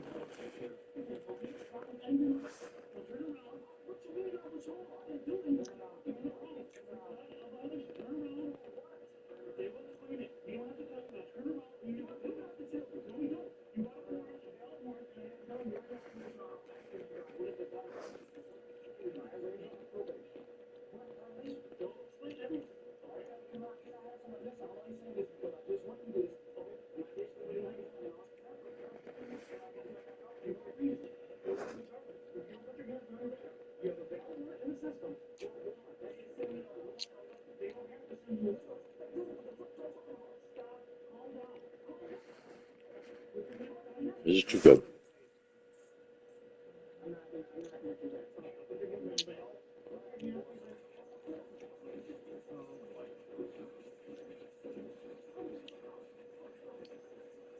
You got it. A couple things that are in my mind right now. First of all, I don't know for sure the rules that everyone. It'd be nice to be like, I don't know why. Like, oh, you missed your hearing or like this, like, and then you can be like, okay, there's a reason. Now I have to try, or I'm obviously in violation. Like they don't have to tell them. But it would have been nice to go from like questioning why you're being arrested, you know, why you had a violation probation, to just immediately stealing a taser and running. That's like a 0 to 100. That's an impulse control problem, which seems to land in jail a few times. Probably impulse control is not his strong suit. If I had to take a shot in the dark, you drop the taser. Okay.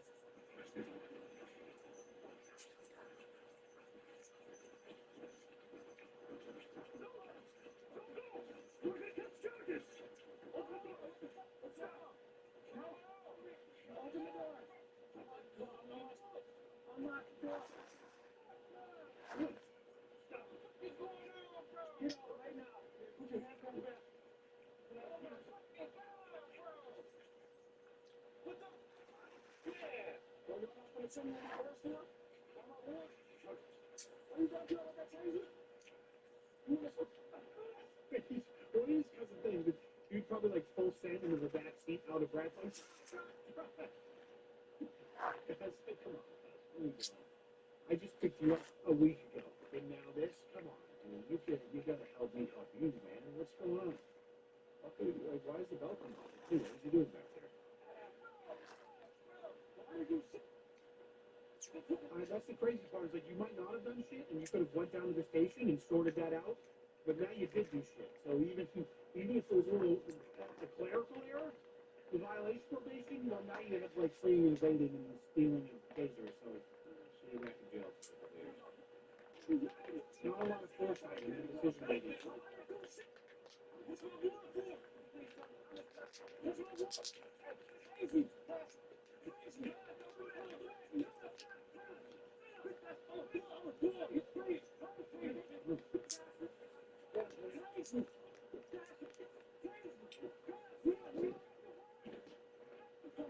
His cousin's got a voice of reason over there.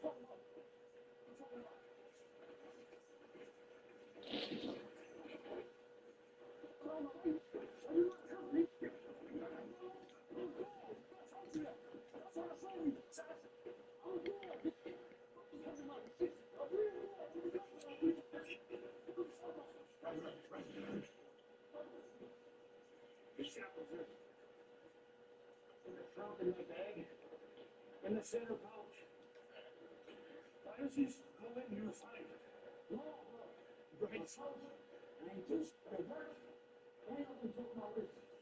She's got something to do. Not gonna help you. See my wrist? Can you remove it?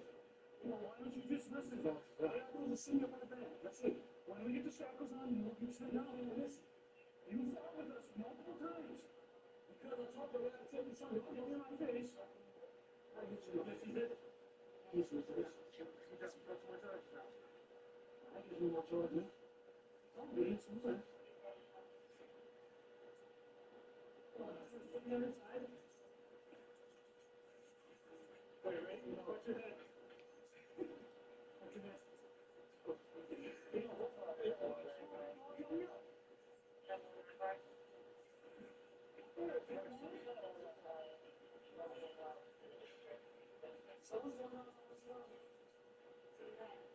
I'll be glad to hear that. That's the last time I ever made it. Because this right here. You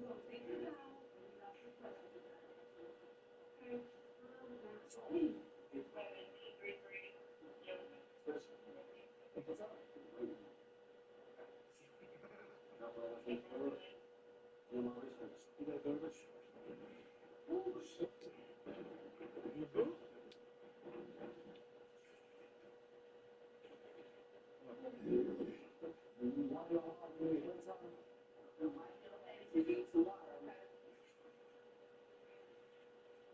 Is that drug related probably? Where's that come out of nowhere?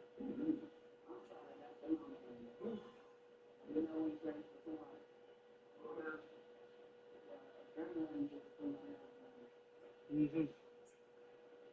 Let's get on to it.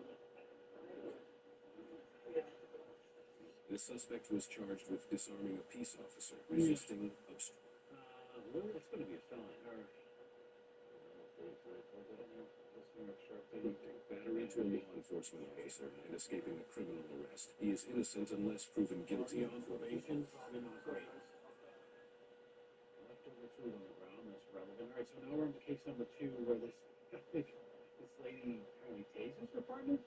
I'm going to be honest with you. I've seen 2 cases in the last year or 2 where a woman cop accidentally shoots somebody. I'm not saying anything there in particular, but I'm glad to see that this time it's just taser.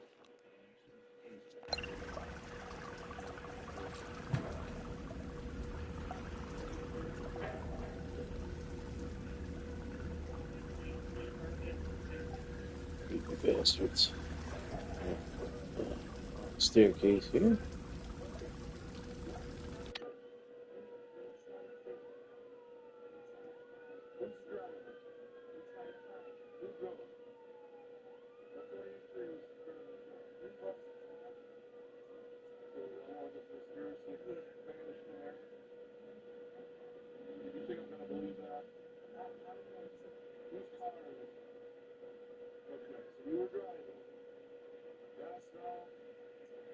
No context to what's going on here, but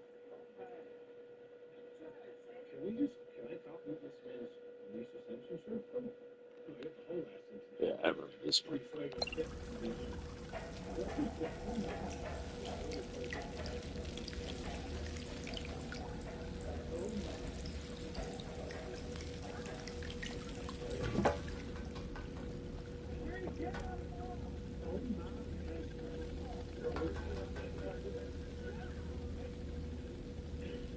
One of those things.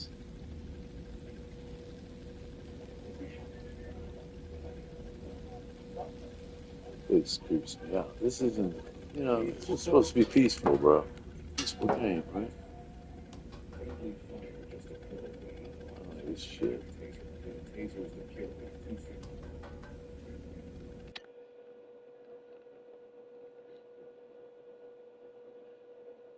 Why is it always women, dude? I'm not trying to say anything, but like anytime I see shit like this, it's just like check on duty, bro. There are plenty of wonderful, very capable female police officers, don't get me wrong. But there just seems to be a pattern of this accidental discharge and oh man. Quick probes are fired. One probe hit the suspect, while the other hit the officer who was on the ground with him.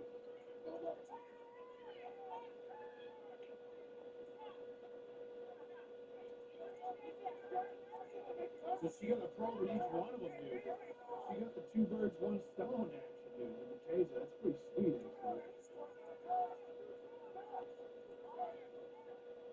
Those are new shoes, bro.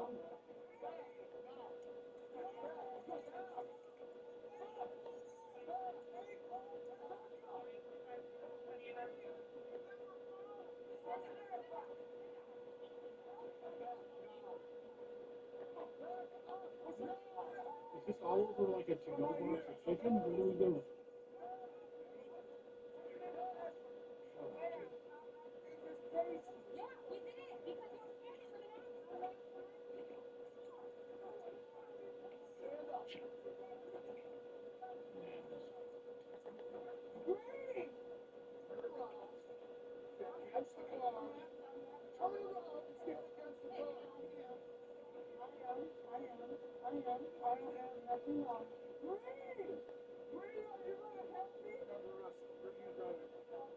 You know, 40,000 volts of how you doing?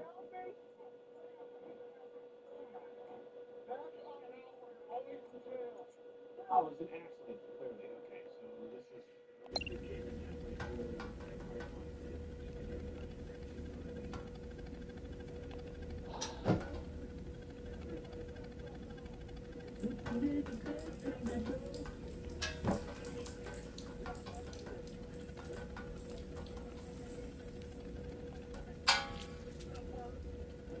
Yeah.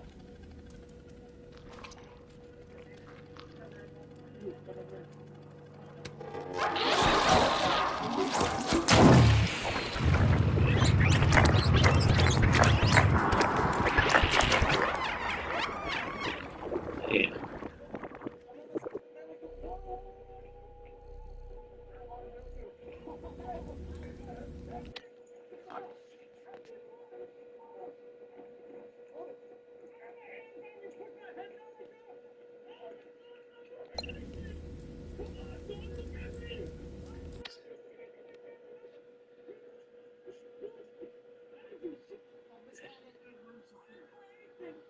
Actually kind of crazy.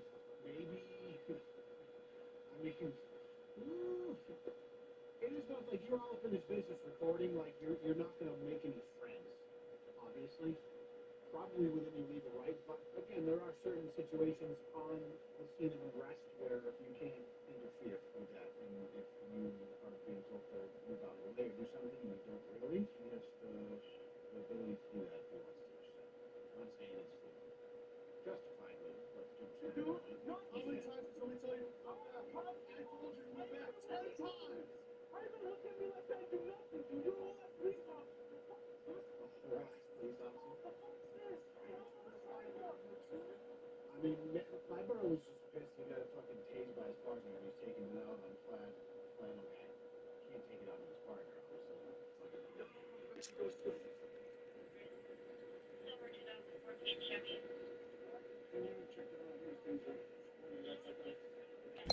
obviously.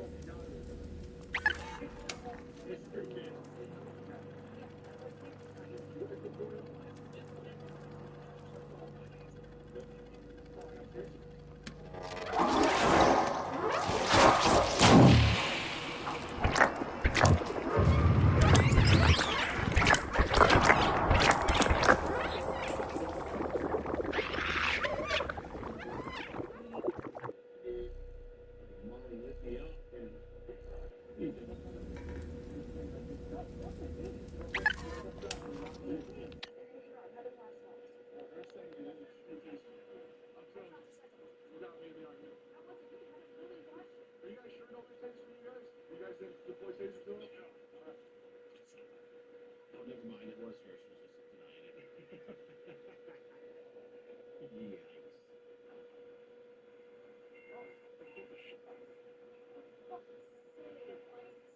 Yikes. Oh, he's been?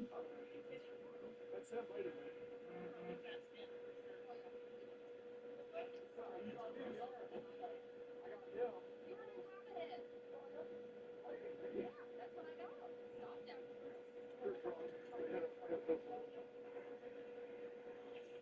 Drunk and a ball, brother. And it's like, yeah, one of his legs got me in there.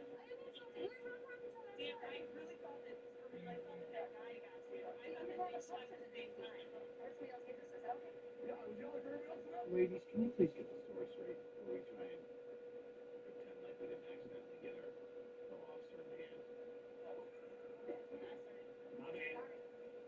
The first suspect that was arrested was charged with driving under a suspended license, driving under the influence, resisting arrest, and That's pretty. I mean, it's one thing to drive on a suspended license, but to then just drive drunk with a suspended license? If you're gonna drive drunk, at least have a valid license. There we go. felony assault on a police officer. The second suspect was charged with misconduct at an emergency scene and resisting arrest. They are both innocent unless proven guilty in a court of law. Being a cop is not for big jobs. Things turn up. Can't go the other way. I have seen that happen in my career. With television shows and movies, they try to make policing look glamorous. In actuality, it can be dangerous, can be downright scary. In this first video, we're seeing up close the feelings and instincts of life and seconds. And as soon as this begins, the officer makes no time giving orders to this guy. And I love that because as a cop, I should never give these guys time to think when business needs to be taken care of. Just think about it. What would you do if the suspect refused to follow an order? Beg and plead? No, because police are trained to take control. What the suspect was doing was trying to draw the officers into a back and forth so they can think about his next move. This next part was crazy because what goes through an officer's mind and the very truth that's meant to control the suspect is taken from him. I believe they told him to turn around 8 times. Honestly, I would have tased him by number 3. I believe the officer had his cuffs out and the John's a no fucks taken kind of guy. That's what I love about Midwest safety. They had his taser out. Maybe they should have created some distance and tased him sooner. For the Philly PD, the taser should be worn on the opposite side of your gun. But in this situation, it was already in his hand. And luckily for him, he dropped the taser. Now he's got way more problems to deal with than just the one. Just stupidity at the highest level. Yeah, that wasn't enough. In this next one, the cop actually used the taser, but unfortunately on the wrong person.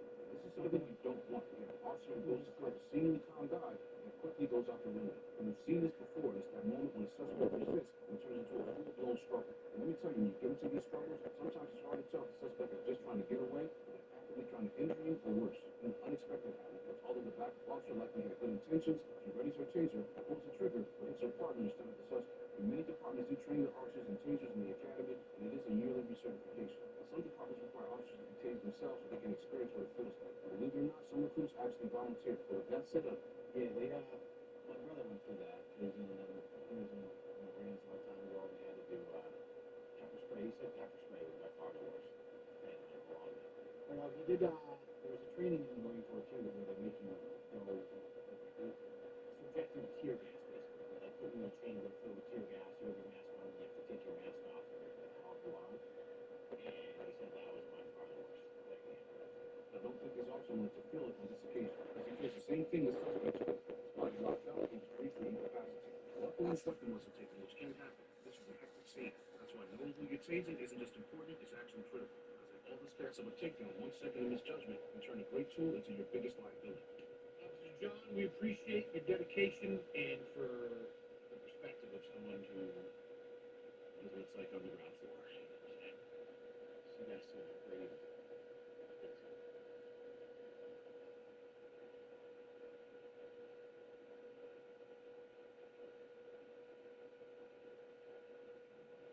Hello, everyone, and welcome back. So happy to have you. I got an email from one of you named Dan that said, and I quote, please do a video on this idiot left. This video is titled When a Trash Talking 20-Year-Old Gets Inspiration to His Life. Mission, first time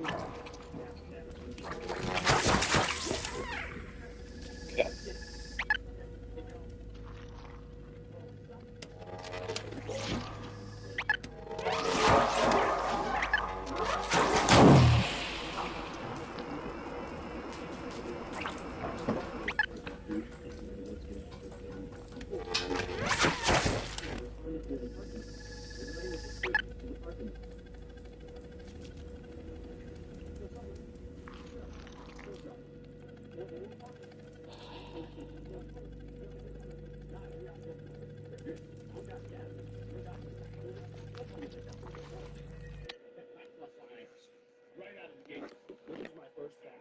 I haven't watched this yet. This dude is coming out hot. Coming out hostile in front of his boys. Thinks he's in GTA right now. Why you going up on me like that? What's up?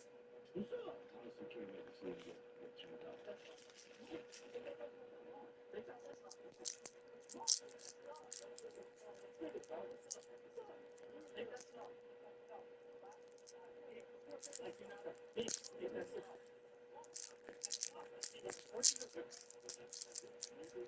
Where do they learn that shit from? Imagine just the level of general disrespect and ignorance that you must have. I know, like young kids, you're expected to be this age. You're a little bit defiant. You're a little anti-authority. I get it. But coming out this hot out of the gates because you're in front of your buddies trying to look cool, never gonna do that. And honestly, just screw your religious here. Shit, where I come from. Wow.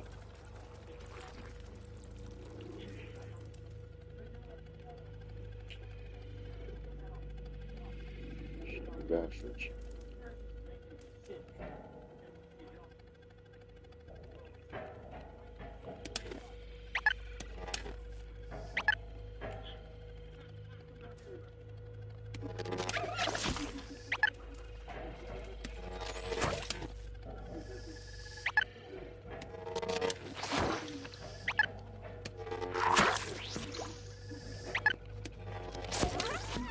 Shit.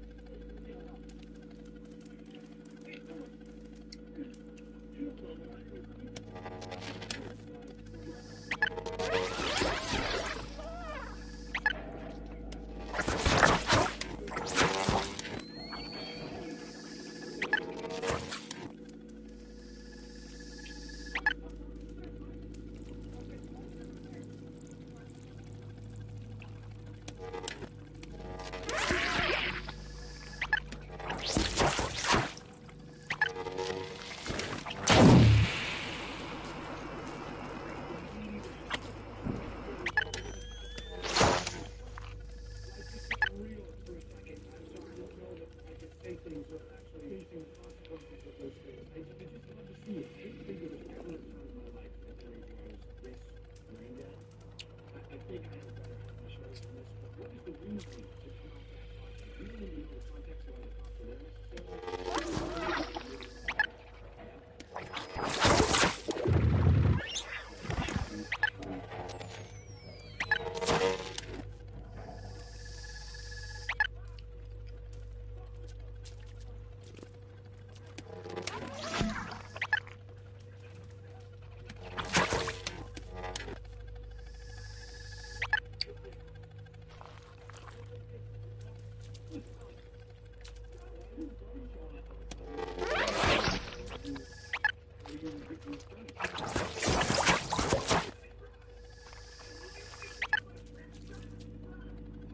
Jeez.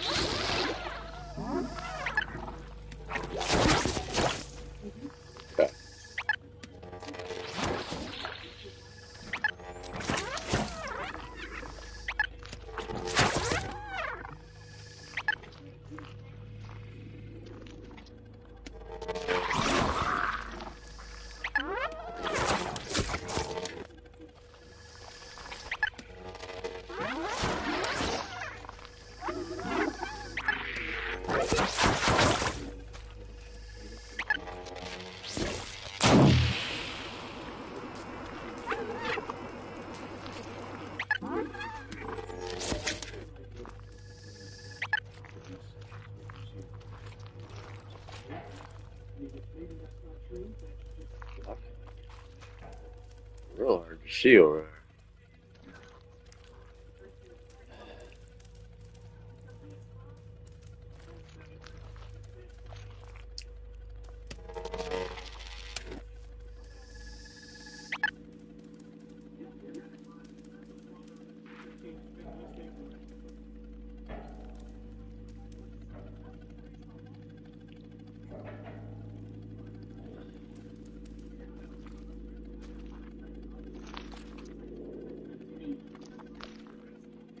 Wow.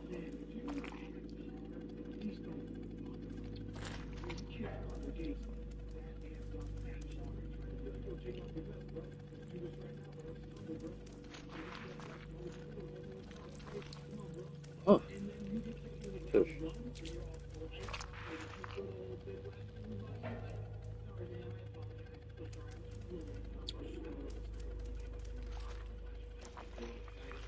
Two doors. Huh. Shit. I don't know. Okay.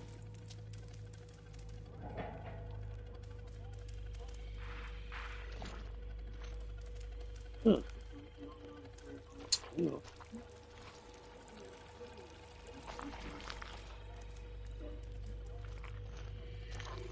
Oh, here's.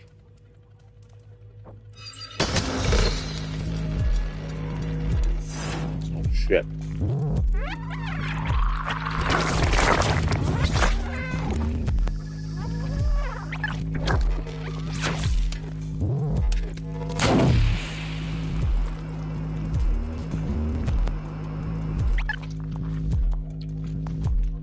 Both of them.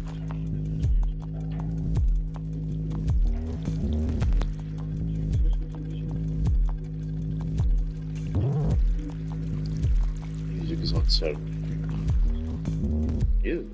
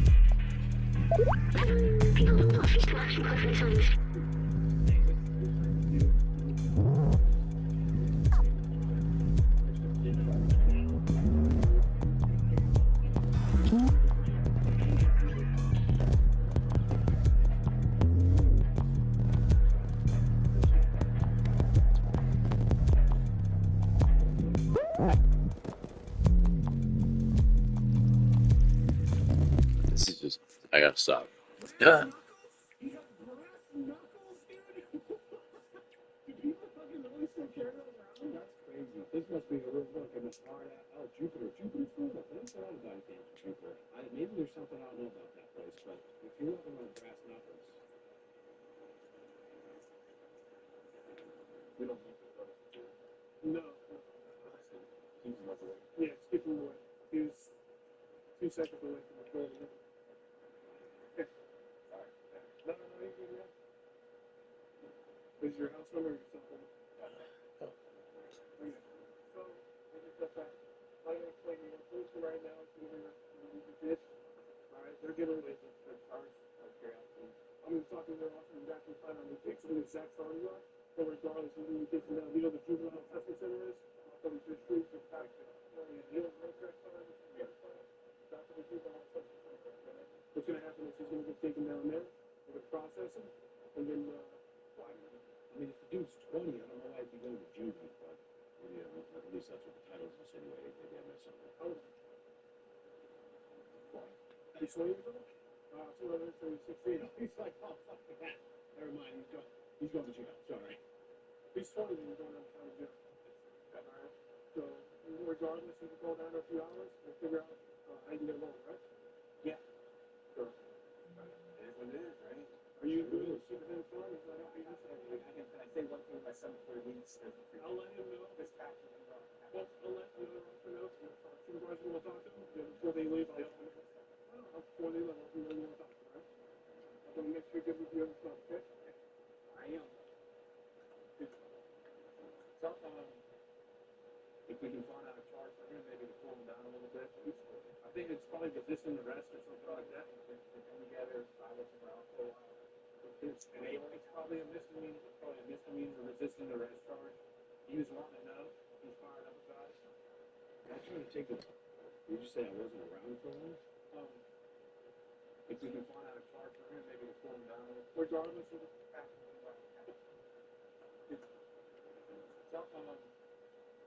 If we can find out a charge for him, maybe to pull him down a little bit. I think it's probably resisting arrest or something like that. They come together, I was around for a while. It's probably a misdemeanor. It's probably a misdemeanor resisting arrest charge. Yeah, he was for a while. Maybe he was doing this thing himself. Maybe. You want to know? He's fired up about it. Like son.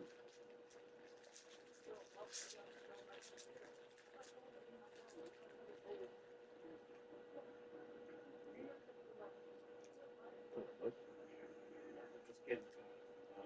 We're here.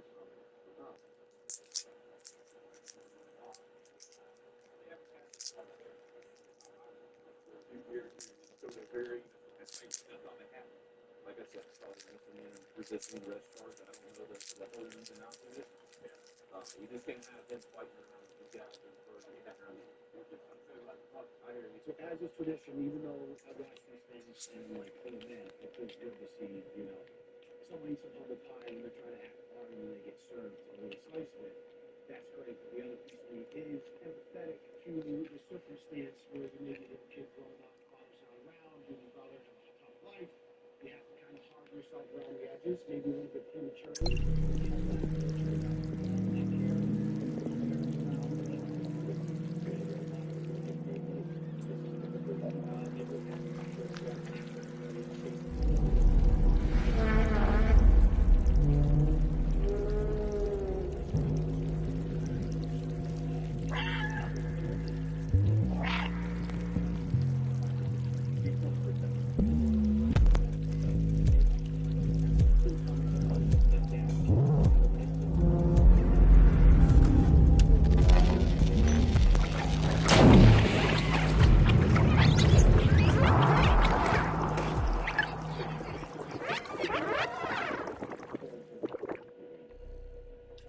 If he did something for us after he brought right here, it's probably something that he needs to say. Oh, what?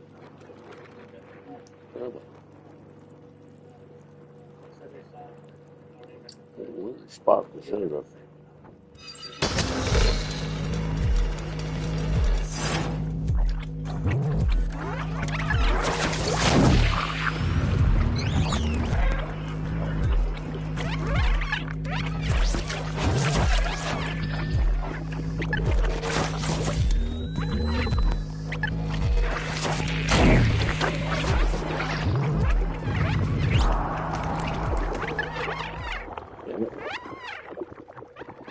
a weird place to save it.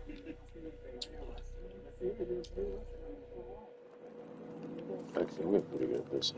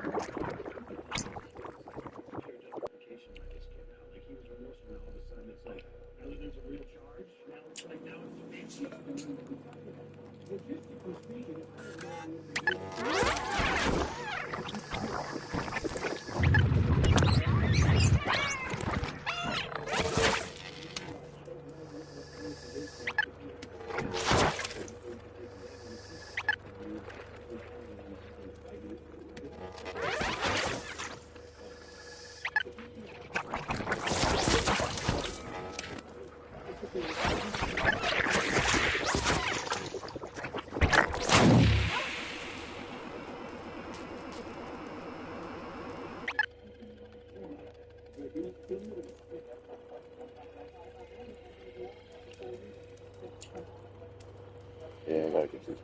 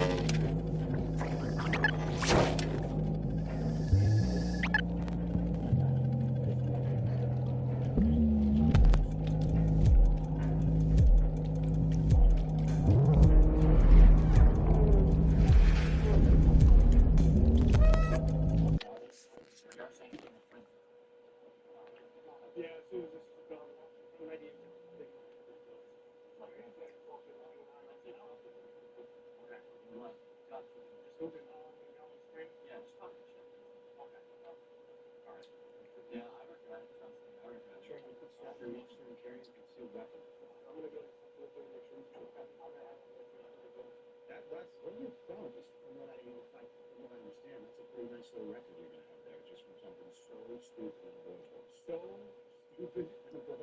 Not and you had brass knuckles on you too to make it even worse. So like that's already carrying a concealed weapon. You probably would have been fine getting away with that, but you had to go and run your mouth. Had to go and flap those flappy gums. Idiot. Well, guys, that was a classic shot. What's up? Hey, what's up? In Chaser. And that but there's something so innately satisfying about watching somebody who's pro when they genuinely deserve it.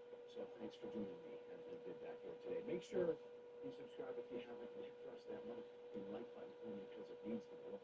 I appreciate your time, and I appreciate you being here, and I can't wait to see you in the next video. Peace.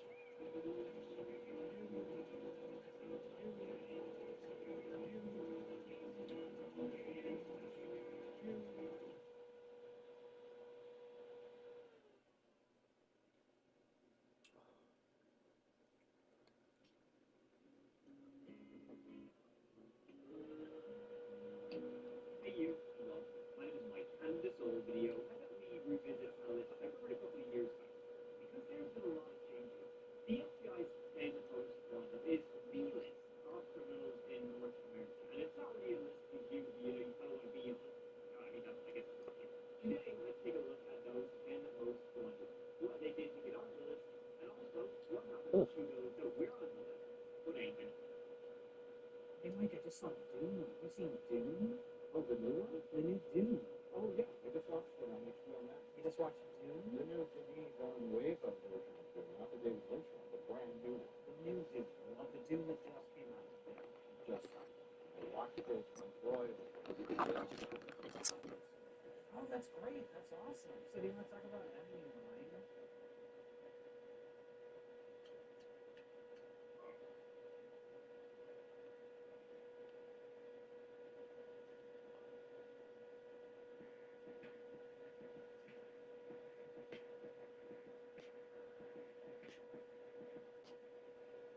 You know, these divided times we live in, Enemy Mine is more relevant now than ever before.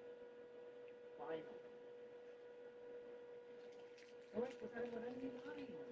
Film from 1985.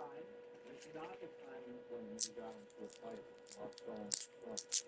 Enemy Mine? Yeah, that's a different film. That's a different film. And fucking the mine. Punch him off the top of the head. Actually, yeah, in art class in high school, they created a little comic strip about a mine serial killer. And he never got caught because the mines didn't yell out for help. Oh, the serial killer got killed. That killed his mom. Oh, okay. I probably have a picture somewhere still. I don't know if I can find it. You gotta find it. Let's say, I was not considered a mine serial killer, which is even funnier because he was a killer. But in his brain, he sees himself stabbing. And he thinks he's being chased by the police and he's like running in place. And he goes like this in lines. The cops like... He like peeks out from behind it like an existing wall. Yeah, he's like hiding from the cops. Yeah, he did just walk down there. Right? What's the twist? Where does it go? That's your setup, right? Mine. The mines he thinks he's a serial killer. Maybe there really is an actual serial killer in the mine. And the cops need his help to catch him.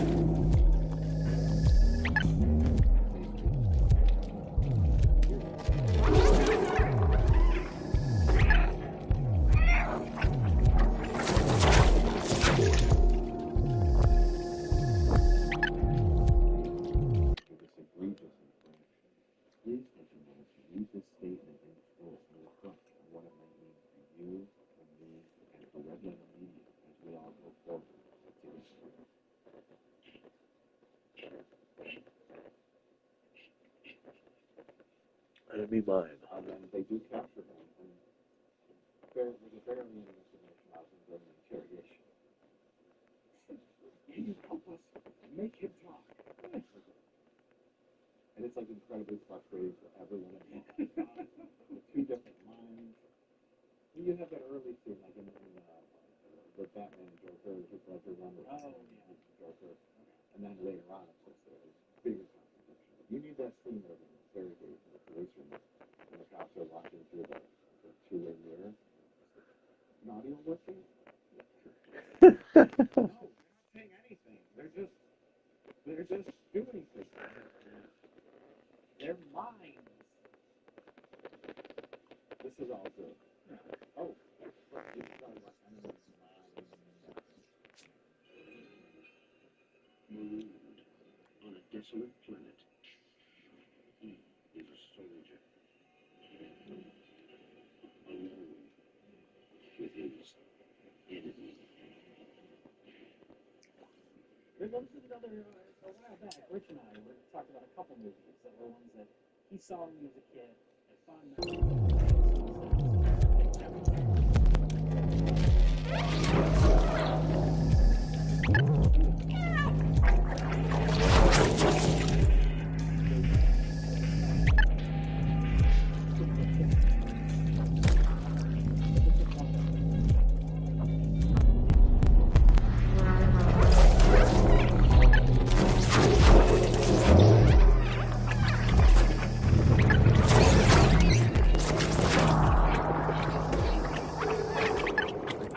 Yeah, the straight throat. but I definitely have never seen it.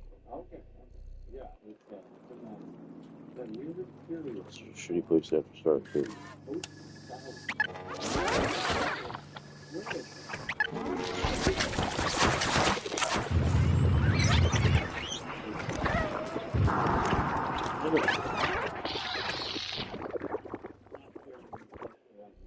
Well, that's what I was thinking during the opening, because there's not a lot of action in this movie. It's very different from the movie from the others. Like, there is an opening. Look at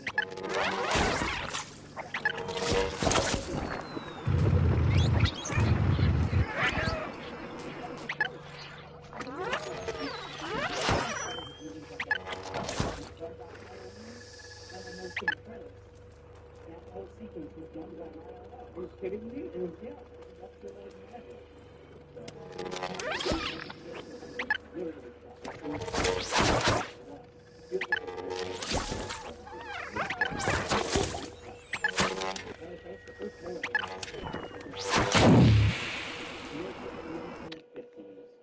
The stuff looked like a Roger Corman movie from the 70s with the cinematography of a mid-budget movie from the 80s. Yeah, yeah. It's a real blending of everything. Yeah. And it's from a very first time. That body in the space. Well, there's that. I guess that's what the big shot. All the charts and spaceships and all this.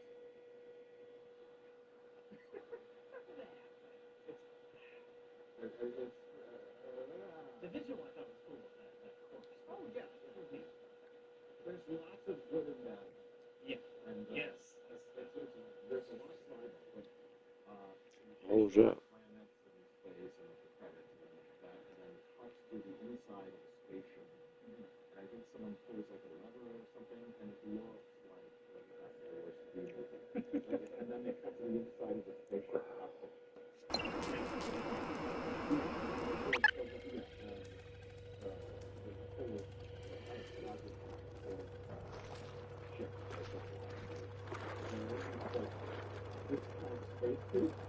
Open helmet for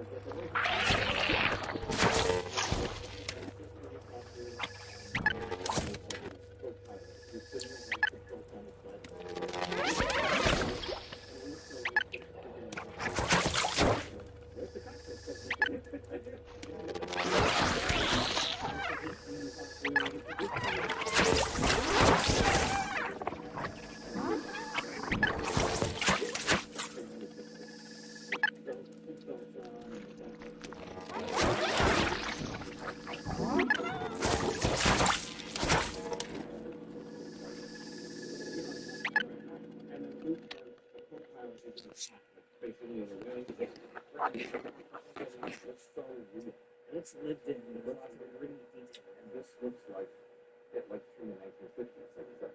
Even the fucking picture of the ship Back to the box, it's straight out of tough garage. Yeah, a lot of miniature shots too. Like you got to get that depth of field as wide as possible for a miniature to be believable, and they don't pull that off in movies.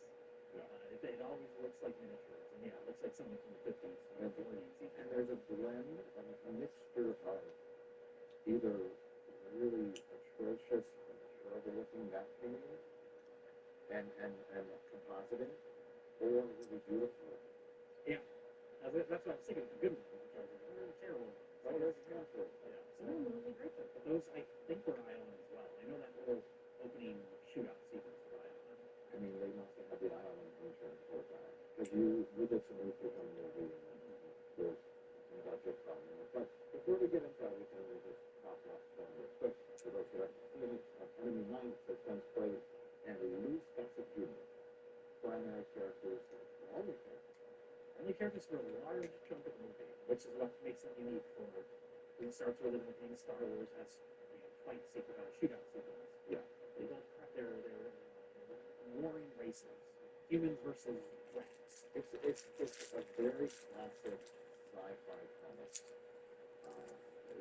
With science fiction. It's based on a short story that was published in the Isaac Asimov series. Isaac Asimov.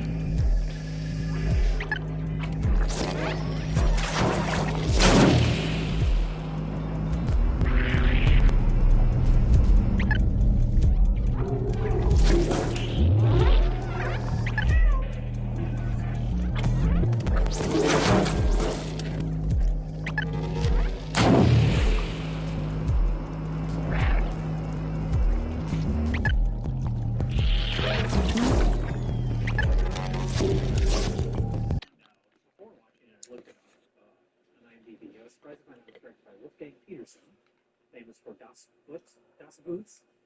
It was an unacceptable slip. It's directed by Wolfgang Peterson, who directed Das Boots. More importantly to me, The Never Ending Story. He went on to do In the Line of Fire, like a lot of big movies. Air Force One, which I don't think I've ever seen, other than the terrible CGI plane effect at the end that everybody talks about. Well, let's back up a little bit. Unbelievable. But good director, did some big movies. I think he was a mid-season replacement. He was a replacement this year.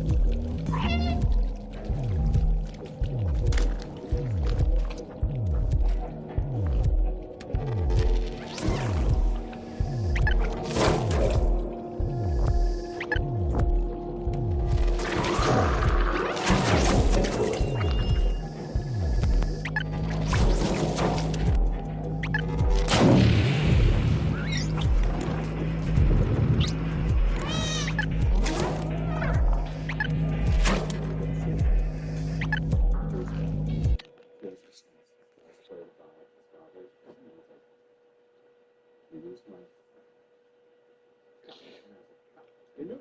I know this movie so well.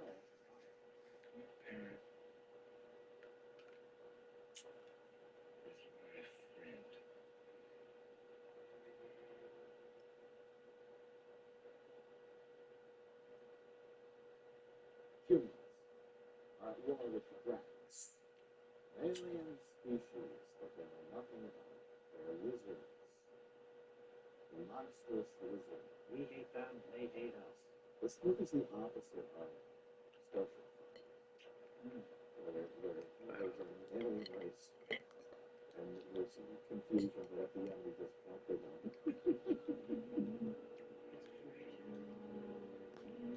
It's a prank!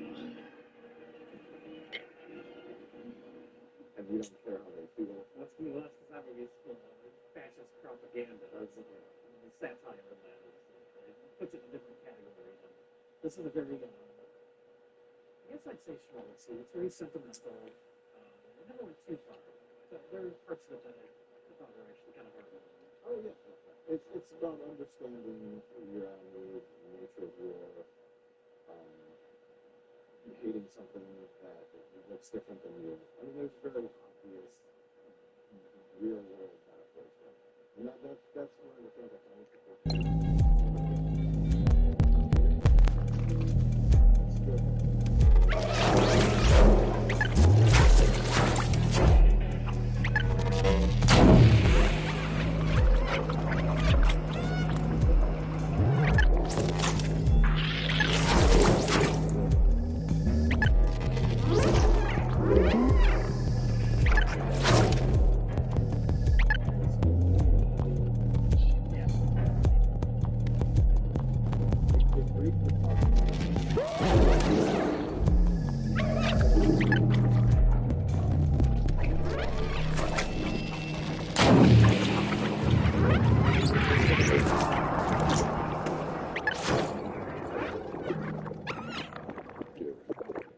But yeah, it's the pigeons play this asshole. That plays this asshole.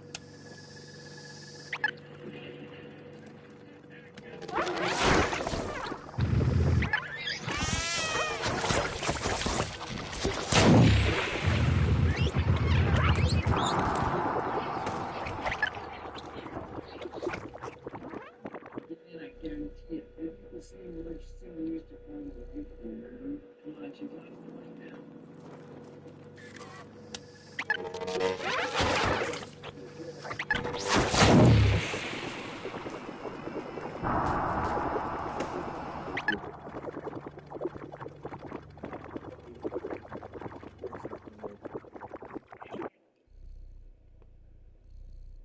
Get it. Enough talk. Get over that. Dennis Quaid looks so much like Harrison. Oh, it's like young. They look identical, and then he could just like that scene when they walk around the French club, like, huh? Oh, yeah. And the whole ending, and why? It's like Indiana like Jones. something to do. Yeah. No one ever talks about how much those things are. I wish. But yeah, especially those really young heroes, they're not going to work together.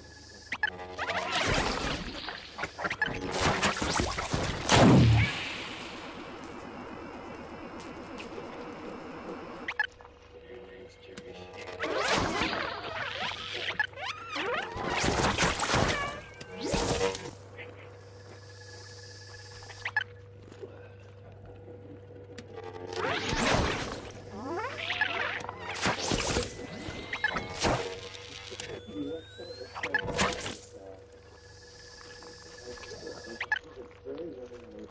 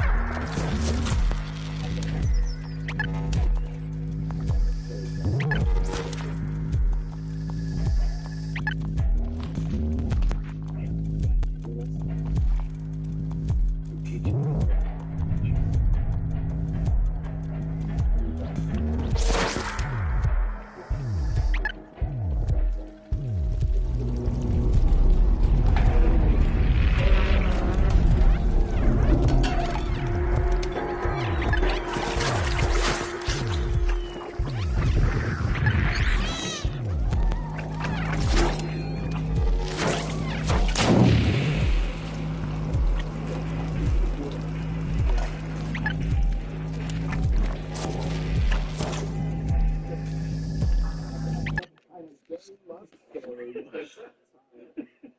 That's another thing. Maybe critics were super uncomfortable that two men were having a baby in a cave. It could be. I mean, that's again, that's pretty unique for a movie of that time. But that's a neat detail, is that the Dracs are asexual, and halfway through the movie, you find out that he's pregnant. It wasn't. He's like, you humans have a baby by choice. It just happens to us. It just becomes. It's a very amphibian-ish and weird, whatever, and alien. And so that's very funny in movies. Understanding somebody else's alien culture and not being afraid of it, not attacking it. That's just generally the idea of movies. Like there's a domesticated life of them in a cave, and he's sewing the thing, and to the movie's credit, he asks the Drax culture is very lineage forward. They love their lineage, and it's important to them. So he asks Drax, what's your lineage? Oh, Great. Waitress and dad with computers, and what about your grandparents? Oh, he was a farmer, and he's starting on his backstory. And even on the spaceship, Dennis Quaid is never saying, well, I've got a hot date tonight with a woman back home. Oh, my gal back home. She's a real sweetheart, mister. Boy, am I straight. You know what I mean? Yeah. The nutcase. Yeah. They did not have a festering case of the nutcase in a movie where he lives in a cave with an asexual reptoid who has a baby and then raises his baby. Yeah, I'm glad that wasn't in there. It wasn't needed. Yeah. And so maybe that scared off some movie critics in the mid-'80s. It could be.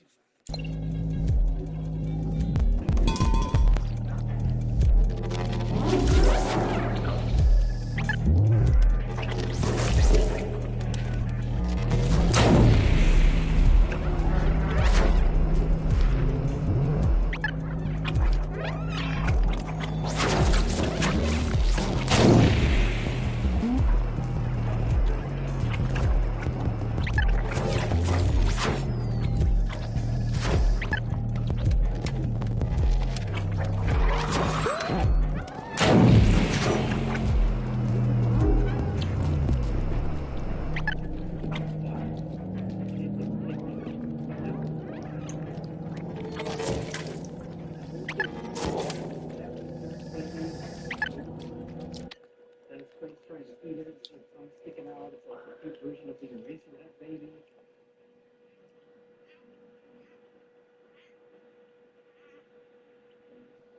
All that stuff, I really love it. And when the kid gets a little bit older, and Dennis Quaid is explaining the differences to him. You have 3 fingers, I have 5 fingers. This is a kid that's born into this.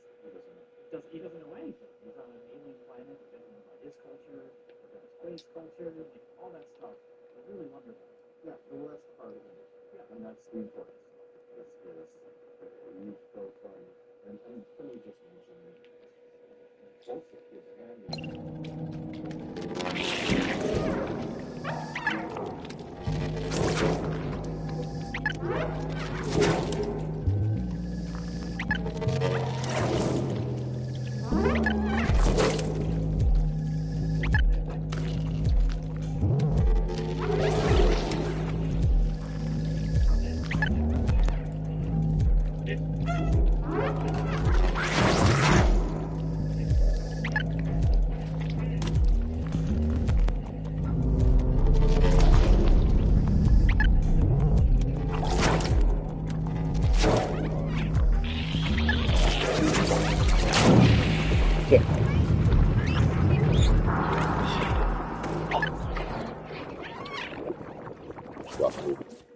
Pay attention. I forgot. All right.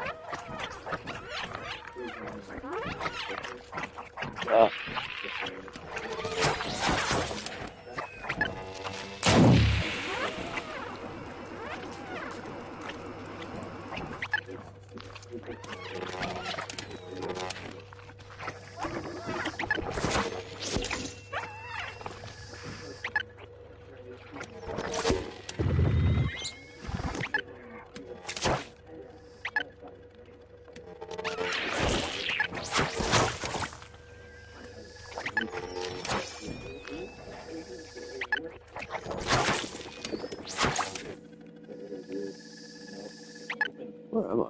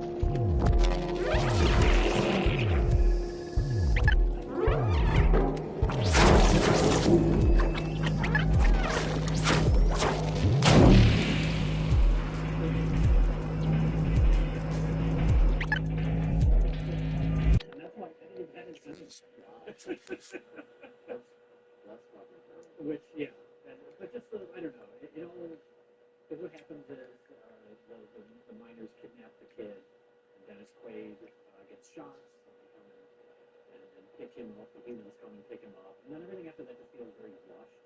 It kind of rushes through all that stuff, and then it's just kind of like a shootout, punch out, ending. Like, from a studio's perspective, it was necessary. the fact that we got away with having so much of the movie just be two characters kind of talking is impressive. And yeah, this is the studio being like, you gotta have an Indiana Jones minecart ending or whatever. Something similar. I mean, puts the arrow right to the guy's head. Yeah, that was surprisingly violent. I was expecting him to just straight up kill that guy. That, what's that guy? Ryan James. character. He's in Blade Runner. The opening of Blade Runner, which the sequel to Blade Runner was directed by Denis Villeneuve, who recently made Dune. Oh, right. I saw Dune. Oh, yeah. That's not good. So much to say about it. Sure. Yeah. But anyway, back to Enemy Mine. Back to Enemy Mine. All right, that's enough.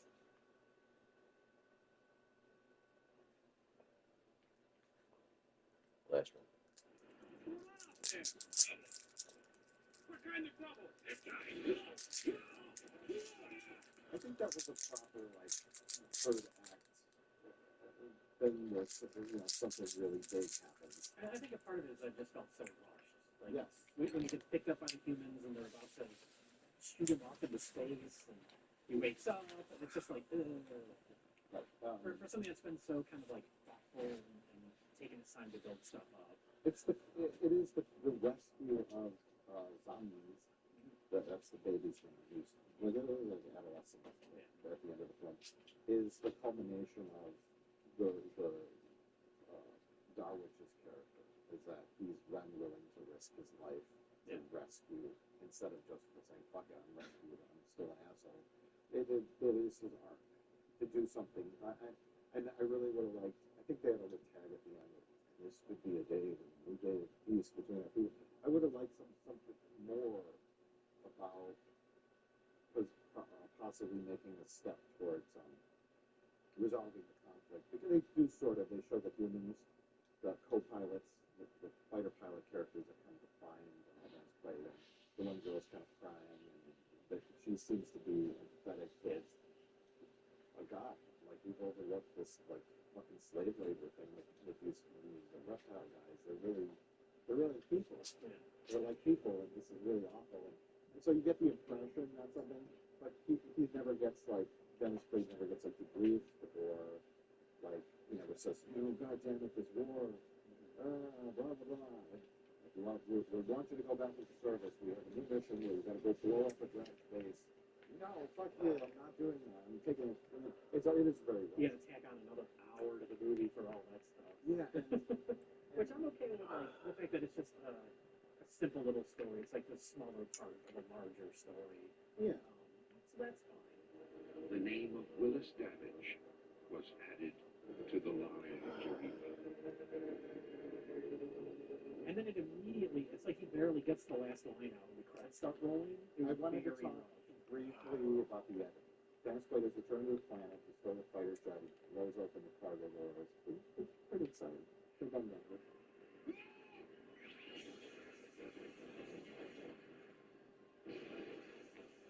And he goes back to rescue Ron. How bent? On this mission, the rescue Ron is from this mining, slave labor mining camp. Yeah. And he lands and he's struggling and fights some guys. He runs up to begging to shoot to go inside. And then they cut to the planet and they show 2 or 3 more fighter jets arriving. Don't do that. Save that for the last second. Or have them just show up. Yeah. We as an audience need to think he's all alone and on a mission that's doomed. Yeah. You can't just show mid-mission. He knows he's fighting against the odds. He's the only one there. Oh my god. Oh my god. How did I don't know if you noticed this, Jay. In our much better film, Space Cop, we unintentionally made an enemy mine reference on the subconscious level. What was it? Do you remember the opening on the moon where a disgruntled miner shows up to take the mayor of the moon hostage? Yeah. He's a miner. I think he's a convict. Yeah. And he has a scar on his face and a dead eye. Yeah. And one of those guys in the beginning also has the exact same scar on his face and a dead eye. Oh yeah. That's the one that gets killed, right? One of the guys has to scratch them. Yeah. The Brian James scratched up. A mining facility on a space moon. Planetoid. With a scar right on his face that hit his eye and made his eye go. And our aliens are kind of amphibian like, so Yeah. some would argue that the alien masks from Space Cop would really have killed him. It was one of those.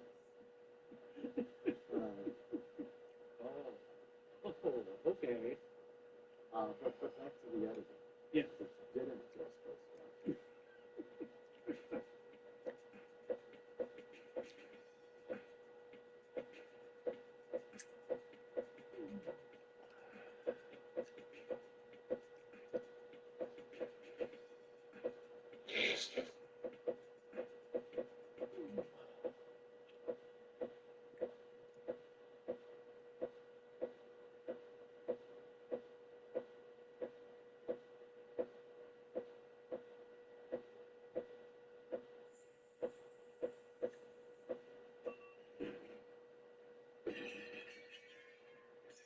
And then Zombies ends up in a cart and they set up earlier that rocks jump on a guy.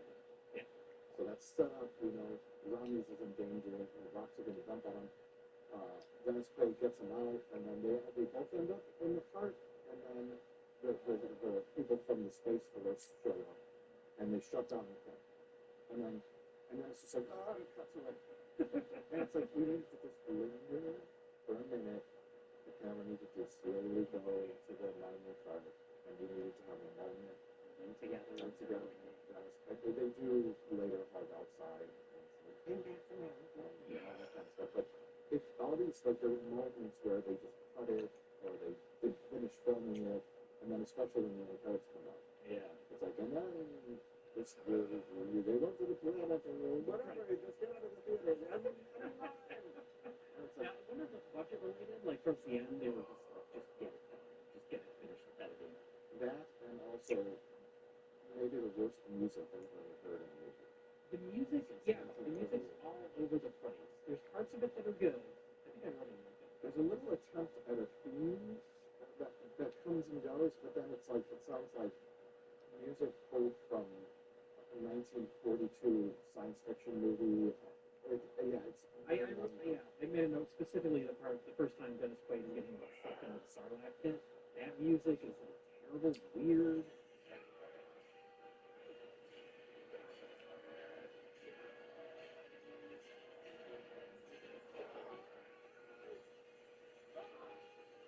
And another part's pretty good.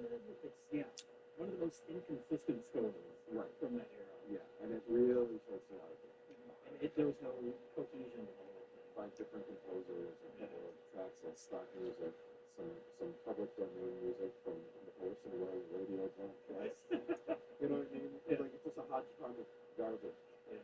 And I was like, and see, those are all the little things and all the little elements that got put into this movie that didn't quite make it work so cohesively. Yeah. It was sloppy matte paintings and bad sets, but at the heart of it is intact, and that's the stuff that holds it. And the Drax, so good, so good. Well, Mike, we got a little more time to kill. You haven't mentioned Star Trek yet. I'm shocked we've made it this far in the discussion. I'm sure I have. Haven't I? What episodes of Star Trek is this? There's probably at least 4 of them. History of Star Trek. Off the top of my head, I can certainly think of 2. It's very much like the Warhammer. Although there's no all-powerful space entity that's making any fight, like there is an amphibian creature and Kirk fighting each other on planets, and a rock planet. A rock planet. But the amphibian is pretty nasty, and Kirk is the one who makes the decision not to kill it because he thinks it's wrong, and then it turns out that the Born have a different perspective on why they hate people. Maybe you thought you were protecting yourself when you attacked the outpost. And so he's not just a mindless monster. So it's similar, but then there's also a next-gen episode called The Enemy. Geordi LaForge and a Romulan get marooned on a planet that's very stormy, inhospitable. And I think Geordi's visor is broken because of the electricity in the air, and he can't see. And the Romulan, I think, has a broken arm. It's been a while since I've seen the episode. Or it's injured somewhere. And they're, of course, sworn enemies of each other. Yeah. But then they learn to work together. This is a very, very basic and/or classic sci-fi novel, which probably also extends into war novels or war stories of 2 soldiers on opposite ends of a war who get stranded together and they discover that it's probably been told a million times. This kind of story. This movie, Louis Gossett Jr.'s performance was so damn like Jerry. And that baby Drac. Drac. Oh, was I saying Drax before? Possibly. Because Dave Bautista's character in Guardians of the Galaxy. It's D-R-A-C. Yeah. Like a Dracula. That would be a movie. You land on the planet. Oh no, it's a Dracula. Hello. Not too sure. Take my chances with the meteors. The funny latex tentacle tries to suck you into a giant muppet. You get a little legit on some company. Yeah. It's interesting to talk about. Like, this is more of a revisit than a review, and that's okay from time to time because this isn't a movie where I have like just glowing fond memories of. Yeah. For some reason, I watched it more than 5 times. That's like Rich with You've been talking about Space Hunter or Space Pirates. Does it hold up? I don't know. It's interesting. It's one of those movies where they say that would be great for a year. Yeah. It would probably work really well being remade with the proper notes that have been taken from the first one. Like, okay, we gotta go fix this. Do this. Because the message of the movie is simple.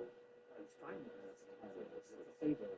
And that's what elevates it. Like, despite its problems, it's a pretty good movie because of the positive qualities, because of the relationship between the two characters. It goes a long way, surprisingly. A movie that has quite a few problems. Another culture might look weird and do weird things that are different, and instead of trying to not with your spaceship, maybe try to understand them and not try to kill them with your antenna. Kill other people that are trying to kill them. Yeah, sure. Yes. They were scum. They were embarrassing people into slavery. That's why they painted them so broadly, so you can get away with that kind of stuff, I guess. Even have a scene where every day after mine. I really hate this show. Yeah, I don't like you. I feel bad about Status quo is an airline. I just love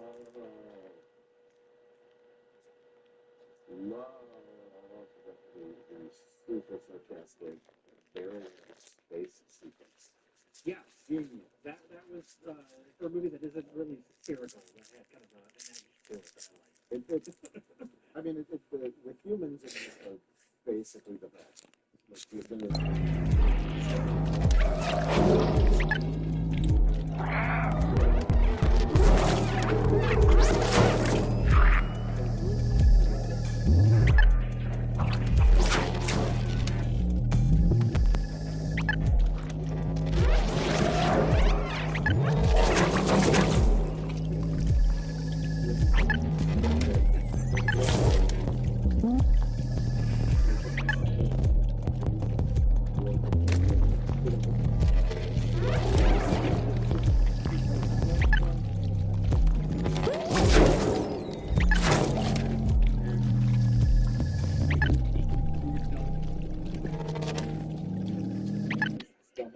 And then the reefer was like dispenser.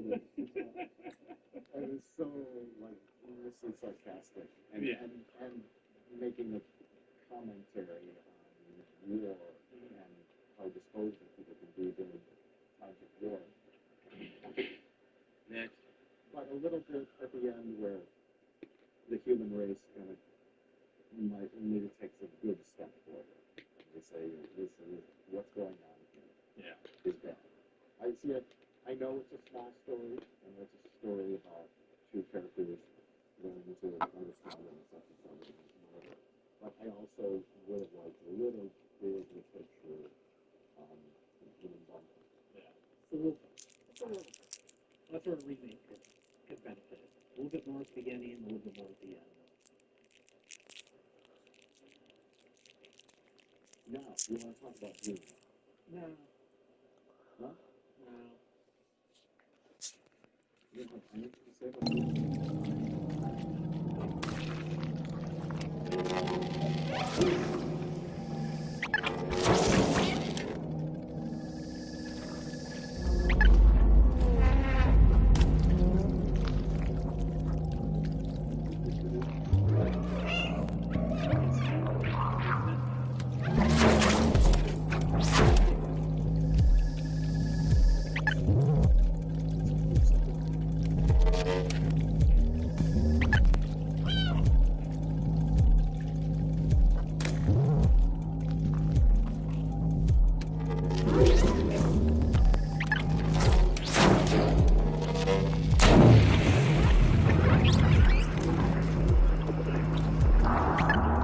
Damn it.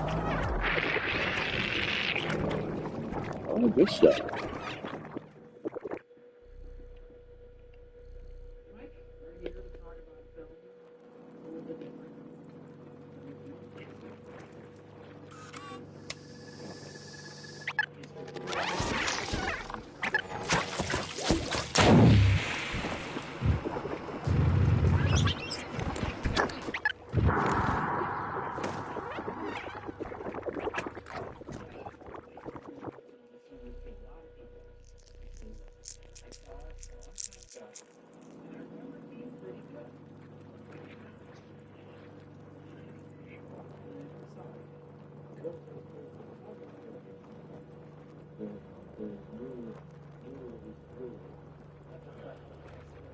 Yeah, at least the screen factor. And when these companies come to Twitter to do a video, they give you 5 bucks. Maybe this video is too bad because I have nothing but that. And I would say, well, but my experience is and I watched that rising, and I thought, oh,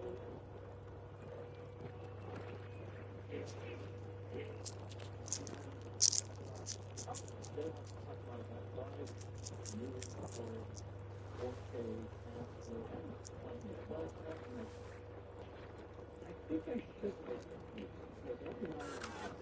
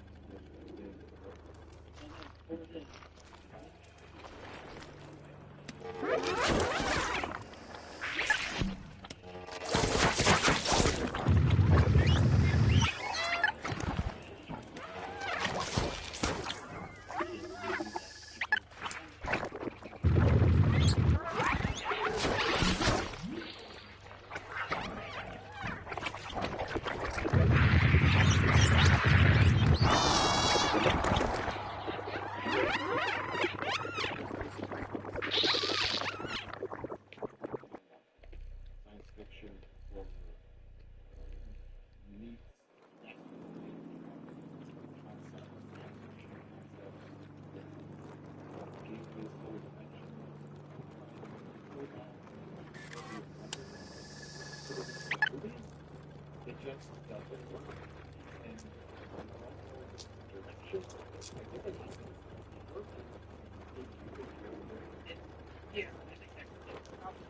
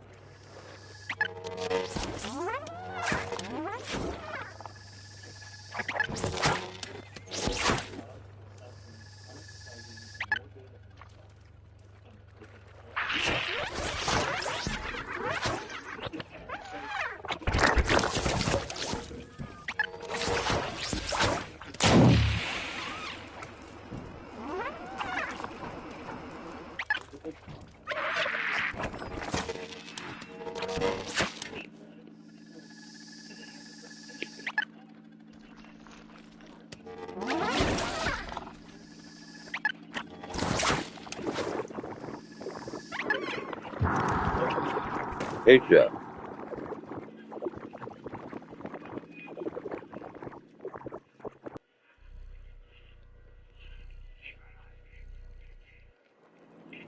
I think the sound would be enough for me.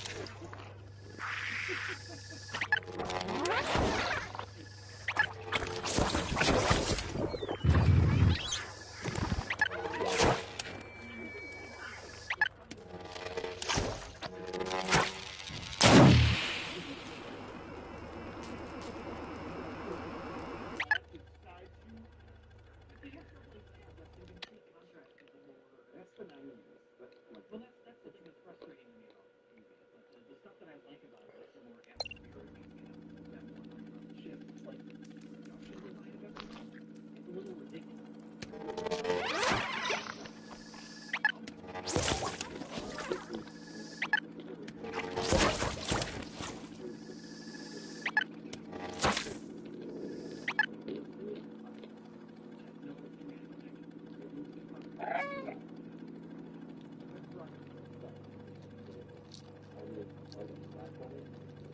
Real quick, I thought it was really good because I'm pretty sure it's probably like that.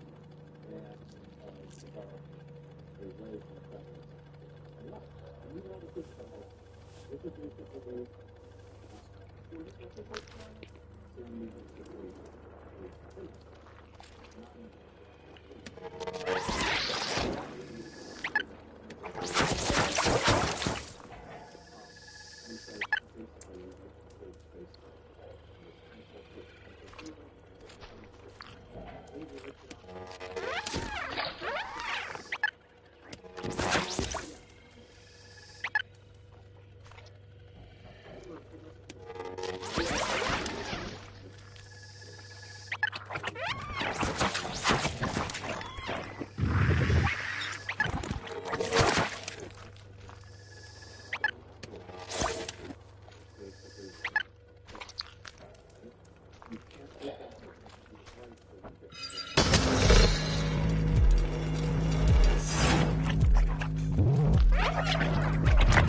I hate these things.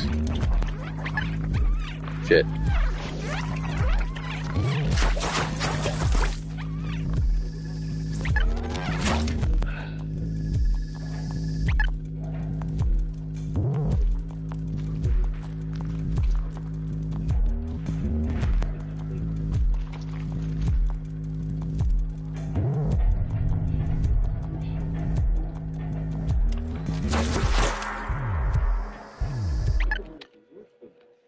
and it's another dimension. When it gets a little Lovecrafty. We got Lovecraft, we got Hellraiser, we got Alien. Right, and I get the the thing is like the racing stuff looks like it's going to start being really thick. And then when you get the effects horizon, it's like Art Deco H.R. Geiger painting. And I totally get the decision. If you're making a horror movie in space, the shit.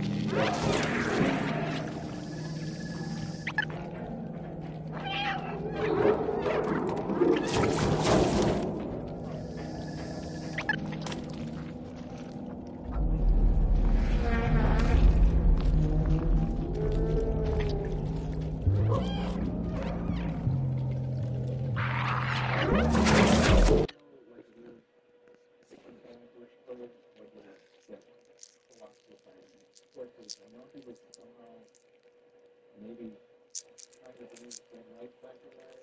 Yeah, I'm up on that. I think the implication, and maybe this was lost in trimming the movie down, I think the implication was that he was on the ship originally. Because he says, like, I'm already home. And I don't know the detail of how he ended up back on Earth, but the implication to me is that he's already gone through the wormhole or gone through the black hole, and that's why he's home. We wouldn't have done used particles softening the footage. That would be You think he would plan on making more of it? It treats it as if he was, and that's why he's crazy now. So it's a little murky there.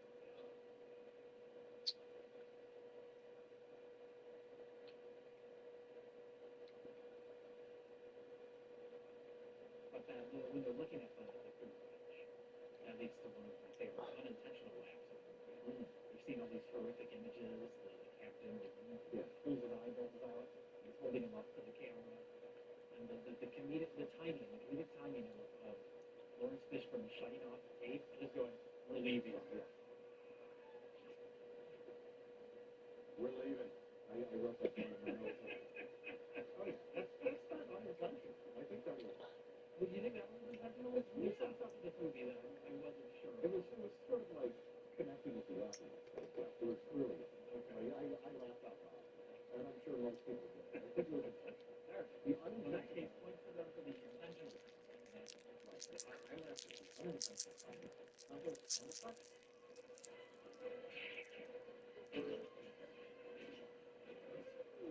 By the end of the movie, it's like whoever was mixing the audio gave up.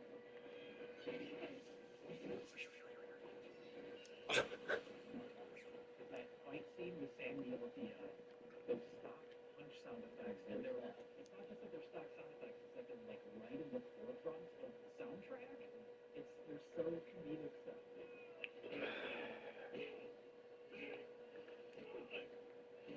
Well, and like the part where Samuel he's got a shot his own eyes, and he has the space nail gun. What's it called? And he shoots it through the window, and like the space vacuum gets stuff moving out the window.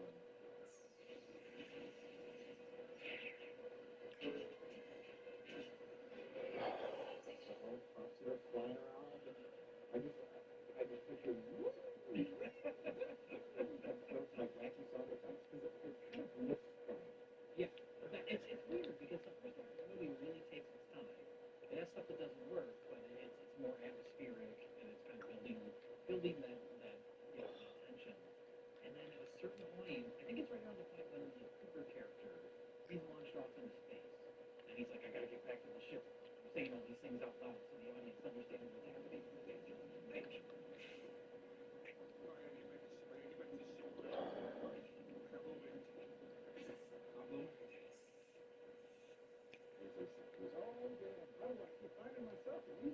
Yeah, and it's like the movie just like gave up.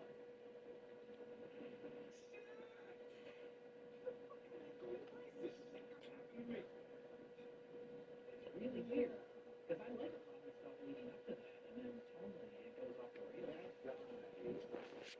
That guy Cooper should have died 10 times over. That is not the character that makes it clear. It's a really weird decision. Well, he's like, I'm gonna blow my oxygen out, and like the movie is fairly like scientifically accurate to express abilities at that point, but then he's like flying through space towards Neptune in a spacesuit, like hoping that he could make it back to the Event Horizon, which I think was in the atmosphere. Like how the fuck is it? When he starts shooting back towards it, it's nowhere in sight. It's that far away. I think it was like in the upper atmosphere. And like how the fuck was he gonna accomplish that?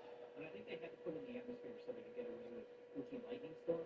Because that was something I was thinking about. Like, yeah, lightning in space. But I guess technically we're in the atmosphere. Right. So that's fine. They justified that. But yeah, him shooting back. It reminds me of the Gravity, right? And she's using a fire extinguisher to kind of shoot herself. Yeah. And then it's like, that's the point of the movie Gravity. Yeah. It's from it's like in this situation, it's like a nightmarish horror movie where you come up with this like almost Looney Tunes-esque logic of him flying around. And on top of that, his performance. He's like, I'm coming back, motherfucker! Yeah. It's weird. It's completely at odds with the nightmare hellscape vision stuff. Yeah. Which is the stuff I like. So I don't know. It's all over the place. It's an interesting movie. I don't know. I think the nightmare kind of gross out stuff. I think, what are the characters disemboweled and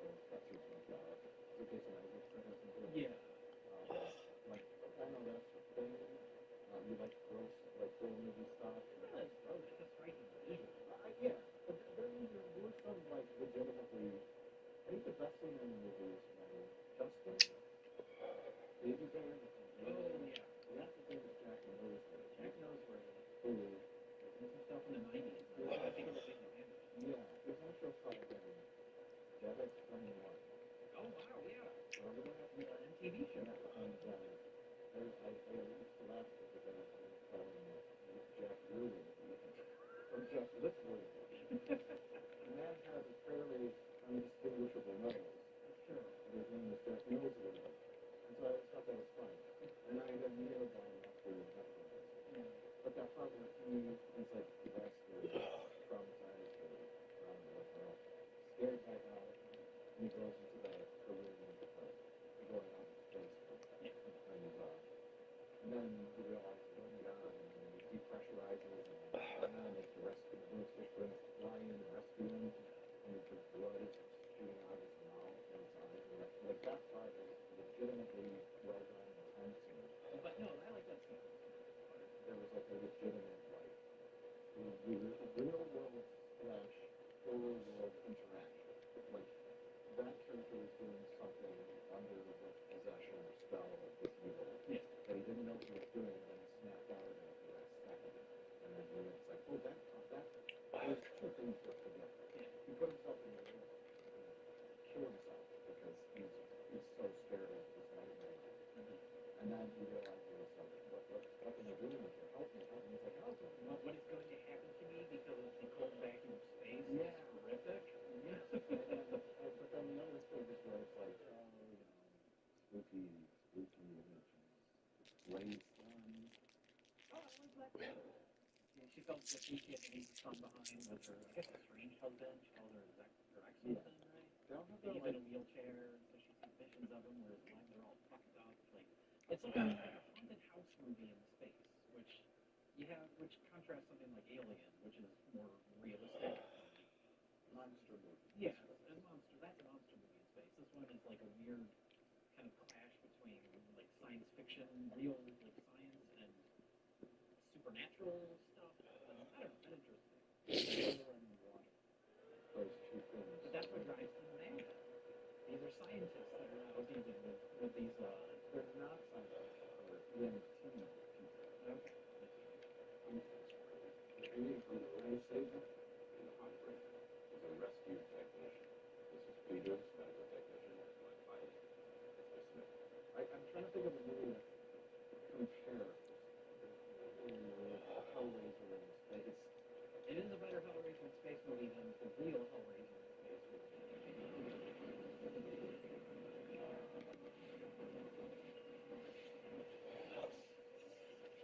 Space is scary enough. I think that's why the airline scene was so memorable to me. You understand what happens when... Yeah.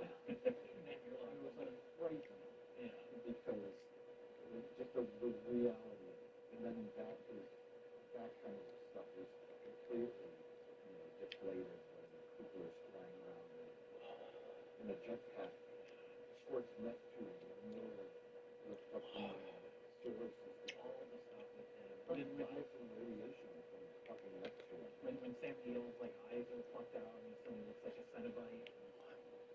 Cooper's looking back towards the ship and he hits the glass. And he's like, oh shit! Yeah, he just happens to land right outside the front window. Yeah. Of this gigantic space. And then his reaction too. Yeah, I don't know. It's the Paul W.S. Anderson schlock. Yeah, which carries on all those Resident Evil movies and all that kind of stuff.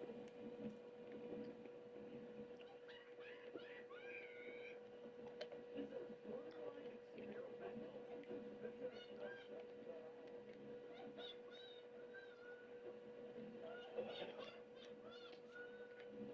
Hey.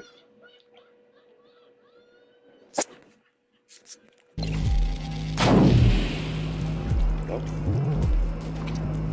Weird.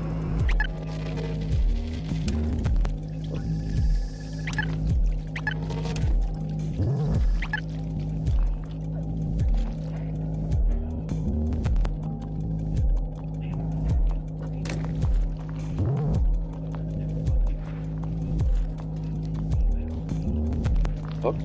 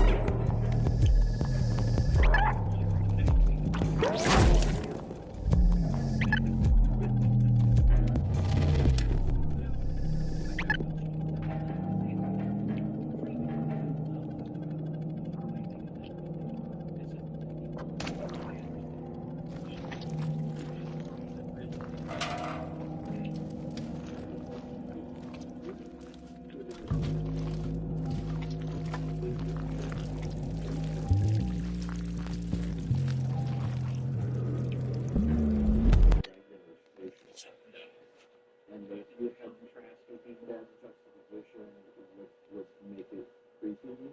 I believe the original idea for the room with the black hole, what do they call it? It has a name. Something engine they call it. Gravity. Quantum singularity. The quantum singularity is another name for black hole. I don't know. But that room, I guess the original idea was to make it more kind of minimal, almost like 2001 like, and the black hole is always open. And that's what fuels the ship. And for, I think, partially for budgetary reasons, but also to try and make it look spookier, they made it into the more... Yeah, it looks like a medieval torture room. Yeah, they kind of went in a different direction. Partially for budget, but also I think because they're like, well, we gotta make it look like a horror movie. Exactly. and that's the big gamble. Yeah. Is like, yeah, okay, the zip core device looks like a medieval torture room. It looks like a medieval weapon or something. And the hallway leading to it is spirally spiky menu. It looks like almost like a fun house. And yes, it looks spooky. They give a scientific reason for why that is there. There's something to do with the gravitation. Yeah. They give some gobbledygook. Right, but we're talking like when you say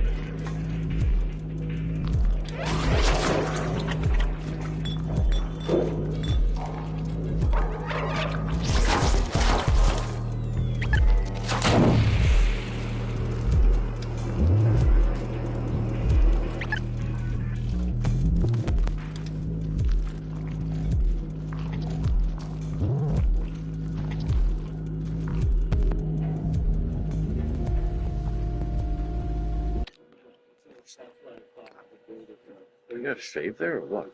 8 minutes. And has stuff in the room about the work engine. But I don't know. Other than the it's old. It has no place on the station. And why is it, who's someone was speaking Latin. That was something I wanted to bring up. As they're playing back the recording, Yeah. they're like, we have this recording of the crew, the Unrising. We can't figure out what it means.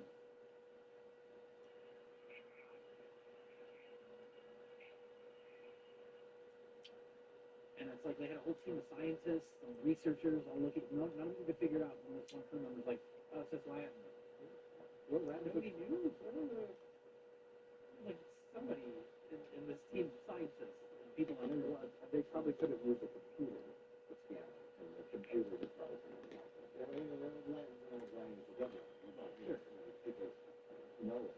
But my question is, why is the human from alternate dimensions speaking Latin? Language from Latin is true. It's in the whole language, but it's ancient. Right. It's in biblical times. Yeah. The language that the devil someone who's possessed by a demon speaks Latin. I mean, nobody fucking some people really smart people learn that languages and speak them, but all like some possessed 12-year-old girl isn't going to know fluent Latin. That's certainly then a demon speaking to her, right? That's spooky. So why is a demon from an alternate dimension speaking Latin? I don't know. Because is it really the hell from biblical hell that exists? We don't know. A lot of unanswered questions, Jay. Like, why did they make this movie?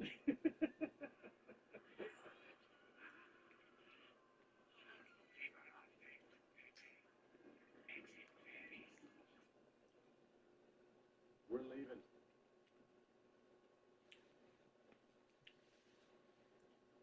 I really like the design idea to line the connecting tunnel that separates the warp drive part of the ship from the crew part of the ship with explosives. Not only that, but big signs on them that say explosives.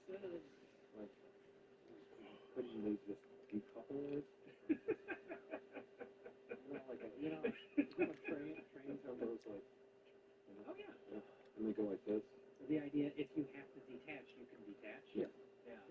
You just like hit a button. And, but that's again, that's the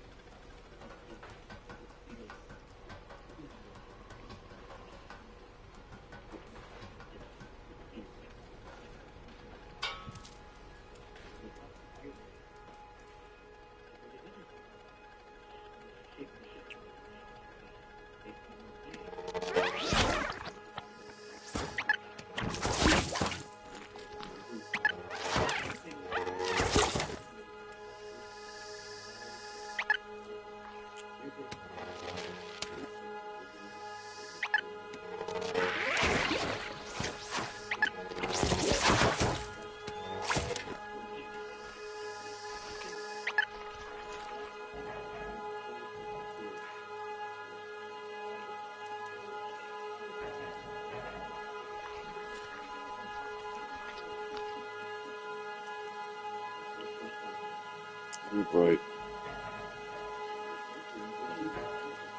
That's it.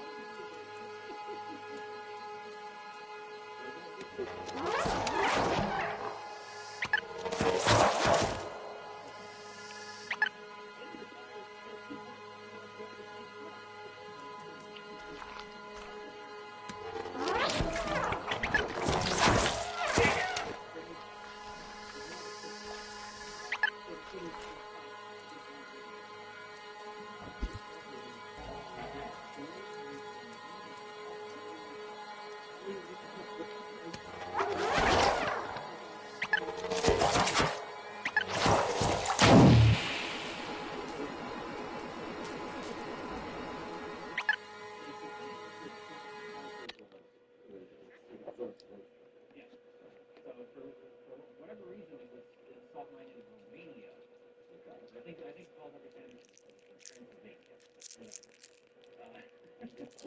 sounds spookier. I don't know. He doesn't talk about this one. But that's where apparently all the stuff was cut from the movie, or maybe even the original negative was stored, and it wasn't stored properly, and it all was deteriorated. So it doesn't even exist anymore. Even if you wanted to do a extended cut, the Louis C. Anderson cut, the material is probably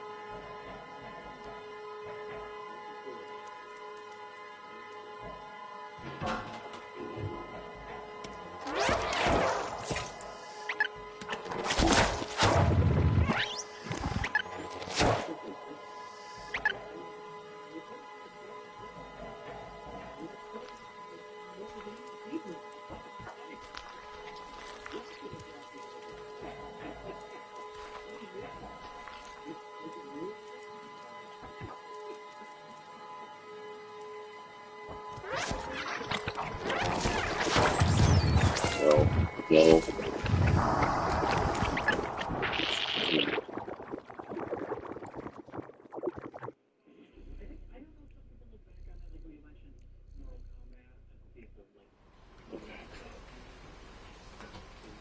Hey, bud.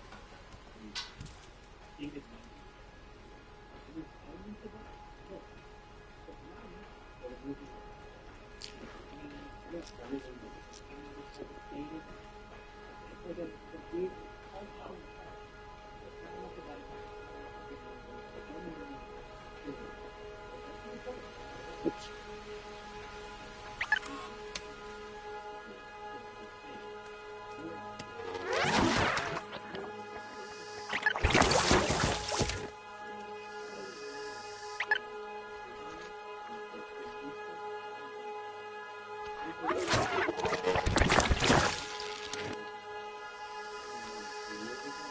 Yeah, that's the best one.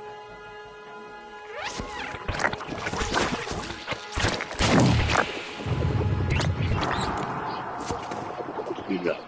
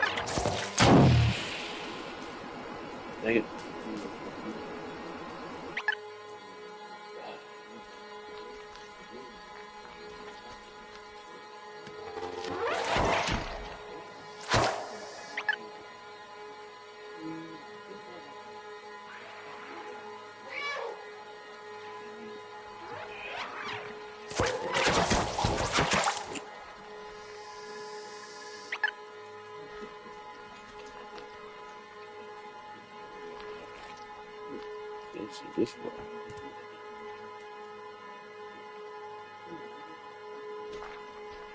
Camera.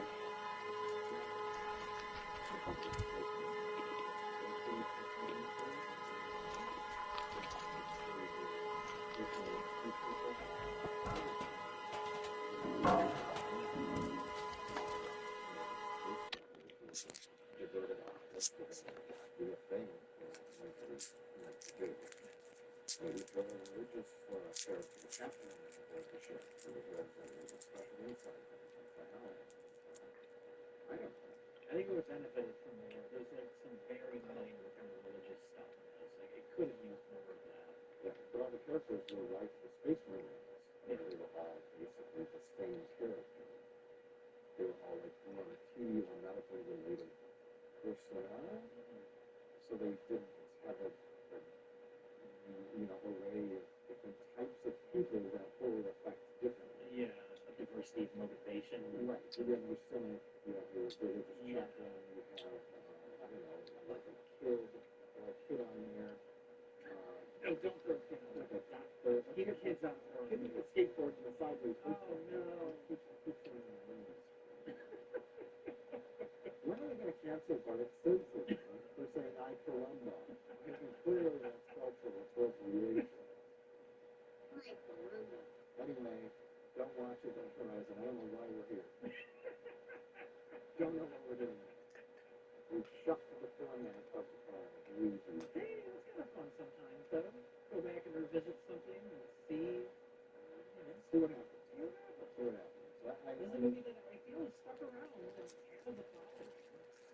So it's like, All right, that's it. We're done. It's not a completely forgotten movie. Okay, yeah, I mean, okay. Yeah. Why not? Sure, why not? I mean, the Blu-ray looks nice. We're in year one of the pandemic.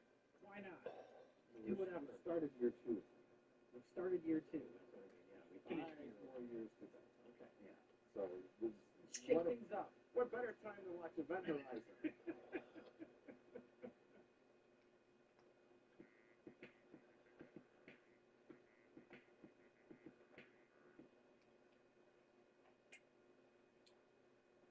Blood Block. The Halloween episode. There's a new Halloween episode.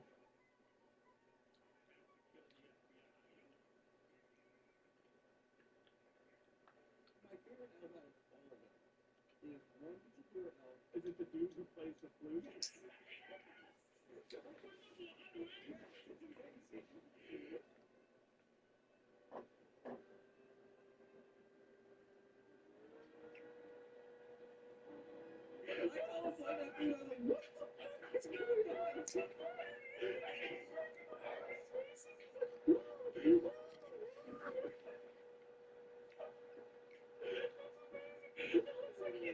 Actively taking the piss out of the movie while it's in the movie. Oh, it's incredible.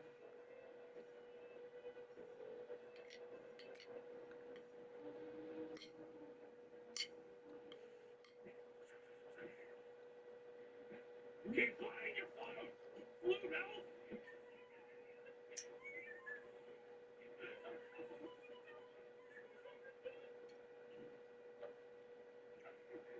Ruthless. What's your LIC?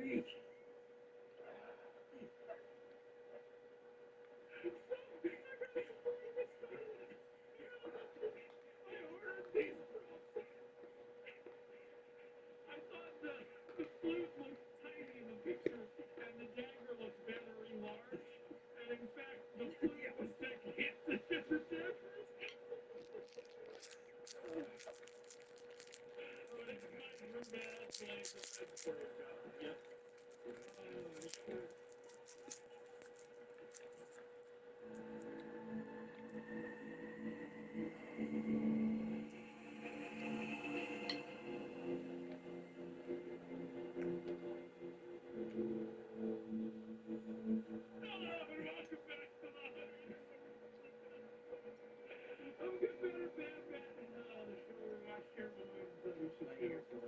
Welcome to the Halloween Spooktacular 2022.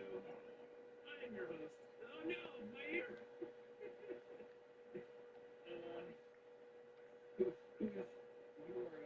Wait, what's your name? I don't remember the name. I am Stephen Drew. I don't remember the name. I am speechless. Oh goodness. Oh goodness. Okay. This is who was staying on my face. And Kyle is the food elf.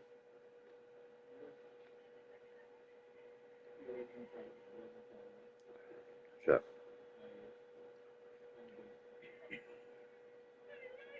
It's the Halloween spectacular. The movie we're talking about today has nothing to do with the whatsoever. This is just awesome idea. This is just what we came up with for our Halloween costumes this year. The film we are talking about is from 2008, and it's called Bloodlock.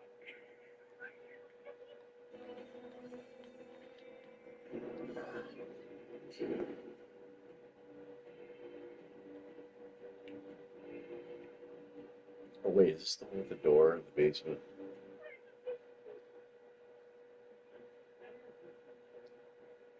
Sorry, isn't the camera facing here? Yeah, right. It's not. Okay. This one's just gotta stay put. Okay, so this film is called Bloodlock. I think somebody recommended this to us. I can't remember how I found this, but anyways, it's terrible. Let's talk about it. It's the worst thing I've seen in a long time. This was directed by William Victor Schnatten, who's actually made a few films, and according to IMDb, is working on another one, which is, I hope, is also in this one. Oh, the guy with the mustache? Mm-hmm. Oh, nice. Yeah, it's fucking murder, and it's funniest thing imaginable. We'll get to that. We open up this film, it's a vampire movie, we'll get to it. We open up with some of the worst, darkest establishing shots of a house I've ever seen in my life. I think it's supposed to be nighttime, but it is literally like so. The house is so dark you literally cannot see anything. We cut in, and Uncle Hank from Breaking Bad is reading the Bible and has a heart attack. Oh my god.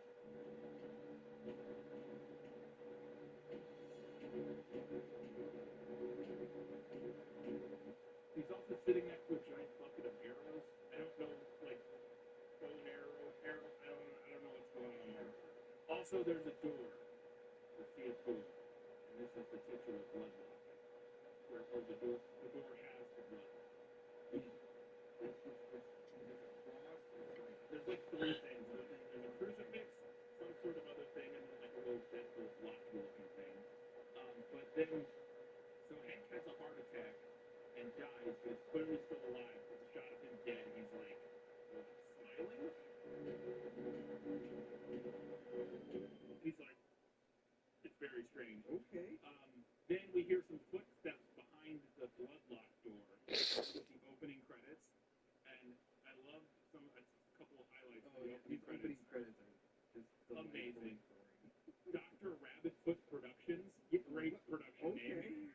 Love it, incredible. All the cast have the exact same flame. Flaming, exploding. That gets cut off by the pre-rendered assets. Yes, because it's clearly like a full 1080. Like it was supposed to like fill the frame, but they shrunk it down and put it behind each name, so it's like it's cut off. It was amazing. And then also again the exteriors this whole time, like we're getting this all over exterior shots that are all so dark you cannot see anything. And we get all these names, and then also some of the shots in these credits look like they were shot like 12 FPS. Yes, what? That happens with like some of these beginning shots too. It's like a frame rate is freaking out. Yeah, it's like losing it. I'm gonna see if I can get my hair. It's gonna be too clean here. No, these ears are low berry. Jerry, these are low berry noise. I did it. Oh, okay. Hold on. I gotta get my other one in there. That's the ticket. Yeah, you look great. You look gorgeous. You should think about growing up long hair. You get right on that. Oh, it's so much better. I can talk. I can breathe. It's not my brain. I look really silly. I look.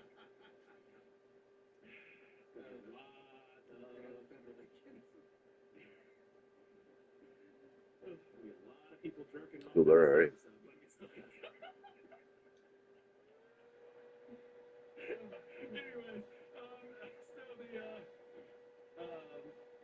also, so somebody is credited as the master in the credits. I didn't know this was a Doctor Who joint. That's interesting. I don't know what's going on here. And then also, one of my favorite credits I've ever seen in any movie ever. One person is credited as lock design and fabrication. That is their only credit. They built the lock, on the door, which we see later, and it's not that good. Like I could have done it like an actor with some random crafting material. But yeah, they're the lock design and fabricators. So good for them. Also, very strange, and we'll talk about this throughout this movie. There are like a half dozen shots that were clearly filmed with like a real camera, and then everything else was shot on a Sony Handycam. And I don't know why that happened or how that happened. It's very strange. But there's a couple shots in the credits here and one later where it's like, that's like a real film. Okay, well, I don't know. We cut into the Sony Handycam, and it's a couple moving into a house that they just bought. And this couple is kind of chit-chatting, and then her sister is there. The sister of the wife in this couple is also there and is moving in with them. And boy, we will get into this soap opera. Let me tell you, there's some stuff going on. This is exactly what you get from Oh yeah, yes, it's incredible. So like, because during this first conversation, he's like hugging the wife or talking to her, and the sister's standing behind, like, yeah, like I said, I but he's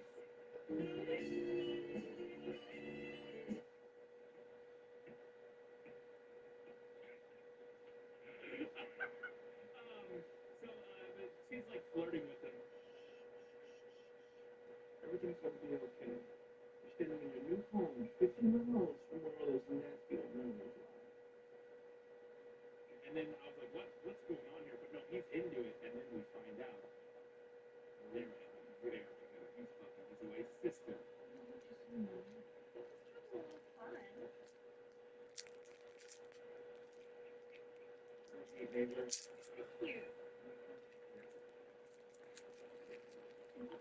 But then they're in the basement, and we see the titular bloodline.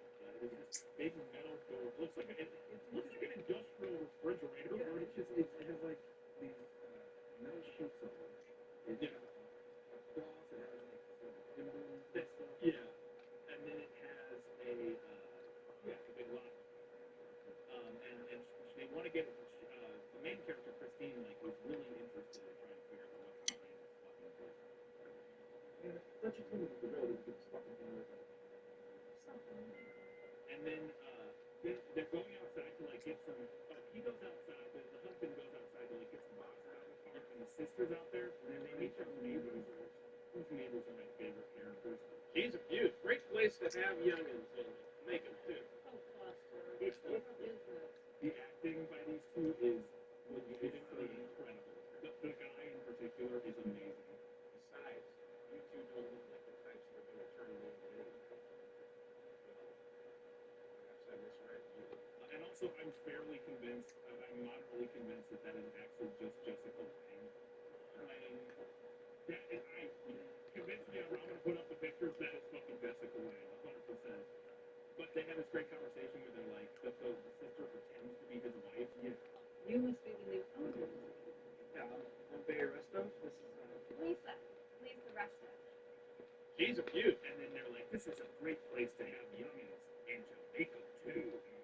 What? You guys are so weird. What? Great place to have youngins and make them too. Oh, Foster. It's your business. Yeah. Okay. Also, the husband is a cop. It's kind of important, but not really. You expecting trouble? No, I'm a cop. Oh, good. Well, the neighborhood just got safer, didn't it? And then, as the couple, the neighbors are leaving, we hear them chatting. Yeah, they're like, it'd be terrible if we had to kill them. Yeah, and because they want what's in the basement. Yeah. They want to get into that basement. Also, the guy's like, I hate cops. As they're walking over. I hate cops. He's cute. For both of you. I hope we don't have to kill him. We go back into the basement. We find out one of the, this is not relevant, but I was going to mention it. One of the things that is keeping the evil Yes. It's Amish. It's supposed to protect the evil spirits. And they had a guy in college that on the show. Okay. By the way, the seal looks like it's white. I don't know, H.P. Lovecraft. It looks like it's like Cthulhu. Yeah. She's like, the sister's like, no, that's an Amish seal. I know because I fucked some Amish people once. And I'm like, what? This is the weirdest And thing. the husband in this situation is like, I don't remember you talking about that. It's like, he couldn't be any more like, we didn't mention that when we were touching that before. I mean, it was the other show. Yeah. It's fucking weird. Thankfully, the wife, the sister's a blur. The wife is oblivious. yes, Yeah. Fucking idiot. Oh, she's obsessed with the door. She's like molesting the door and it's like trying to pull her away and she's like, no, my door. I love that door. He really does look like a terrible fellowship. Yes. Like I just look like terrible. Like if I don't have the ears, if I didn't have the ears, I would just be terrible.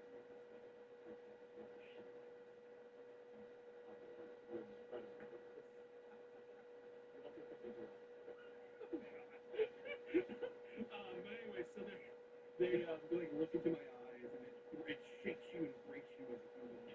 You have a beautiful queen. Here is it.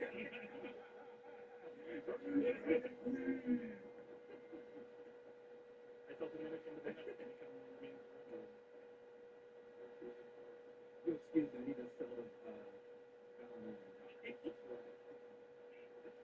Okay,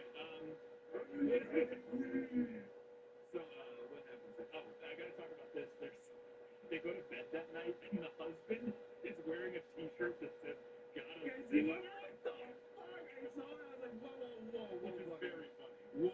It's very funny. This guy is, like, not even trying to hide it at all. It is, let me tell you, since I figured out this hack, my life has changed. I'm not eating hair anymore. Nailed it. Look at that. I am an elf god.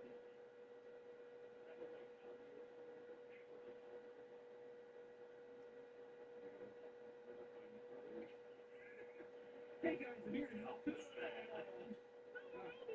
Also, I have to talk about how clearly what happened is that the director of this film took one film class, walked in, they sat down, and they're like, all right, we're going to learn about shot composition.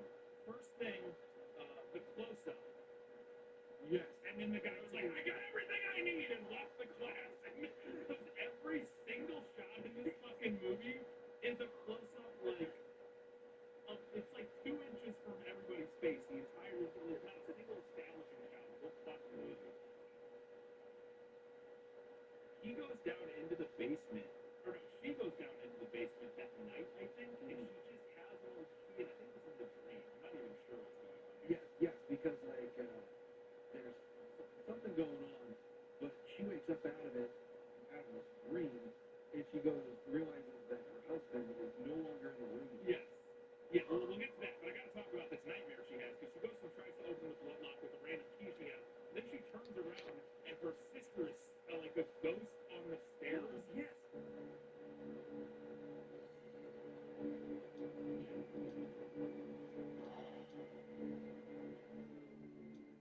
And then we start animating like a weird film projector. Yeah, like, what is going going on? on? And she's wearing a wedding dress, and then she flicks off her sister.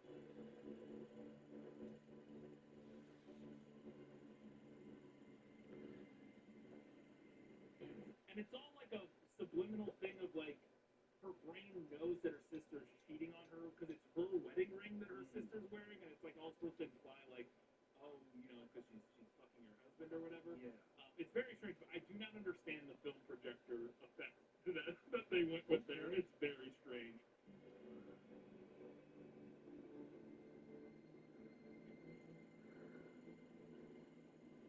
But we also find out in that scene, or right near this, that they're planning to murder her. Yeah.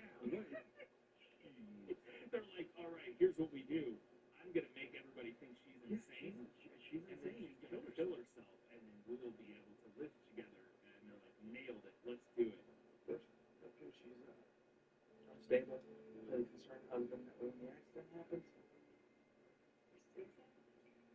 All in due time, my dear. All in due time. And also, this. Yeah. Also, how the elves deal with this? They have real hair, not synthetic wigs, Kyle. That's what's going on. Also, like you said, she wakes up, her husband isn't there, and she goes in, and he comes out of his sister's bedroom at like 3 in the morning or whatever. Yeah. And it's like the window. Oh, yeah, she couldn't get her window shut. Was stuck. What were you doing? Lisa couldn't get her window closed.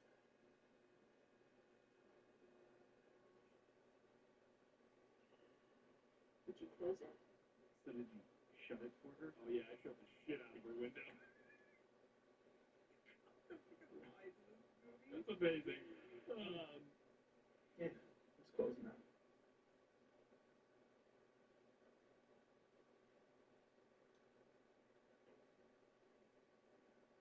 So then the next morning he leaves for work, and I love that they're walking out, and she's got to go get. She's like, I got to get something out of the car, and there's this shot. This is what I was talking about. This one shot here of them walking to the car that is like on a dolly track with a real camera, and it looks nothing like the rest of the movie. Yeah. And then immediately cuts from that back to like a Sony Handycam. It's so weird. But then she's like fucking rubbing on his junk while getting stuff out of the car, and I'm like, you guys are telling me this is the worst affair I've ever seen. What are you guys doing? I gotta go.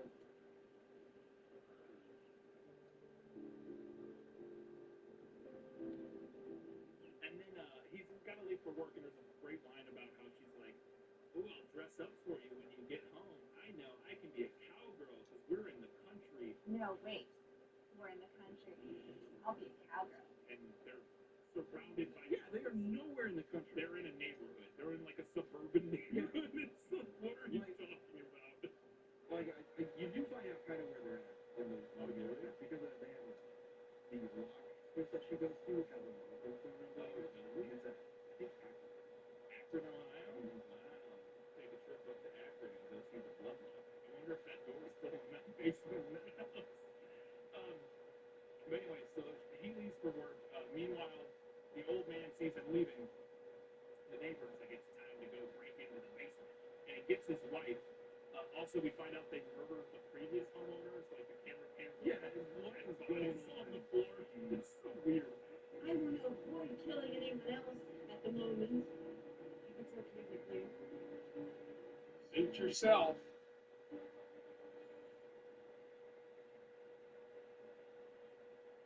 Then, so they're going to go break in. We also find out that we get some backstory between the two sisters that their mom died, and that their mom was always an asshole to Lisa, who is the. Well, it wasn't their mom. It was one of them. They're like half sisters or something like that.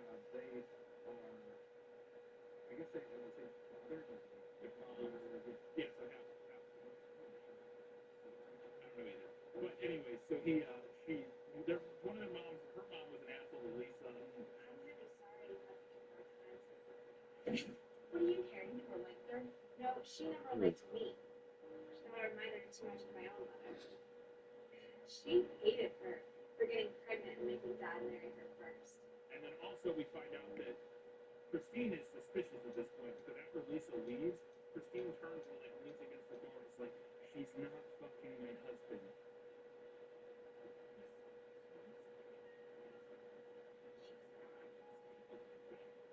She's not. I'm like, no, yes, yep, that's absolutely what's happening. That's absolutely what's happening.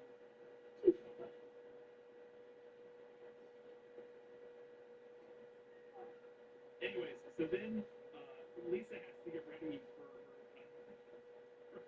what is his name? What is it, Barry? Barry. For Barry to get home, so she's got to get out her suitcase. She has one suitcase, and it's literally just full of sex toys. That's all it is. And I was like, good for you. What else do you need? Amazing. Meanwhile, Christine has left to go find a locksmith. And she goes and she shows up at the locksmith that you mentioned, and immediately thirsts for this guy. Yes.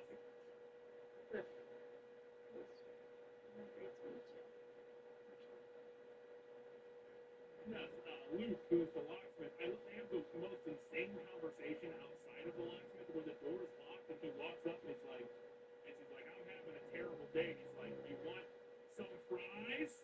Can I help you? I need a locksmith. Just let it out. Want some of the fries? Good. But she needs a locksmith, so this guy like lets her leave, and then it's like, "I'm just fucking with you. I'm the locksmith," and opens the door, and they go inside.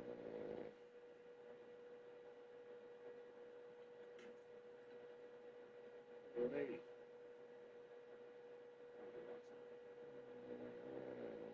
And then they chit chat, and she is very clearly into this dude. Yes. They're like flirting and stuff the whole time. But he's like telling her about this house, and he's like, "Hey, the Previous owner was my father, right?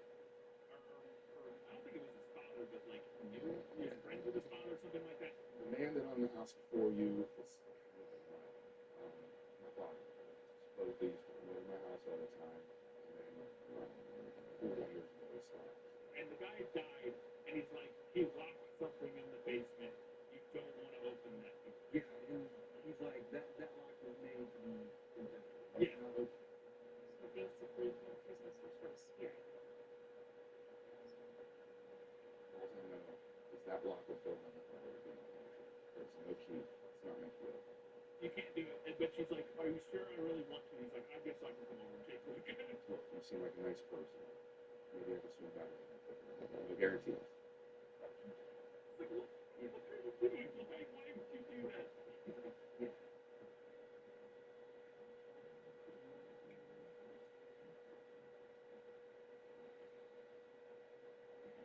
This is basically just a fucking porn movie. This is like, this is basically all the story of the. Yeah, yeah. We've had my movies tend to be that. I don't know what that's all about. Well, he was a bit strange. He was some kind of ghost hunter. This is before all those people popped up on the Discovery Channel. Made a living at it, I guess. Briefly for years first. So basically, he imprisons some sort of spirit. So anyways, he agrees to come over and take a look at some point, but he's like, some locks aren't meant to be open, but he does it anyways. Also, yeah, he says that the guy who lived there worked in the Air Force and was like a ghost hunter or something. What? Yeah, I don't know. But whatever he locked up in the basement when he did it, a bunch of murders that had been happening stopped happening. I think he bottled up something bad. I do know there were some murders in this town back then, and it stopped right when he had that door locked. What you're saying is that a very terrible thing can happen. Anyway, so then they break into the house. The old couple breaks into the house, and they take Lisa hostage, who's like waiting sexy cowboy style for Barry or whatever his name is.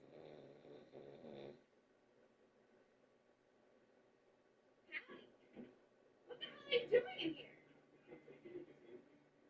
Look, you get out of here, you old pervert. I'm gonna call the cops.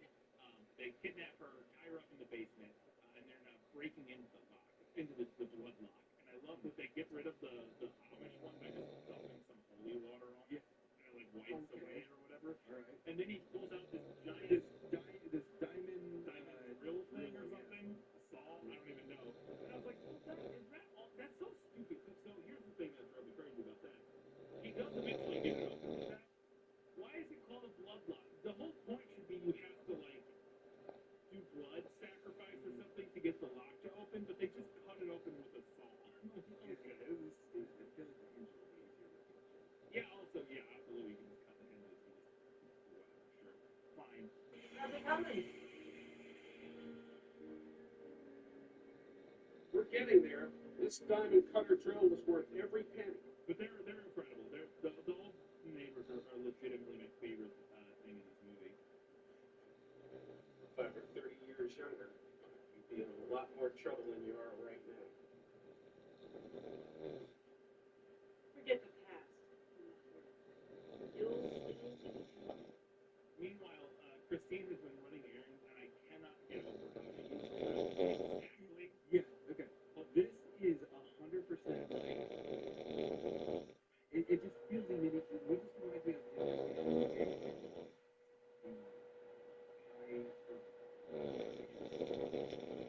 she's like the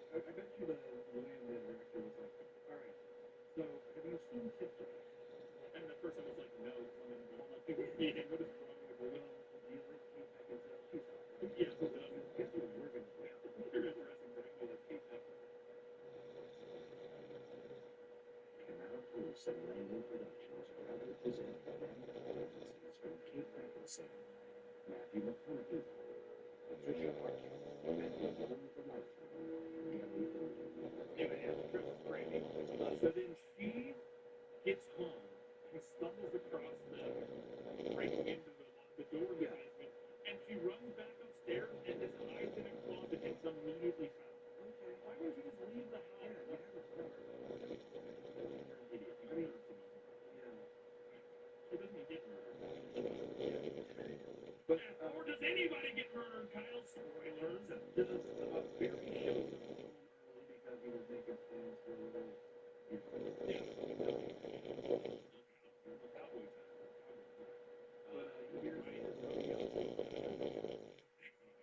he hears the very obvious sound of milk. He comes down and he pulls his gun. I was like, hey, and the old lady has a gun. Yes.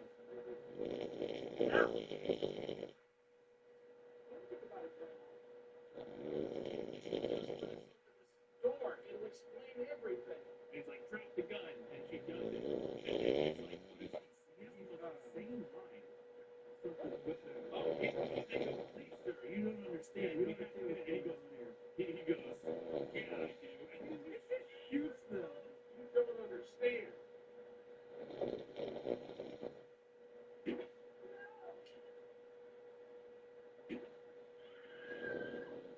It's so good. He shoots the old man, CG blood splatter on the wall, and then he shoots the old lady, like Jessica Lange, like 2 times, and she falls over. And then he unties Lisa. Yes.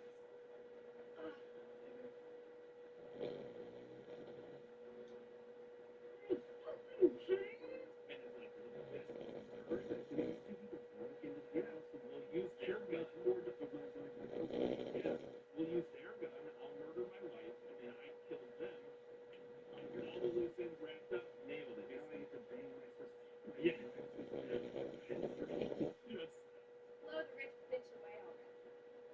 Here's how it's gonna go down. I come home from work, found the house broken into, your wife's dead.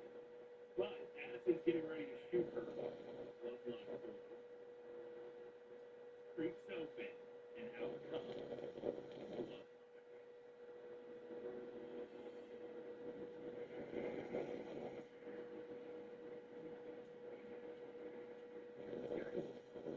I died. He's the stupidest looking vampire I've ever seen in my life. It looks like he was at a rave and then got locked in a closet and just been there for 800 years.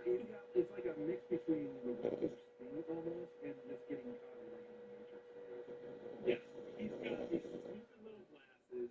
He's got the worst fake teeth and the goatee. Oh, that was a choice. Let me tell you. He's got this goatee that just is, it's just here and it's like 6 inches long and it looks insane. But he comes out and right as he's about to murder,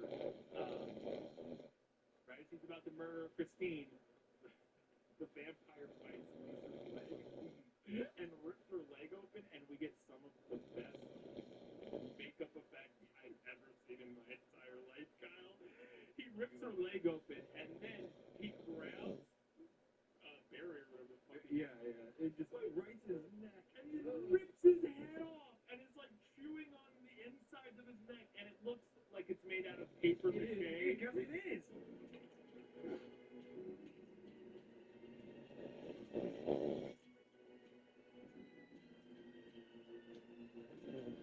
Incredible. It's fucking incredible. Oh, yeah. She oh my god. Goes out into the street because Luke shows up, right? He's gonna check. Yeah, Luke shows up and he's there. She runs out. She's able to get away, and like everybody who's They chuck Barry's head. The paper mache. Yeah, they do the paper mache and it bounces off the windshield.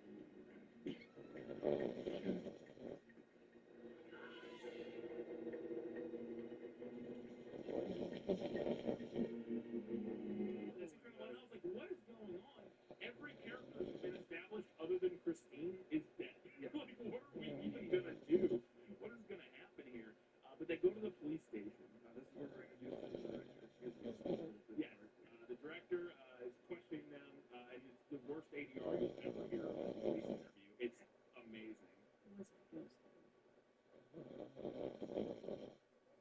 Mrs. Resto, we need a description of. Everybody also treats like an interview room like it's just a room that you capture. Yeah, the secretary just barges in. Everybody walks in and then is talking to the newspaper. Yeah.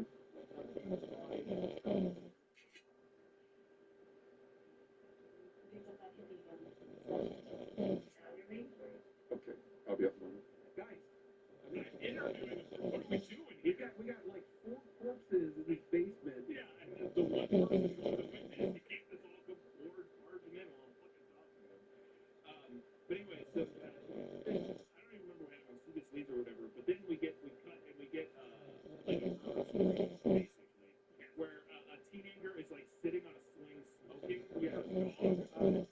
Teenagers have to rebel. I just have to rebel or whatever. And so she disappears. She gets like yoinked by the vampire. And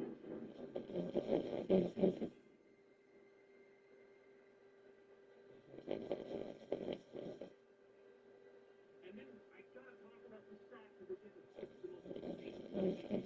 We're on a wide shot, like the first and only wide shot in the film, of the playground and the swing is swinging where she was taken from, and then the camera just pans to the right to a jungle gym for no reason. There's nothing there, and then it just cuts. Why was that?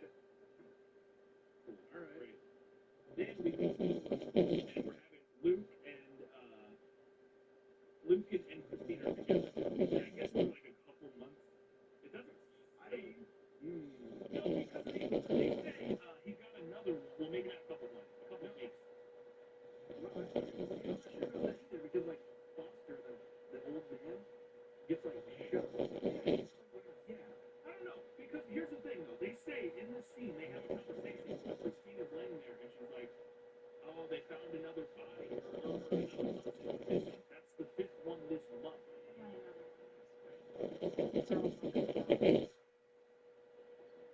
Which makes me think we've jumped forward at least a couple weeks or something. Yeah. By the way, she is.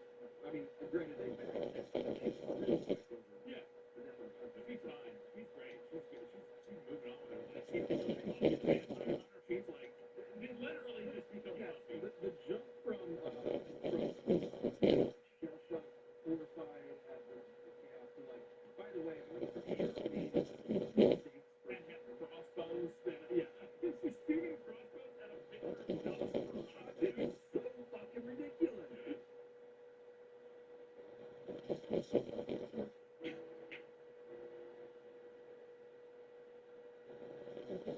It's amazing. Also, I realized that I guess they could do that because like Nosferatu got because they play the movie in the movie later. That's like clips from the movie like playing on the TV. But then she wants to go out on a mission to try to find the vampire. She's like committed to killing this vampire. They go out that night and she's like also chugging like garlic pills. Yeah, garlic pills and all.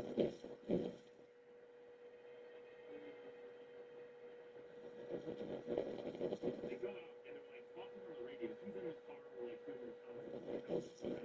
And I love, he calls her, he literally calls her Buffy, and she calls him Spike. Crucifix Buffy. And I was like, at least they have good taste.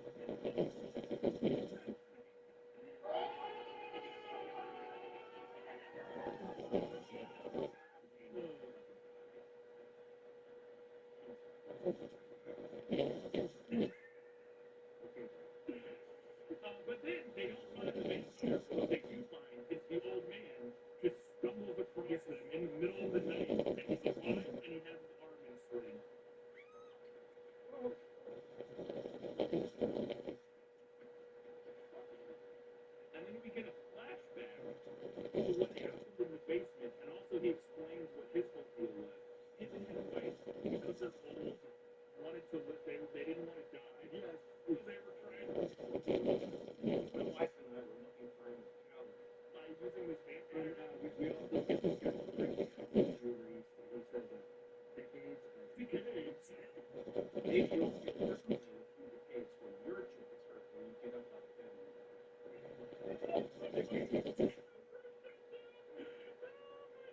He's like, my wife and I look for immortality. Maybe you'll feel different in a few decades when you're old. I'm like, what? Decades. It's amazing. Oh my god. They're having this conversation, and the old guys, they're like back about his chest, like, well then, who is he? And points at Luke, and she's like, well, he's my Luke. None of this is relevant. Who is he? None of this is relevant. I was like, you are so right. None of this is fucking relevant. That's incredible. But then we flash back to the basement. The vampire, neither of them died. We find out that his wife was dying from being shot. He was fine. He got wings in the arm. Yeah. And then, so he asked the vampire to turn his wife, or just like to turn her into a vampire, I think, so she'll become immortal. And the vampire just eats her. And we get the world's worst CG blood fountain.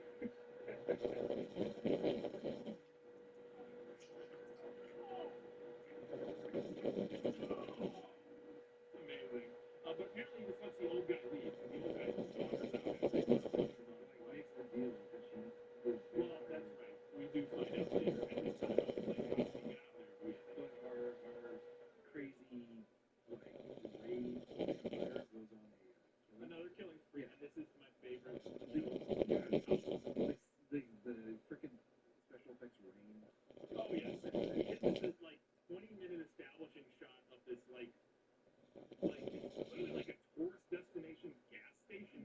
It's like an old-timey gas station or whatever. And then I'm sure somebody involved in the film was like, we got to use this, and we'll sit on an establishing shot with fake CG rain over the top of it.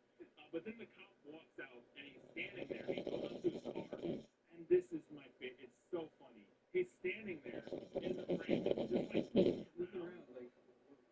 And then he looks down, and a hand comes out from his vehicle and grabs him, and then it cuts back to the side shot, and he just yoink! And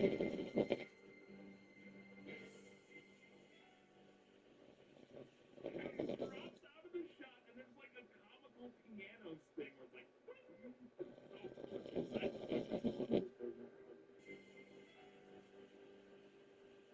also, he gets the mayor. Yeah, the mayor is just leaving whatever in the middle of the day. And he just throws his hand out of frame with like a lighter. And gives him a light, because he needs a light for a cigarette.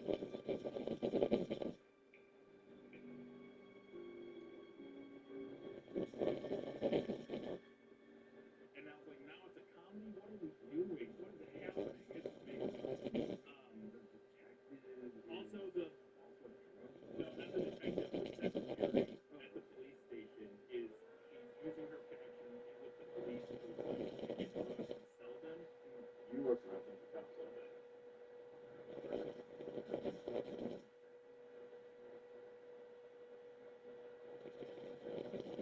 And then she's also friends with the stoner character. She's selling drugs to the stoner character.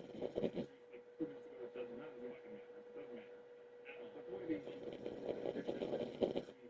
yes, but she gets. If we have to talk about where she gets turned into a vampire, going to first person. Yeah, what is this? What is this about? She walks out the building and the camera is first person. She looks right into the camera and she says something and the camera nods at her. Like, what is this?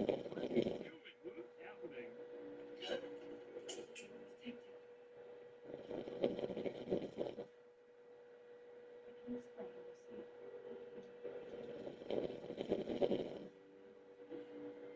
Then we get the funniest sex scene, music.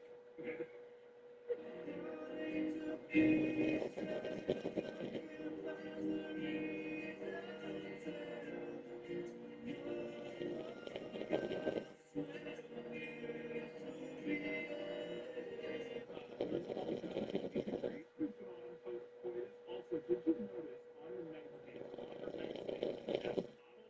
yes, the garlic is this is like a beer bottle, with the water in, and then the pill bottle of garlic has a ceramic jar. Did you see that? The ceramic jar is sitting on her nightstand, and it's labeled deadly farts.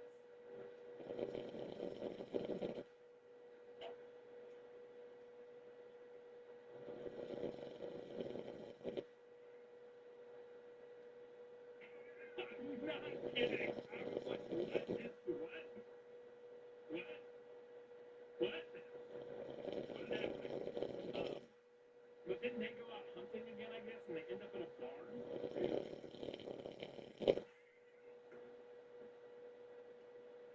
They end up, I got right. I'm so hot. It says deadly farts, Kyle. Deadly farts. Literally one of those like things you buy at a shitty like shop. You know, when it's all like funny, like Spencer's Gifts. That's so stupid. The big fight with a bunch of vampires, and this is like the cop and the mayor and all of them vampires. They fight all of them, and it's like the world's worst shot in like.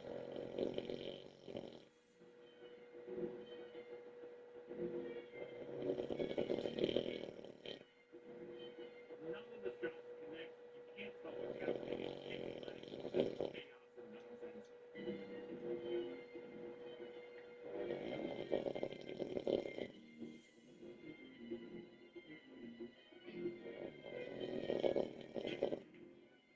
But they killed most of them. But then the secretary girl hits down.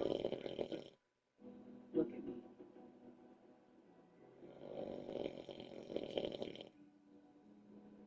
And it's like you can become immortal, and then slices her boobs open with her fingernail, and it's gonna drip.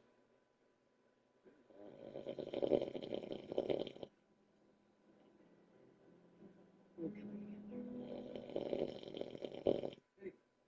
And slices her boob open and just drip. It's gonna drip blood and like turn him or something like that. Anyway, he gets like staked.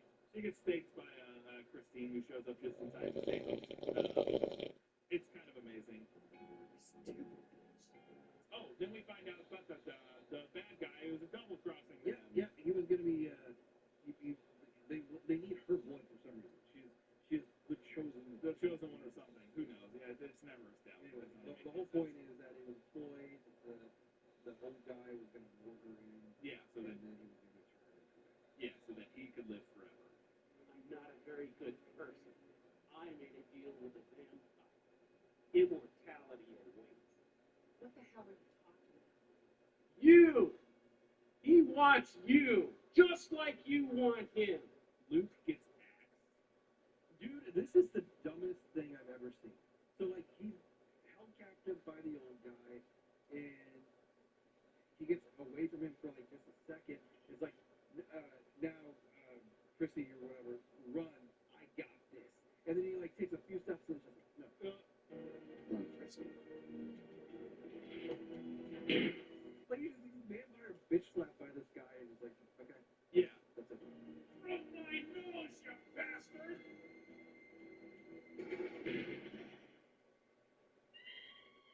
But now, Christine's gonna get her revenge because she brought gasoline. So she dumps a bunch of gasoline on the ground. It just sets the whole place up. And he just stands there while it happens. The old man is like, he's like watching her do this and just lets her do it. She sets the whole thing, and there's a great shot of the old man going, behind the flames. No, the fire!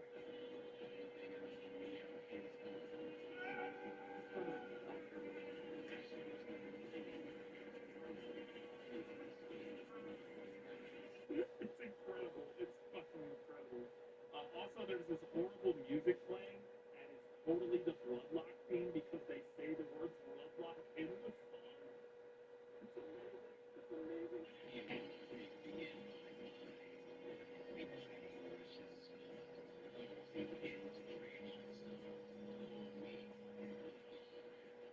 She's very sad about Luke dying, obviously. She's lost everybody she cares about, no matter Luke's here.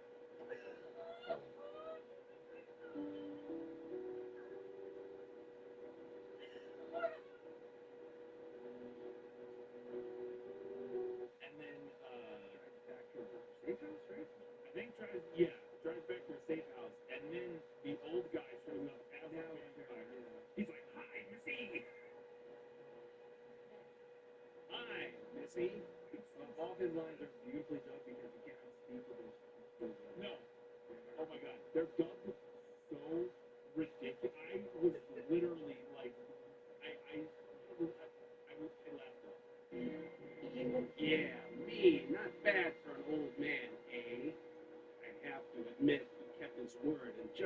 time, too.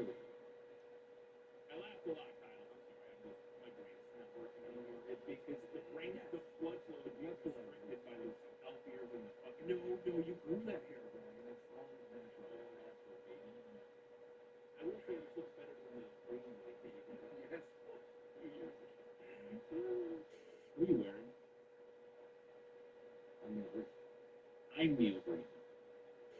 He has this great line where he's like, yeah, not bad for an old man, eh? He kept his deal, and just in time, too. I have Vampira. It's the undead version of Viagra. Not bad for an old man, eh?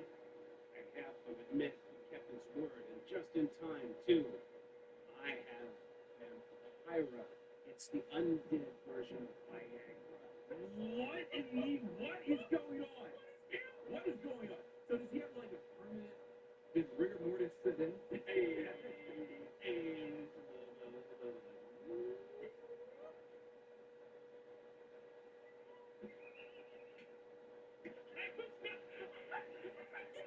Trying to do like a slide whistle and it's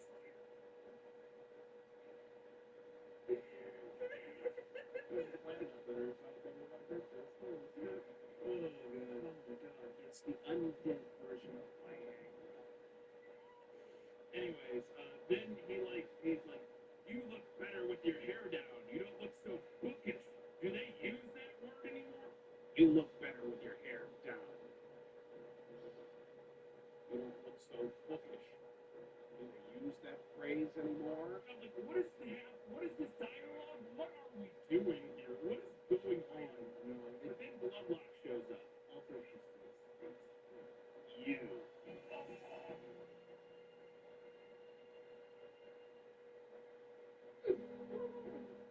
Yeah, she stakes the old guy, and then Bloodlock shows up, and she stakes Bloodlock, but it doesn't kill him. No, it doesn't do anything because he's invincible, we find out.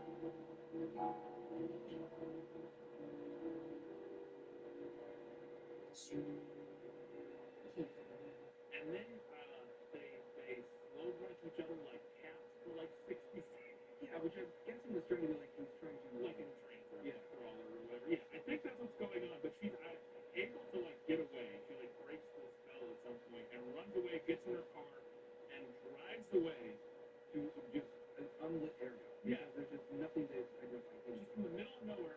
Immediately pukes for some reason. I don't know what was going on there.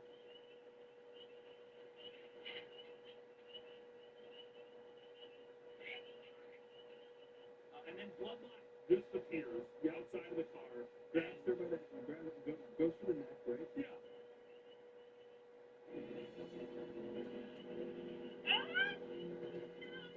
Bites her, and then dies. Because she's full of garlic. Garlic and holy water. She's been chugging holy water. Yeah. I thought the whole point was that he was like invincible. She staked him earlier and well, nothing. Yeah.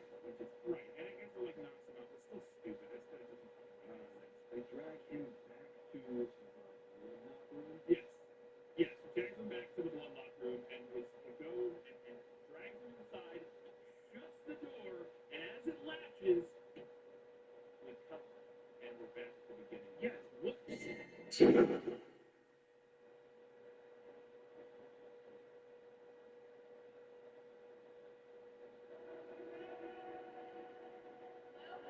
Barry's alive, Lisa's alive, everybody is alive. Never, I guess we never met Luke. Yep, he doesn't. He just gets to go keep being a lot of stuff. We flash back, and I think the implication here is that she hallucinated people because she had like a psychotic break or something. After she's on drugs. Yeah, she's on meds and stuff. And the way this movie ends is that Barry and Lisa are just like, yeah, go take your meds and go to bed, and then as she leaves, they're like, Yeah, I don't care what our doctors say. I still don't think she's gotten over that breakdown yet. So, why don't you come home with me tonight? I'll make sure she's gone. And there's something in the country. like, what is going on?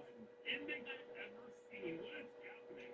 It's fucking amazing. And then we get terrible, terrible credit music that is truly, truly awesome.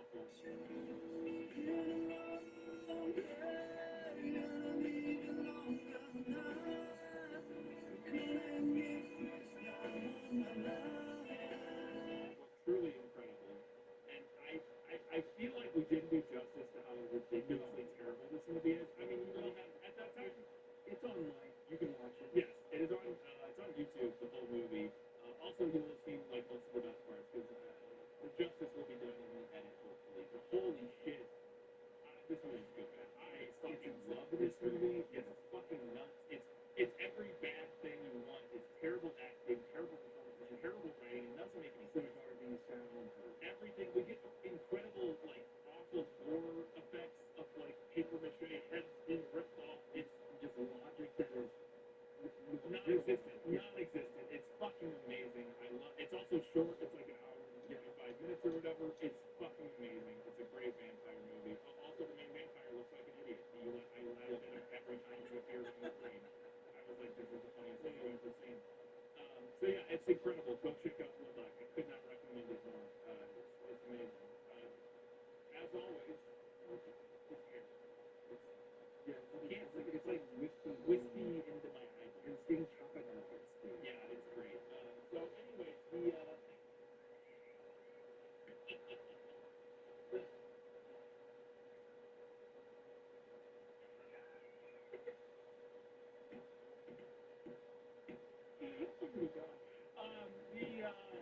what do I normally say?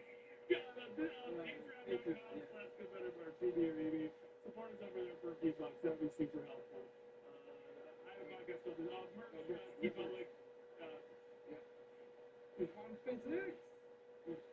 And hopefully not this shitty wig. If you ever get good, better, bad, then if you ever do wigs, it would go. Oh no, we'll get good.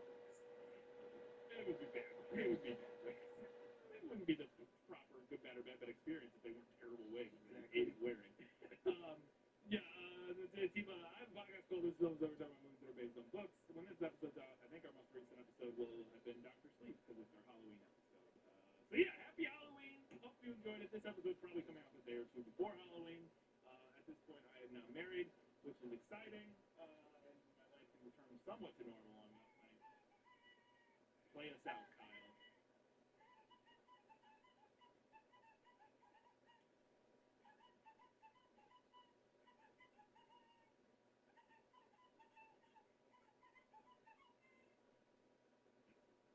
The end.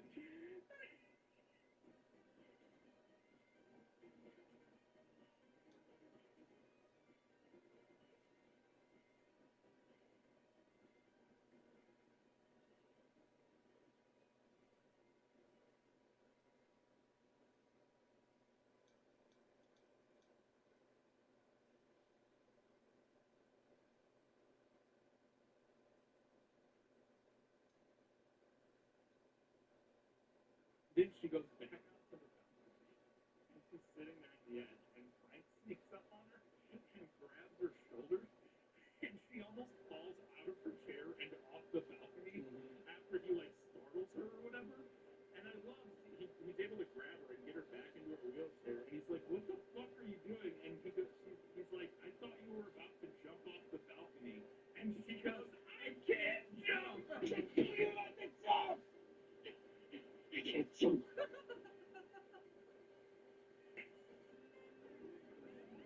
Hello, and welcome back to the 158th I'm your host, Mr. Brian Shelley, joined, as always, by the other, Mr. Kyle. I can't translate. Kyle! Yes, we heard that. It's the same thing I said. This movie, we're talking about a film. I don't know where I found this. It was just in my bookmarks, and this movie is fucking nuts. So fucking stupid. This film is I loved it.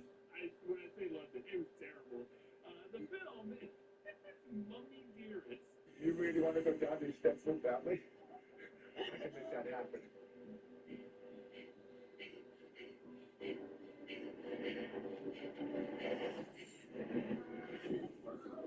It is not shot terribly. There's a lot of bad boring. It's shot boring. It's shot boring. It's not shot incompetent. The audio is atrocious. Truly terrible. The audio is probably the worst part of it. Oh, could you give us some privacy? I'm with the bed. No, because he's telling me. I just saw him probably going to sleep in bed downstairs. And then the narrative is nonsense.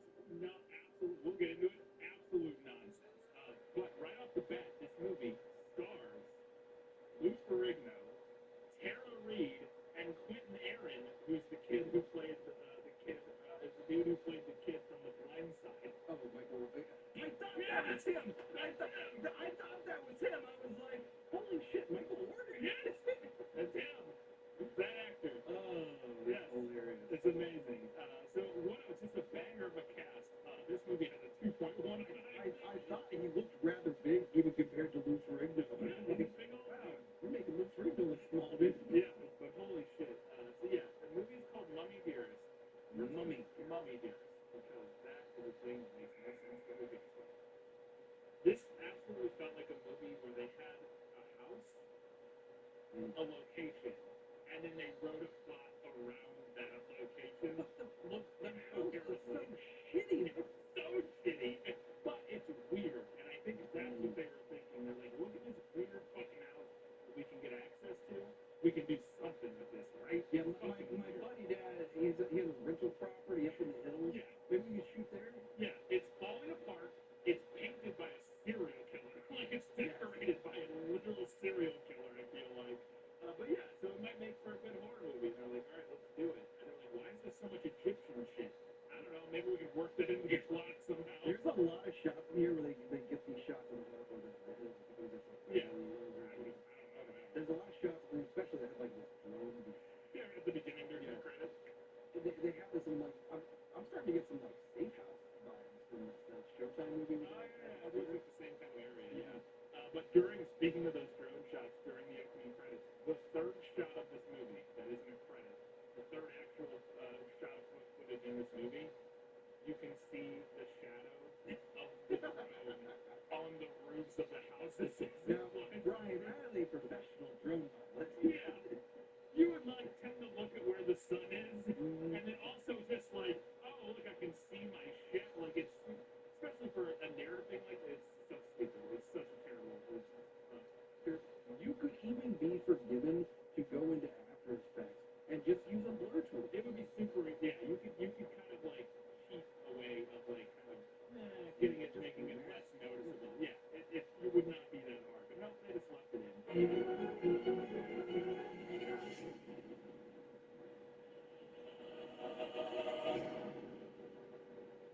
So then we get into this doctor or chiropractor. Yes. This opening premise is fucking wild. Okay. So there is a patient, I guess, at this doctor office. Brian, who is that patient? The patient is the bad guy from The Amazing Ape. Richard Tyson. Yes. I was like, is that the bad guy from The Amazing Ape? Yes, absolutely. The villain from The Amazing Ape. Yeah, he's just in there, he's like leaving or whatever. And then we're introduced to our main character, Autumn. One of our main characters, Autumn, who's like the receptionist or nurse or something at this chiropractor office. And then her mom shows up, Scarlett. And they have the most psychotic relationship that has ever existed from moment one. What's all this makeup? You look like you're trying to work it. What are you doing here, Mom? I have an appointment. No, you don't. Yes, I do. They're just hate each other. Both of them, and the daughter in specific, is, what is wrong with your child? She is insane for me, like non-stop. No, me? Seriously, there's a bad energy. The only one bringing a bad energy in here is you. She just hates her mom entirely. Mom, you're so controlling of my life. We have seen zero evidence of this. She just says that, but it's like, okay. But this opening scene is so wild because her mom walks in, and I don't even know why she's there. What are you doing here, Mom? I have an appointment. No, you don't. Because apparently she doesn't have an appointment. No. Also, she seems to think the doctor is a quack. People say the same thing about your craniosacral therapy that you say about Dr. Jenkins. Chiropractors, and I know more about the spine than that. See? There. You're just sort of trying to discredit Dr. Jason. Dr. Jason is a... She says that numerous times. He kind of is. Yes. Well, he's also like a serial killer. I don't even know like what his he like intentionally fucks her up. I don't know what's going on. It's weird. But yeah, she's like no, he's a quack. And then they have this weird conversation where the daughter's like, basically, I think the mom thinks that what she does, which is nothing related to chiropractic, she does another bullshit. Yeah, it's like craniosacral therapy, which is nothing. Yeah, it's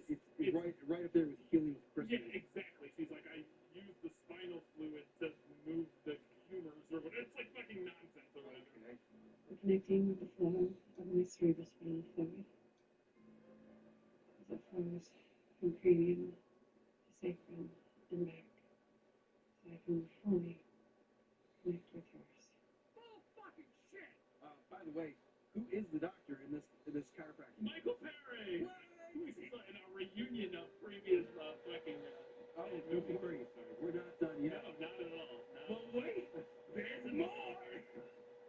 Holy shit. But she thinks he's a crank. But then he walks up and it's just like, hey, come on in, I'll adjust your back. And she goes in with him? Yeah. With my lower back pain.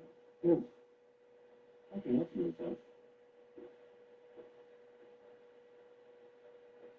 Okay, just relax. What's happening? I just had this whole screamy conversation with her daughter about how this guy's full of shit or whatever. But then as soon as he walks out, she's like, oh, okay. I guess maybe she's like stupid to find, be like, look, he's gonna do this, and I'll still be in as much pain. Oh, yeah, maybe that's what she's going for. Try being deadly sooner. Yeah.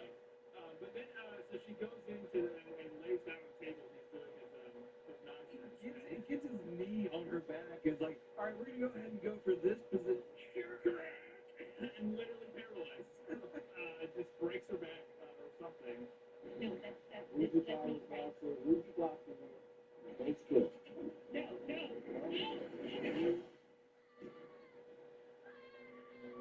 We don't know exactly. They never say exactly what she said. There's some sort of nerve. She's like, I could still walk later, but he is presumably sued into oblivion. Yeah, which the daughter is pissed about at the mom. And whose fault is it Dr. Jason closed down anyway? Blame the victim. I did not do this to myself. Please blame me. I blame him.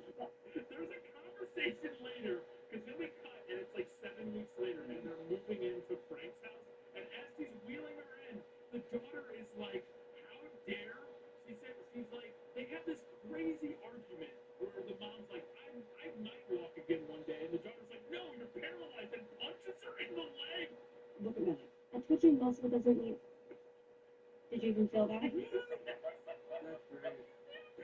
But then she's like, That reminds me of Alien Resurrection, where Ron Perlman throws a dagger into that guy's leg. Yeah. But then she's mad at her mom for getting her doctor's office shut down. I was like, the guy intentionally broke her back. What the fuck is going on? And whose fault is it Dr. Jason closed down anyway? No, no.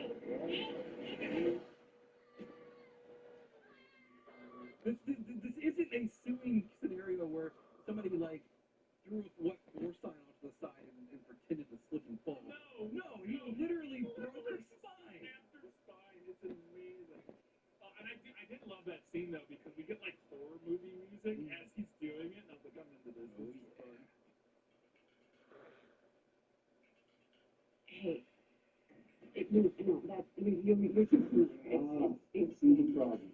So they're moving into Frank's house, who is her boyfriend, Autumn's boyfriend, and Autumn is very worried that Scarlett's gonna fuck up her relationship with Frank. She's like, don't get involved in my life like you always do, fuck everything up or whatever. He's like, I won't. Whatever, fine. You're so kind to take in couples. Promise me. Promise what? That you won't do what you always do. Interfere in my relationship. Tell me what a huge mistake I'm making. Warn me that there's something wrong with Frank. There is something. No, what if? And then they wheel into the front door, and this is where we get our first shot of the interior of this house. The inside of the front door is insane. It's painted like an Egyptian tomb. Yeah. like a 4-minute copy of an Egyptian tomb, and there's just Egyptian shit everywhere. And she rolls up to this statue, and it's like touches it, and it like blows onto her. She didn't even touch it. She looks at it, and it like falls on her or something. I don't know what's going on there.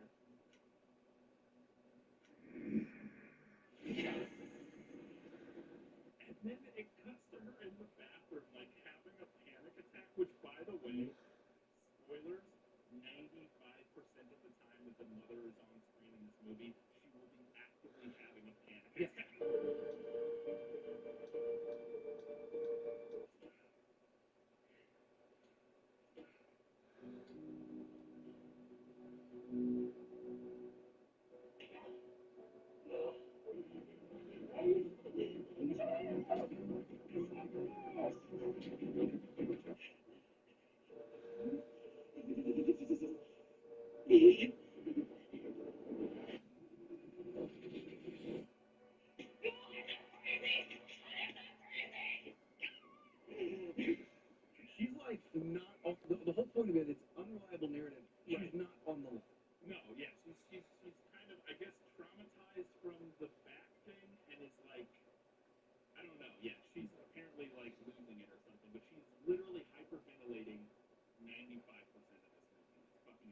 It's in this bathroom, which, as you mentioned earlier, this place is like a shithole. It's like the paint is like peeling off the walls, Yeah. and it like looks like it's falling apart. Like this place might have been condemned. It might have been foreclosed on. It legitimately looks like it should be condemned if it has not been. Like somebody bought they bought this property to flip it, and they were like, hey, this could make for a good movie set. Can you hold off the reconstruction for a second? Yeah, absolutely. I feel like the insurance for this would have been out through the roof. Oh It's just yeah. like fucking Well, especially when you have like a balcony. yeah, when I'm not gonna say you have marketable people like Ruth Rigby and Tara Reid, Yeah. but like you have people who are going to demand some level of insurance You would think. because of these conditions. You would think. It's fucking crazy. But I will say this for the movie's credit. I was laughing so hard at the mom's overwrought like panic attack acting that the first jump scare of this movie legitimately got me.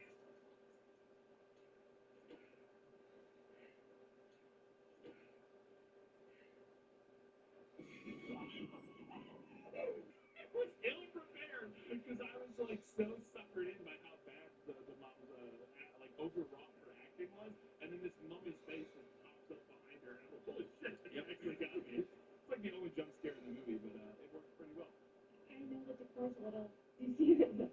A what? Is it Spider-Man? A spider? You know I hate creepy crawly things even more than you do. She's fine. She starts kind of exploring the house. We go into this other room where there's a bird cage, and the bird's name is Tutankhamun. Also, did you Everything is Egyptian. Yes. Also, did you notice there seemed to be a window behind the bird cage in the corner that was covered in motherboards? Like No. motherboards? Yes. It looks to me like an entire window that has been like piled over with computer motherboards. Well, normally you use aluminum foil. So. It's fucking wild. I don't know what was going on. I think this is like an eccentric artist's house, and they got it as it was like dilapidated. That does make more sense. I mean, it is in the hills. Yeah, I think that's what was going on. So, the house has mysterious character. Everywhere you look. Spiritual, that means everywhere you look. Mom, please. That bird. They want out of here. Then we're introduced to Frank, who just appears shirtless. Yes. And wearing extra braces. And this is the boyfriend of Autumn or whatever, and he has an issue. He's got like issue with his hands, his nerves. And we will slowly find out what happened there. But yes, he walks in and his arm, he's doing this like twitchy thing, and he's like, I hope you can help me to the mom or whatever.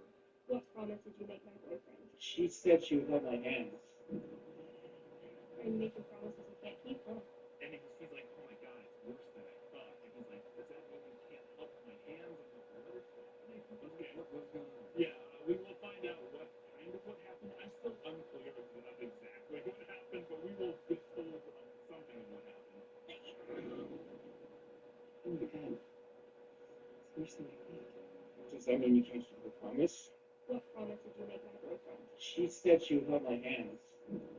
Then, so she's going to start doing cranial sacral therapy on kicking nonsense, like moving the cerebral spinal cord. Yeah, exactly. But I love when he gets in there and she's like, we don't have to be naked for this. And he's just like completely nude. Okay. Oh, okay.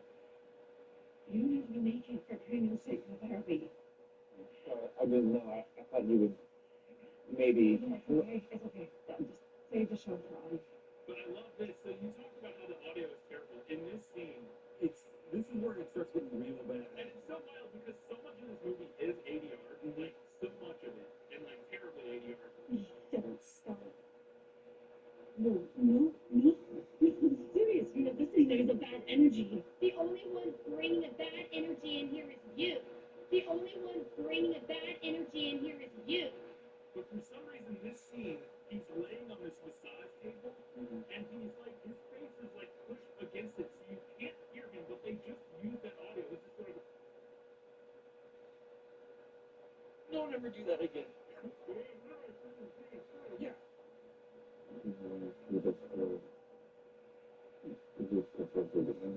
Yeah, talking in the. Where? Because clearly they were lodged for this. Yeah. Where do you think his office?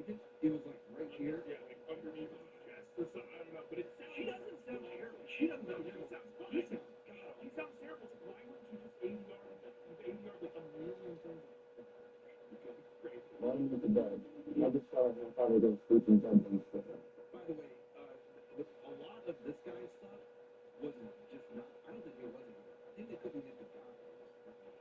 That could be. I don't think they could get him back to the game. That's probably that, and that could be what it was because that's what I'm saying. Like, why wouldn't you? And by the way, the person who played Carter Machado didn't play.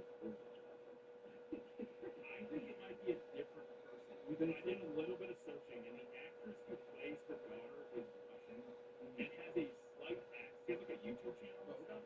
She has a slight accent. Do you have this condition when you're driving and there's a yellow light and you don't know if you have to go faster or stop, go faster or stop, go faster or stop? And the actress in the movie does not have any accent. Using my job only sped up the relationship steps. And whose fault is it Dr. Jason closed down anyway? You go a little more valley.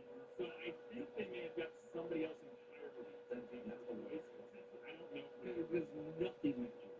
You worry about everyone, but no more. And certainly not about the man who was kind enough to take you in. No, it's terrible. I knew it. This is about me and Frank. Meanwhile, Quentin shows up. He's really introduced to Quentin, who plays Quentin. Quentin Aaron, the actor, plays Quentin something, and he shows up at the front door, and we get like a jump scare from being at the door.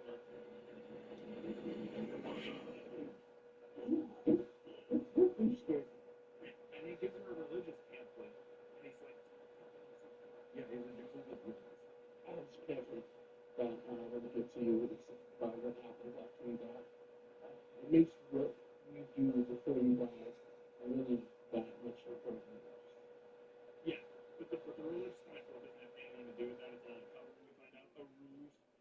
Which I think he didn't know that before he got there. I don't think he got a single script before he got there, and they were just like, yeah, wear whatever, because he did not show up with the traditional button. Well, he's their neighbor though, so I think it's supposed to be he was just like next door. I'm Quentin Jonesboro. I live next door. Like because he says I'm your neighbor. No. Jehovah's Witnesses and Mormons. You're thinking of Mormons. No. They're both similar in that regard. They come surgically stitched with those clothes attached. Okay, that's the only way to make sense why they wear the same thing every day. I actually don't know if I've ever had a Jehovah's Witness. I get the pamphlet, every now and then you get the pamphlet. I don't think I've ever had a Mormon. So I don't know if I know. Every Mormon is worn the black tie. Yeah, no, I mean they do all this. See. Look. Yes. Yeah. But anyway, so he gets this pamphlet, and he's like, don't look. And then she's like, okay. And then she looks at it later, and it just says, get out in all giant red letters. Incredible. Also, the daughter gets very upset that Frank was just like in his underwear for this session with her mom. She's like, why was he naked? What are you doing? You don't have to be naked for craniosacral therapy. How far does he have to check out my boyfriend's mom? Also, Frank is apparently the Phantom of the Opera because he just face it and plays the organ.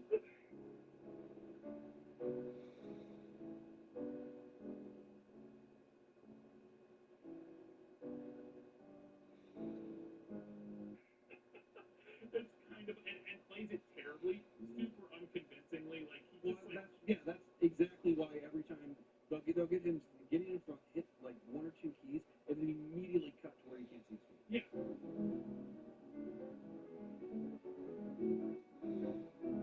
Yeah, and they didn't even get somebody who could do it to like film their hands. They just don't show him playing it, and when they do, it looks very clearly terrible. It's kind of amazing.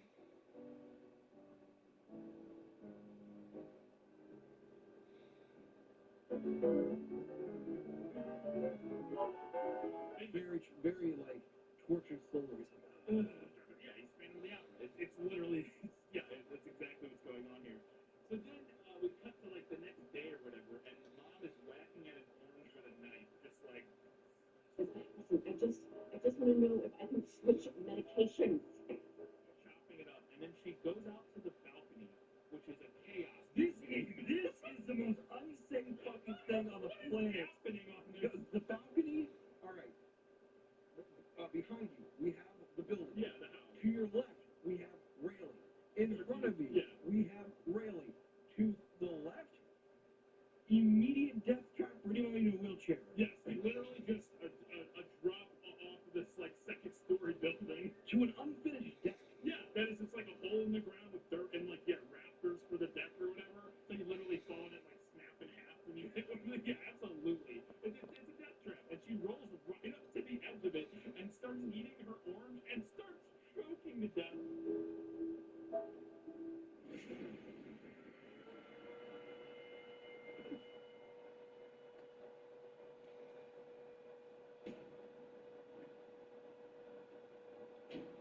And Kyle, this scene is fucking insane, and I love it so much. So good.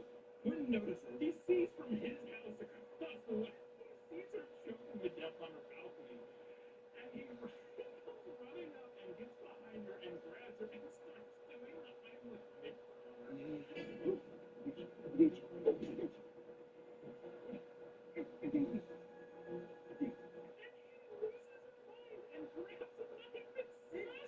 Yes, cuts him.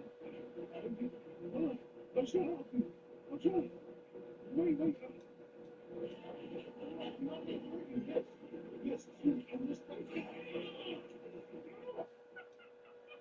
And then as he drops the knife, she runs over his hand. Yes, it's so comically stupid. And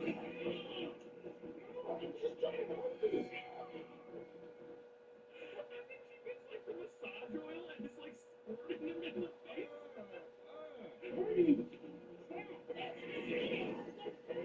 It's hilarious. And he's like, what are you doing? I literally saved your life. What is it? The moral of the scene is no good deed goes unpunished. Oh my god, it's incredible.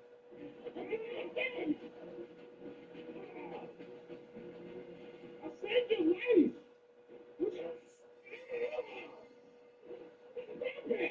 But anyway, so she's like, oh, she calms down and realizes he was helping her, and then she has to bandage his wounds, and then, like, I need actual stitches. Yes, he slashed him with like a giant, like kitchen knife, and the shot of her bandaging this, they couldn't even manage to get some real gauze and tape or something. She's like band-aiding, like small band-aiding cotton balls to his arm. I saw Frank and his daughter leave from my window, and I know he's hiding something out. I should have knocked on the front door. I did. It looks so ridiculous. It's so stupid. Oh my god. And then the thing that I don't understand is that at the end of this, he's trying to explain to her. He's like, hey, you gotta look into Frank. Something's going on with Frank. And she's like, she doesn't like Frank, but she will not buy and is like anything Quentin is telling her. He's not right. Okay? Why are you telling me and not my daughter? She's in love with that man. She's not gonna listen to me. Why are you trying to scare me, Quentin? I'm not. I'm trying to help you. She's like being an asshole to him, even though she already didn't trust Frank. Whatever. See, he's like, She didn't trust him because she thought he was just like all the other boyfriends or whatever. And it's just like, scumbag. She didn't think he was a fucking killer. fair enough. But he's like, hey, there was a couple here before, they're missing, blah, blah, blah, that sort of thing. Look, his last tenants moved in here, but they never moved out. You'll never come back here again uninvited. I'm calling the police. Then she goes back. She's just sitting there in the end, and Frank sneaks up on her and grabs her shoulder, and she almost falls out of her chair and off the balcony after he like startles her or whatever. And I love he's able to grab her and get her back into her wheelchair, and he's like, "What the fuck are you doing?" And he's like, "I thought you were about to jump off the balcony." And she goes, "I can't jump."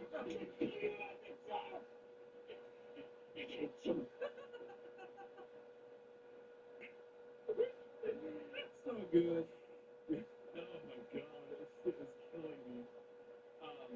And then she goes back inside and decides she needs to get rid of her pills. And her daughter walks in and she's throwing her pills in the trash because she thinks the pills are causing. They're not even psychotic medication. Like literally, later she says, yeah, the daughter. Percocet and like morphine. Percocet and morphine. I'm like, Which are ner- It's the drugs. This Percocet morphine is a California cocktail. pain Yeah, reducing which I guess would be for like something to do with the injury, but Yeah. seems like it's crazy to be on whatever. I gotta say, you're mixing both though. That's some good shit. Yeah, I would say it's incredible that she's coherent at all in this movie and not just like In a laying coma. Yeah, but sure.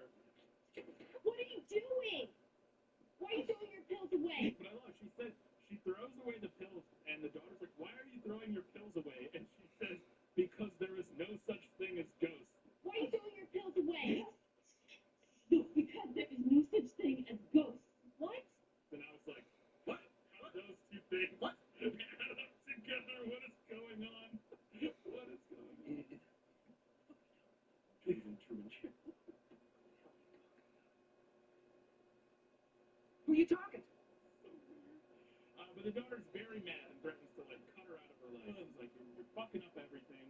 I hate you so much, Mom. I'm gonna take you to, what was it, Shady Meadows or something? Yeah, later she threatens to take I guess that's a well-known, because I've heard it before. I guess it's a well-known institution. Tomorrow I'll check you with the gateways. Eventful wars. I had no idea. I don't know. Probably not anything or whatever.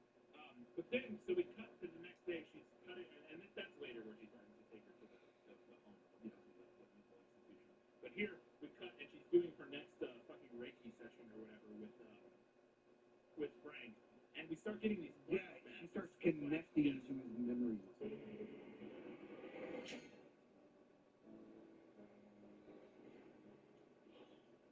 at you in your Egyptian clothes. Oh.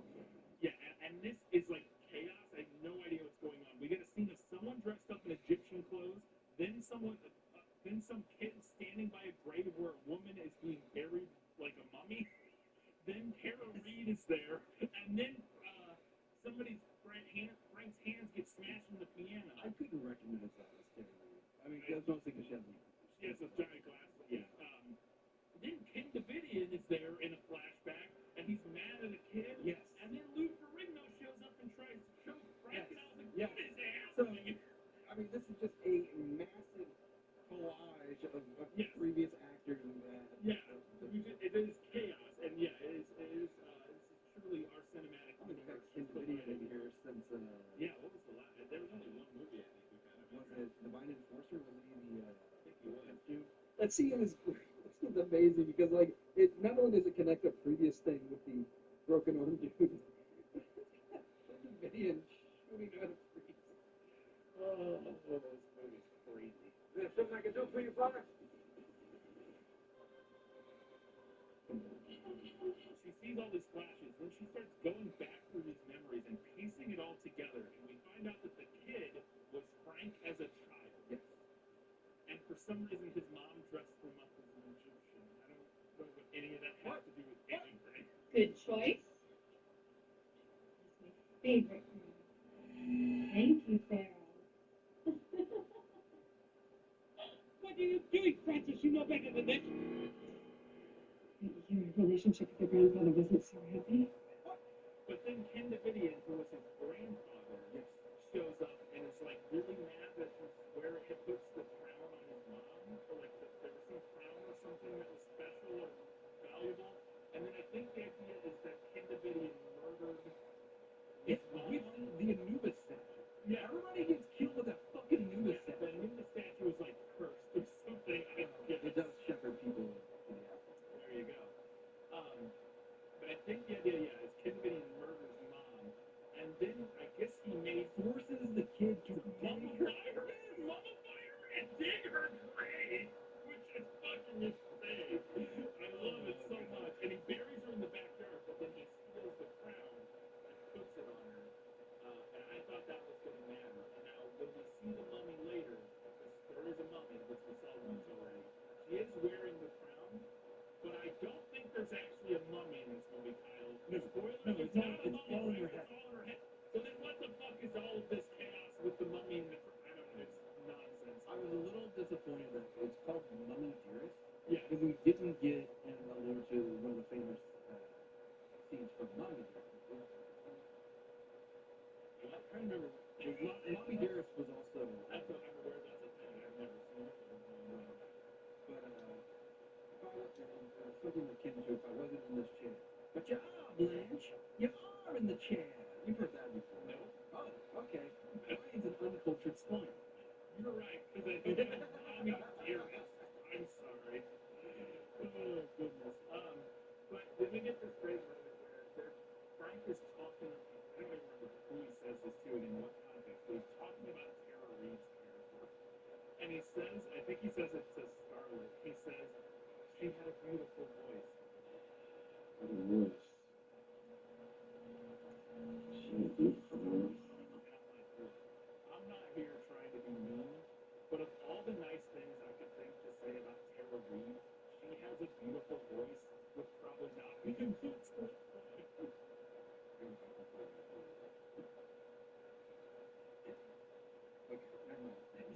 week.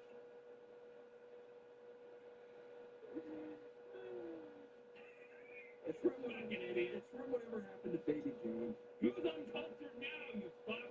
You didn't know the Who's uncultured now, you fuck? Must have missed my Mommy Dearest was. You missed my great joke about Tara Reid's voice. I'm sorry. Mommy Dearest was Faye Dunaway. No more wire hanging ever. Okay. Sorry about that. We can get to talk about yes. Once again, there's a scene where she's walking up a flight of Yes, stairs and falls over, and he just like walks past her.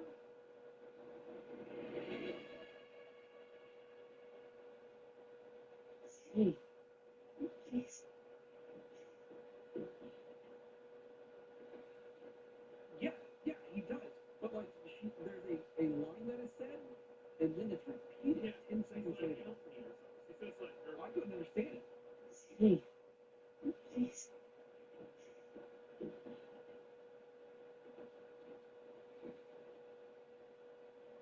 Hey. I don't even know what. Yeah, it's hard to understand, but it's something like, "Can you help me?" or something like that. And he just like goes past her down to the organ and starts playing the organ. Yes. And then she comes in and gets attacked by Lou Ferrigno.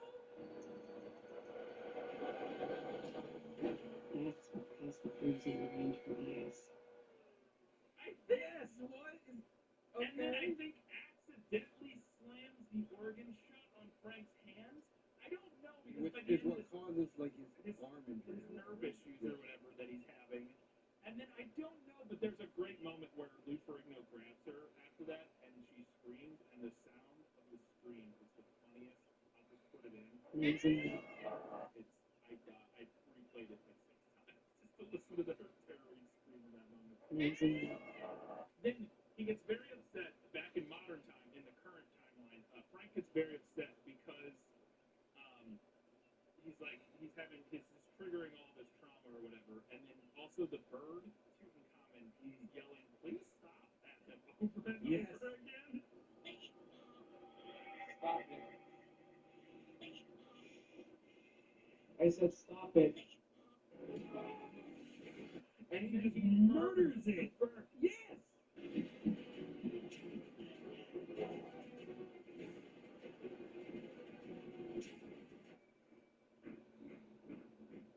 My favorite moment about this scene though is at the end. He snaps, loses his mind, goes over to the bird cage, murders his pet bird, comes back.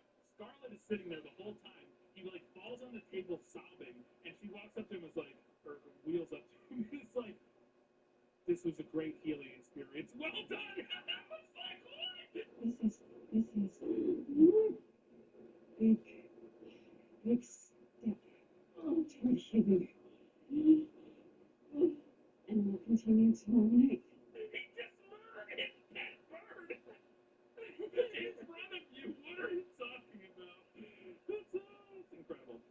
But then she goes and has a shivery panic attack in her bedroom.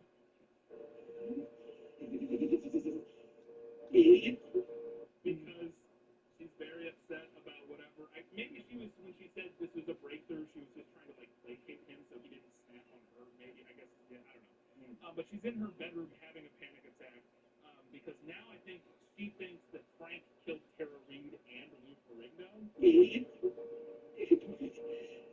Just kill up. Like murdered them both, I think is the idea. I don't know. It gets far weirder than that. Yeah, but then she just throws herself out of her wheelchair, and I'm not even sure what she was trying to do in this scene. She just falls out of her wheelchair on the floor.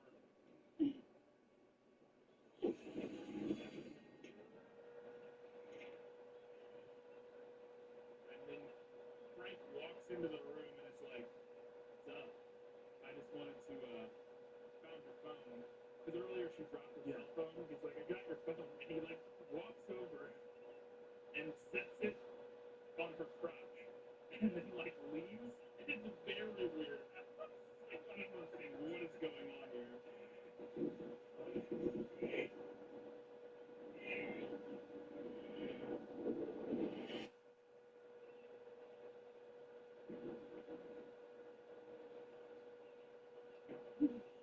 Then the next day, I think he leaves for work, and he's also like a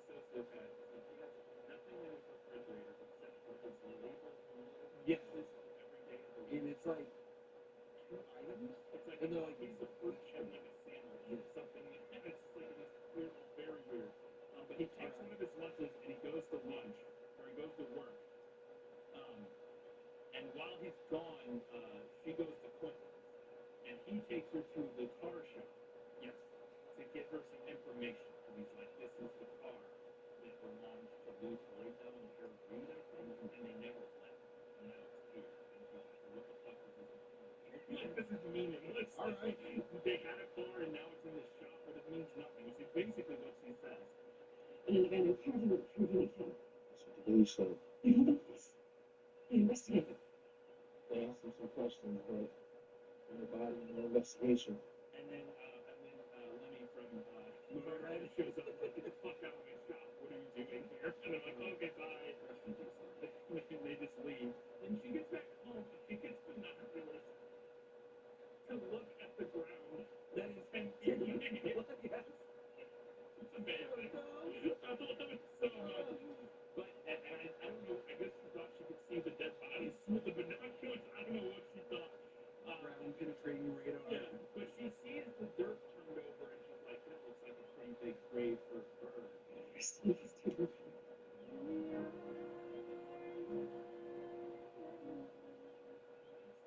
mean, but did he even bury the bird? And what the ground is all messed up because they were clearly doing like some sort of renovation. I don't know, whatever. It's so stupid. But then she's got to get down there because it's in the basement. Yes. So she throws her wheelchair down the stairs and then slides down the stairs after.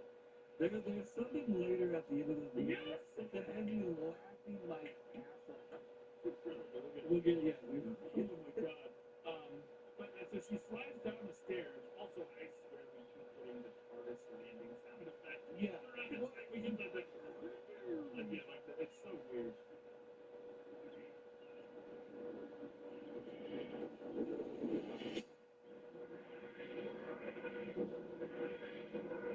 But she gets down in the basement and she's able to get out into the back. And she's using her crutch to like dig up. Yeah, like scrape around in the dirt and does not find anything because of course a crutch is not a good digging implement. Like I don't know what you thought was gonna happen. But then all of a sudden Frank comes back home and she's stuck down there and I was like, what to begin with, what was her plan for getting out of the basement? Like she did not have one. Okay. Her plan is she just crawls all the way back inside and then pretends like she fell down the stairs. And Frank, she's like, oh no, and Frank's there and he's like, oh look, you fell, and he picks her up and carries her back upstairs. And then she tells her daughter. Yeah. What's going on with you two? You guys were having an affair. Yes. Yeah, that shit cracked me. Oh, we also, there's a little moment when she gets down onto the deck where she sticks her hand onto a rusty nail. Yes.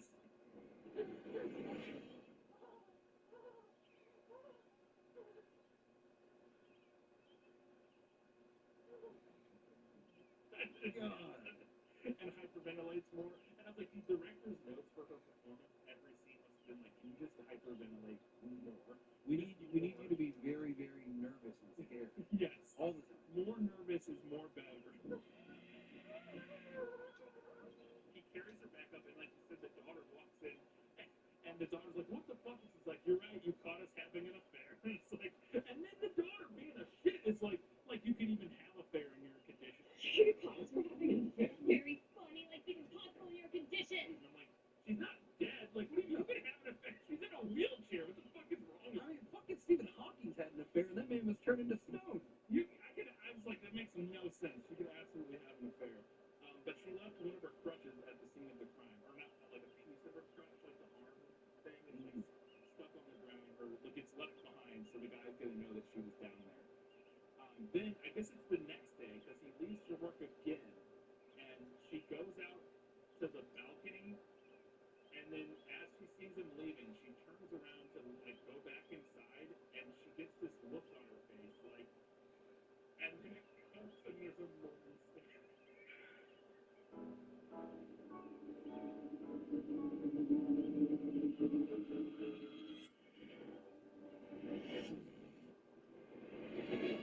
I laughed so hard. But there's just a mummy standing on the veranda. And I was like, what the fuck is going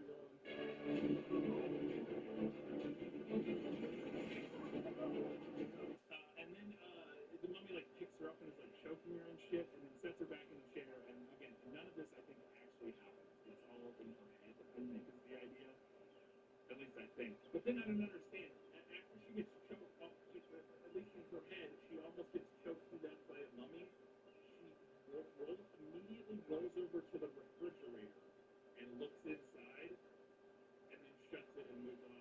What is that? Why? What? What is happening? What is happening?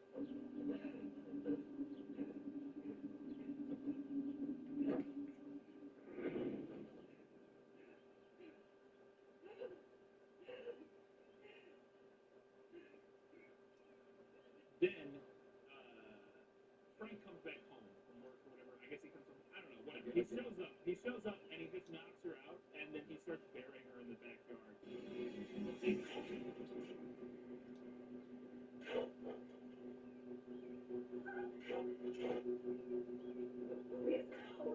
Oh, surprise! It's a dream. Oh my God! It was all a nightmare. Unreliable narrative. Yeah. Yeah. Then she gets in another big argument with her daughter, and her daughter's just truly the worst person in the history of the world. It's just like a truly evil person. Just kidding. Help? You don't help me.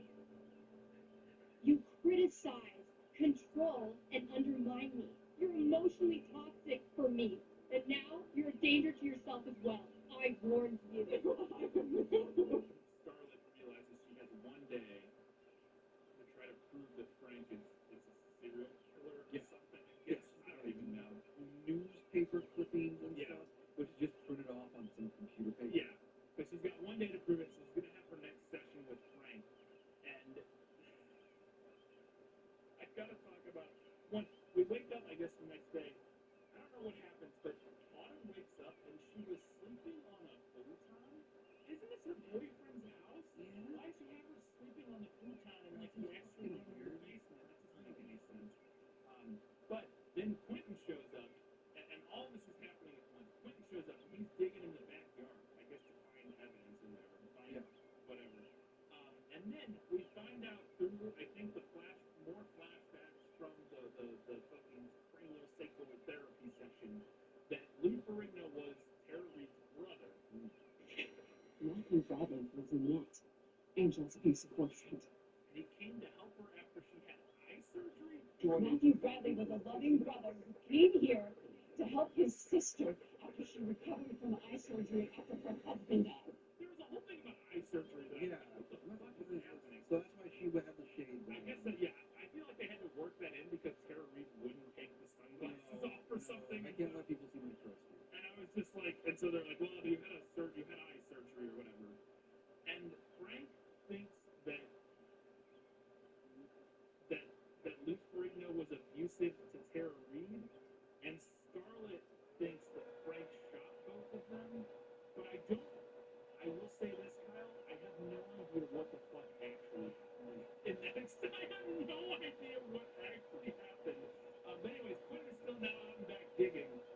He finds a head and picks it up. And then it's like, oh, gross, a head. And it's like, buddy, what did you think it was? Yeah, why would you pick it up? Why did you pick it up? But then Autumn knocks him unconscious with a shovel. And I don't know why. People go unconscious a lot. Yeah, they really do. But he gets knocked out. And then meanwhile now, Frank and Scarlett are having a face-off, and she's like attacking him with her wheelchair. I don't even know why they're having it, but she's like hitting him with her wheelchair, and he's like pushing the fucking massage table into her and shit. It's wild. And then she stabs him with burning ants.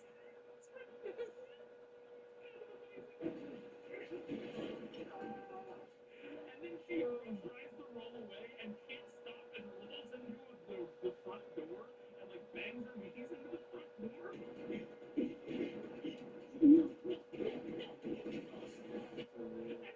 She's like yelling at her legs. Work! Work, damn it! Now what do we do now? What the fuck is happening? This whole movie is The ending fucking is nuts. just pure chaos. Meanwhile now, who is chasing? I think Frank is chasing Autumn. Autumn has realized that something's wrong with Frank. He's chasing Autumn, and she's like running around through the backyard, and she has this great moment where she tries to go out a gate and it's locked, and she gets out, and she comes back, and there's a hanging plant, and she like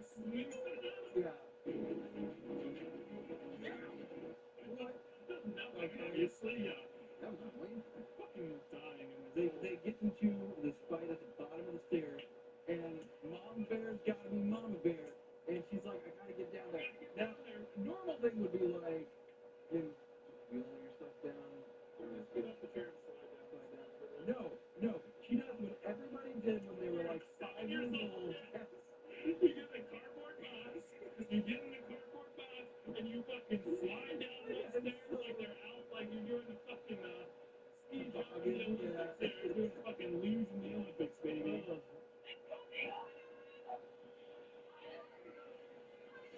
It's amazing, and then I love it. They get down to the bottom, and they all just end up in a pile, like lately. Yeah, it looks ridiculous. And then I think he's trying to kiss Autumn in one. It's so weird. The whole thing is chaos. I could not tell anything. The madness ends when Quentin bashes Frank over the head. Yes. With what? The idol or the Nuka statue or whatever. Yeah, so Quentin has come back. He's regained consciousness, comes in to save the day. And what I was really hoping the twist was going to be is that Quentin was the serial. I thought that was going to be the big reveal. Is that this unassuming neighbor actually ended up being the guy who was like responsible for everything? He was like telling people that Frank is whatever. But I still don't know who is the actual serial killer, if anybody. But anyway, so he clubs him over the head, and then they get outside, and they gotta do. They're like, we gotta figure out what happened. They found the body of Tara Reid. That was the head they found. They don't know where Lou Ferrigno is, so they find a locked door. Yeah, and Frank has a key around his neck. Yeah. So they get the key. They open the door, and the Hulk comes forth.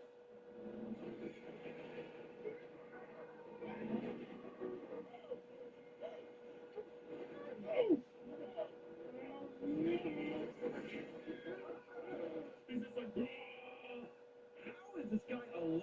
How long has he been there? Was Frank feeding him? What is happening? I had no idea what was that. The meals that were in the refrigerator? Oh, he wasn't going to work. He was taking them to Lou Ferrigno. Yeah, that did not make any sense at all. But he gets out, and then immediately I think he thinks that Autumn is Tara Reid's character. Because he doesn't know what's going on.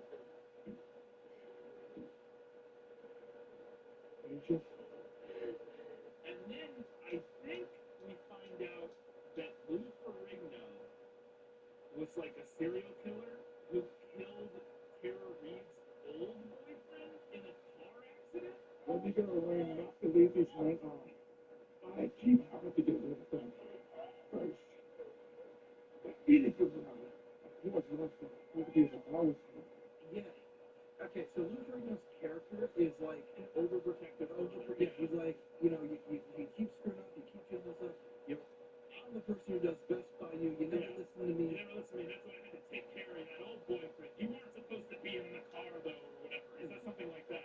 So I think the implication is that he killed her previous boyfriend before Frank, and then maybe that's why she needed eye surgery. Was that she was in the car, like, and there was a car accident or something? And that, I guess that's what's going on. I have no idea. So at this point, though, everybody is fucked up. They're all just crawling around on the ground. It's very funny.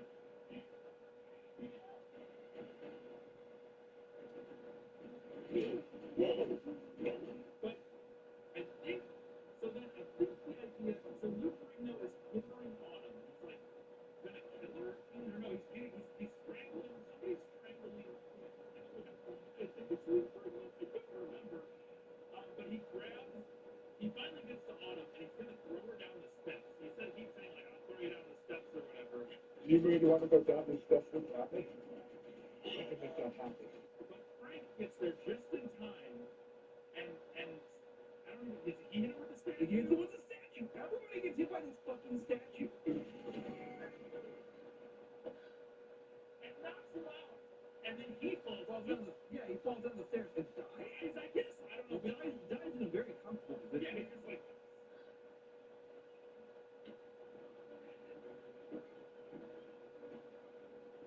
Laying there. Yeah. But then Frank falls on the stairs, and Cat is like laying off the step upside down, and he's talking to Scarlet. And I couldn't tell. And they're like Vulcan mind melding in his last moment of his life. I could not figure out what actually happened. So I think Lou Ferrigno was actually the bad guy, and he killed Tara Reid. And then Frank is like, This is just nonsense. it makes no sense. I have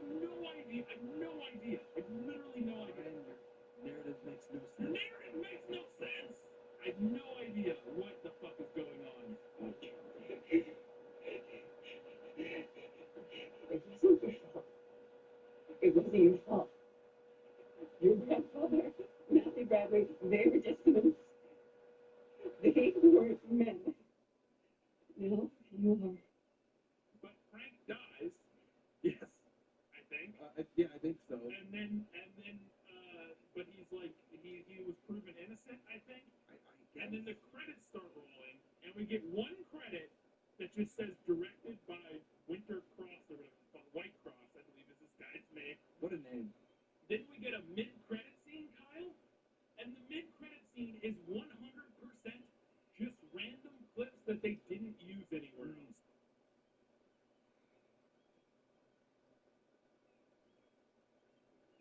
One of them is, I swear, the crew it's two of the lead actors, and I'm pretty sure the guy driving this truck is the writer of the film, because I looked up the writer, and it looks like him. Okay.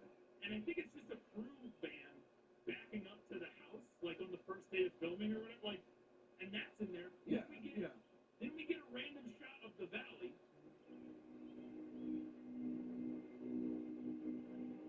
It's like a nighttime shot of the valley. Then we get like a 10-second shot of the front of the house. And then the credits. There was nothing. What is this? Why? There was nothing. Why? There was nothing.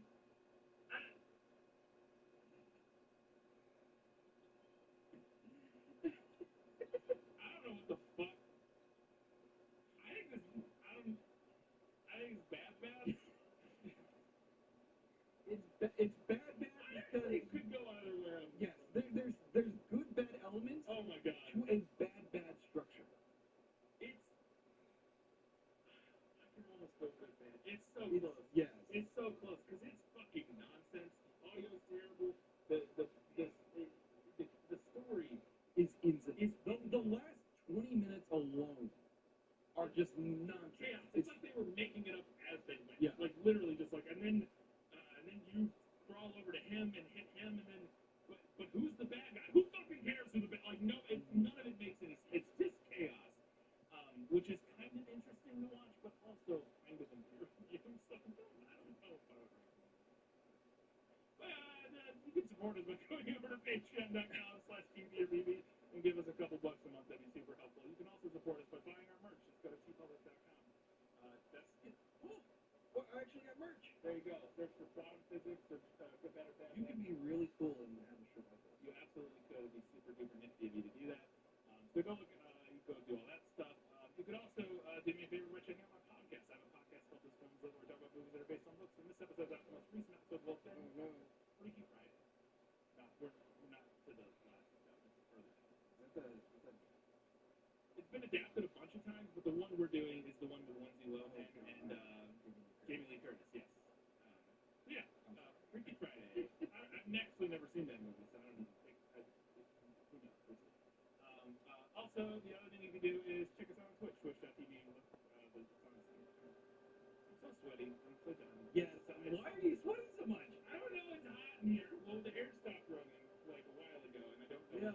I think it's because it's not that hot outside, but this room. Well, I was also like, yeah. I worked up a ladder, shall we say, but this room is like 50 degrees hotter than every other room. If you pay our new Patreon subscription of $50 a month, you can get your own container of Brian's sweat. I will bottle my sweat and sell it to you if you want. We could get it per episode. It could be like this sweat came from the recording of.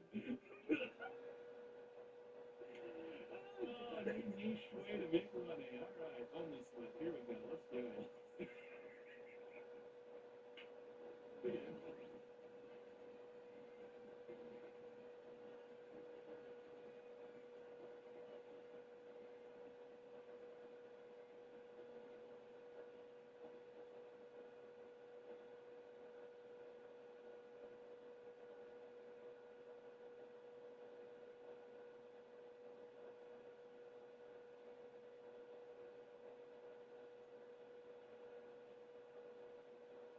And Kyle, what happens in this scene is the wife of one of the detectives came randomly to the courthouse where a lawyer that she knew existed, Kim Delvecchio, was in the middle of a trial in order to have a conversation with him about hiring him to divorce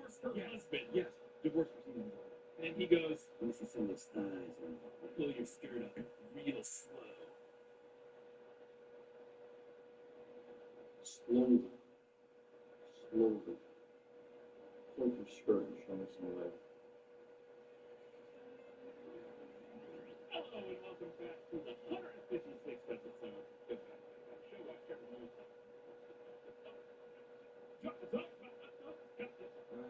Didn't we already do a serial killer movie?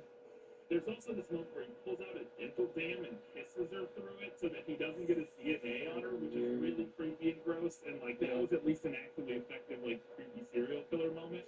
This movie is strikingly similar to our last episode, without even realizing it. But anyways, for our 156th episode, we're talking about the 2007 film Kinky Killers. God, such a bad title. You found all the body parts. What about the part that? All I see is what used to be a white female. The headshot. So, the alternative title's not good either. No, the alternative title, the original title, is Polycarp, which I believe is what it's listed on IMDb. Yeah. Polycarp. Clearly what happened there is that they weren't getting the success and sales that they were hoping for with a title like Polycarp. So they were like, I know, Kinky Killers, that sounds exciting and titillating. But a trans woman up there with leather? Yes. So I literally, as soon as I saw this cover, I was like, Kyle, odds that anything like this makes an appearance in the film. Zero. I was shocked with the amount of nudity in this film. Way more nudity than I was expecting.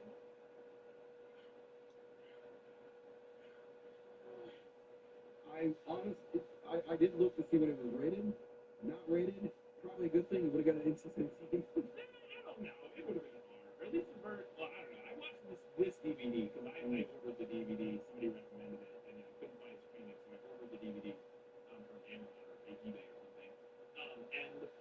The DVD says it's unrated. I would say it's pushing unrated or it's pushing NC-17, but I would say it would probably qualify. You want it? Your brother? Your final church?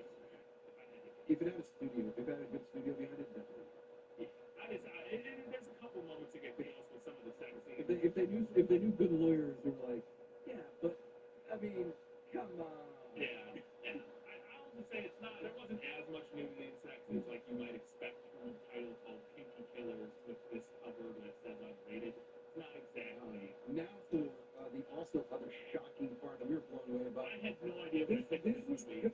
This one I had literally no idea. This one was recommended to us, right? Somebody recommended this, and I saw the cover and was like, "That looks insane." And I watched the trailer, and I had no idea. Now here's the thing: we did another film that was produced by this guy. Yeah, written.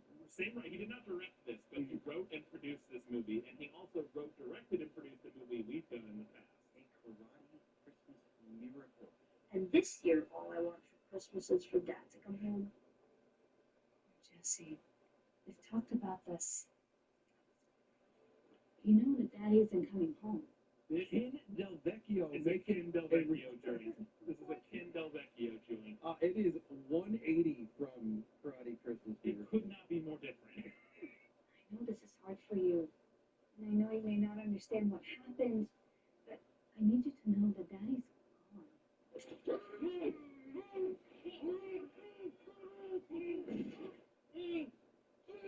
It could not be more different. I was like, how is this the same? This is not remotely like any other movie that I'm aware of he's done.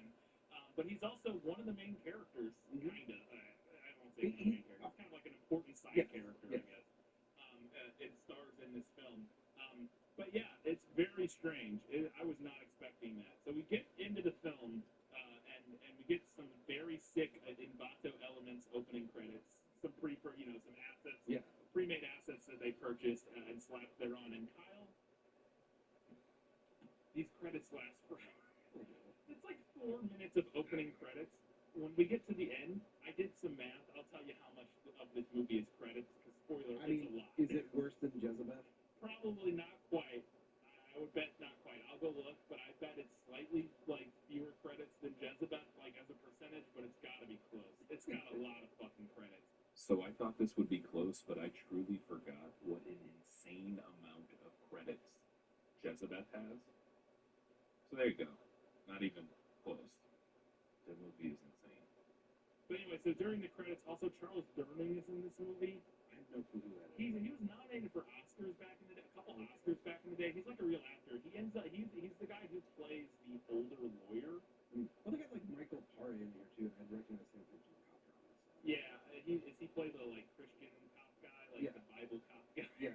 Like, but he also the way he acts in this is like he watched Law and Order. It was just like I'll just act like one of those detectives. Ali, Well, the body's going for first, that's for sure. Yeah, well, but he's also like a crazy he's like a Bible thumper. Like he's got like a there's a lot of stuff in there where I can't tell if that's necessarily him being a Bible thumper or him being a very methodical like investigator. Clean and be cleansed. So, he went down and dipped himself in the Jordan 7 times. As the man of God had told him, and his flesh was restored. He became clean like that of a young boy. Who's after the people. Right, and it's like trying to like get really his head in there. I don't know. It seems to me like he was kind of crazy. You know what's going on in there too. I think someone else might be in there with you. I want to be in there too, Melissa. I want to be in there. I don't know. It's a very thin line. yeah. But the credits run for fucking ever, and I'm begging you, bad movies, please don't put 3.5 minutes of boring credits at the beginning of your movie.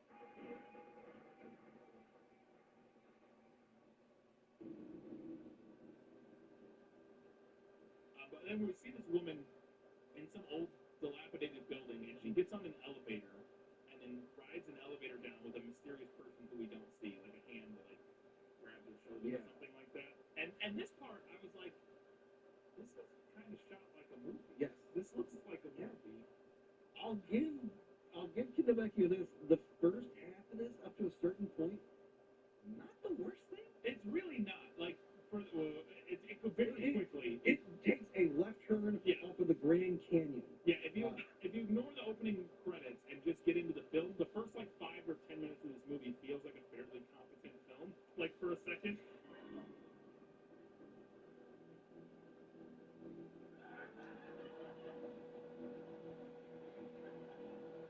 And I was like, this does not feel. To be fair, Ken did not direct it. He did not any of that. That is the best credit I'll also give this is the fact that it clearly this is an idea from beginning to end and not a sandwiched movie. Yes, clearly wasn't something where we like spliced together 3 other movies or whatever and tried to make it into a film.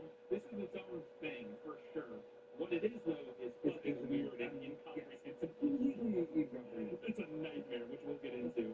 Francis Freeman.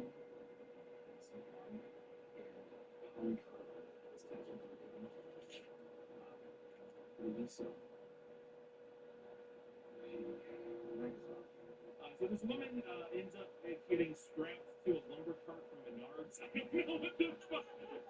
Tell me that's not what it's one of those fucking lumber carts from a fucking hardware store. And then a masked killer with a knife walks in, and she's screaming, naked, tied to this thing. And then we cut away. We don't see what happens there.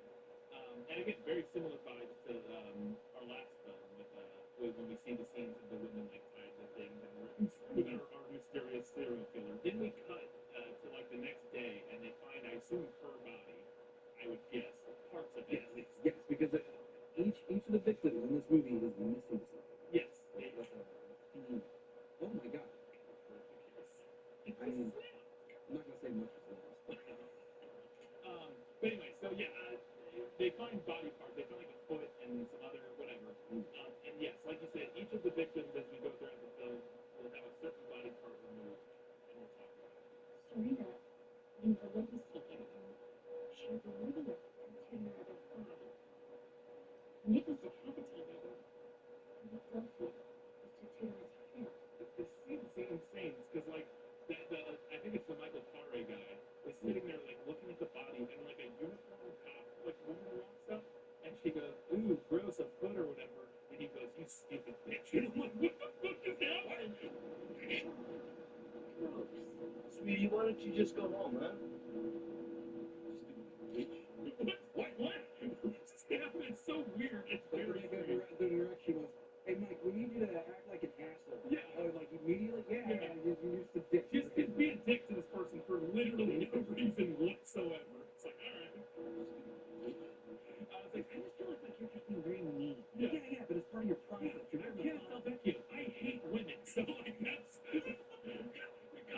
This guy, he's got a problem with women. I have a feeling. He's like, it's all of his movies are like this. I feel like. No, because you're sort of an idiot. Then we find out that the other main detective, which I can't remember his name. Yeah. He goes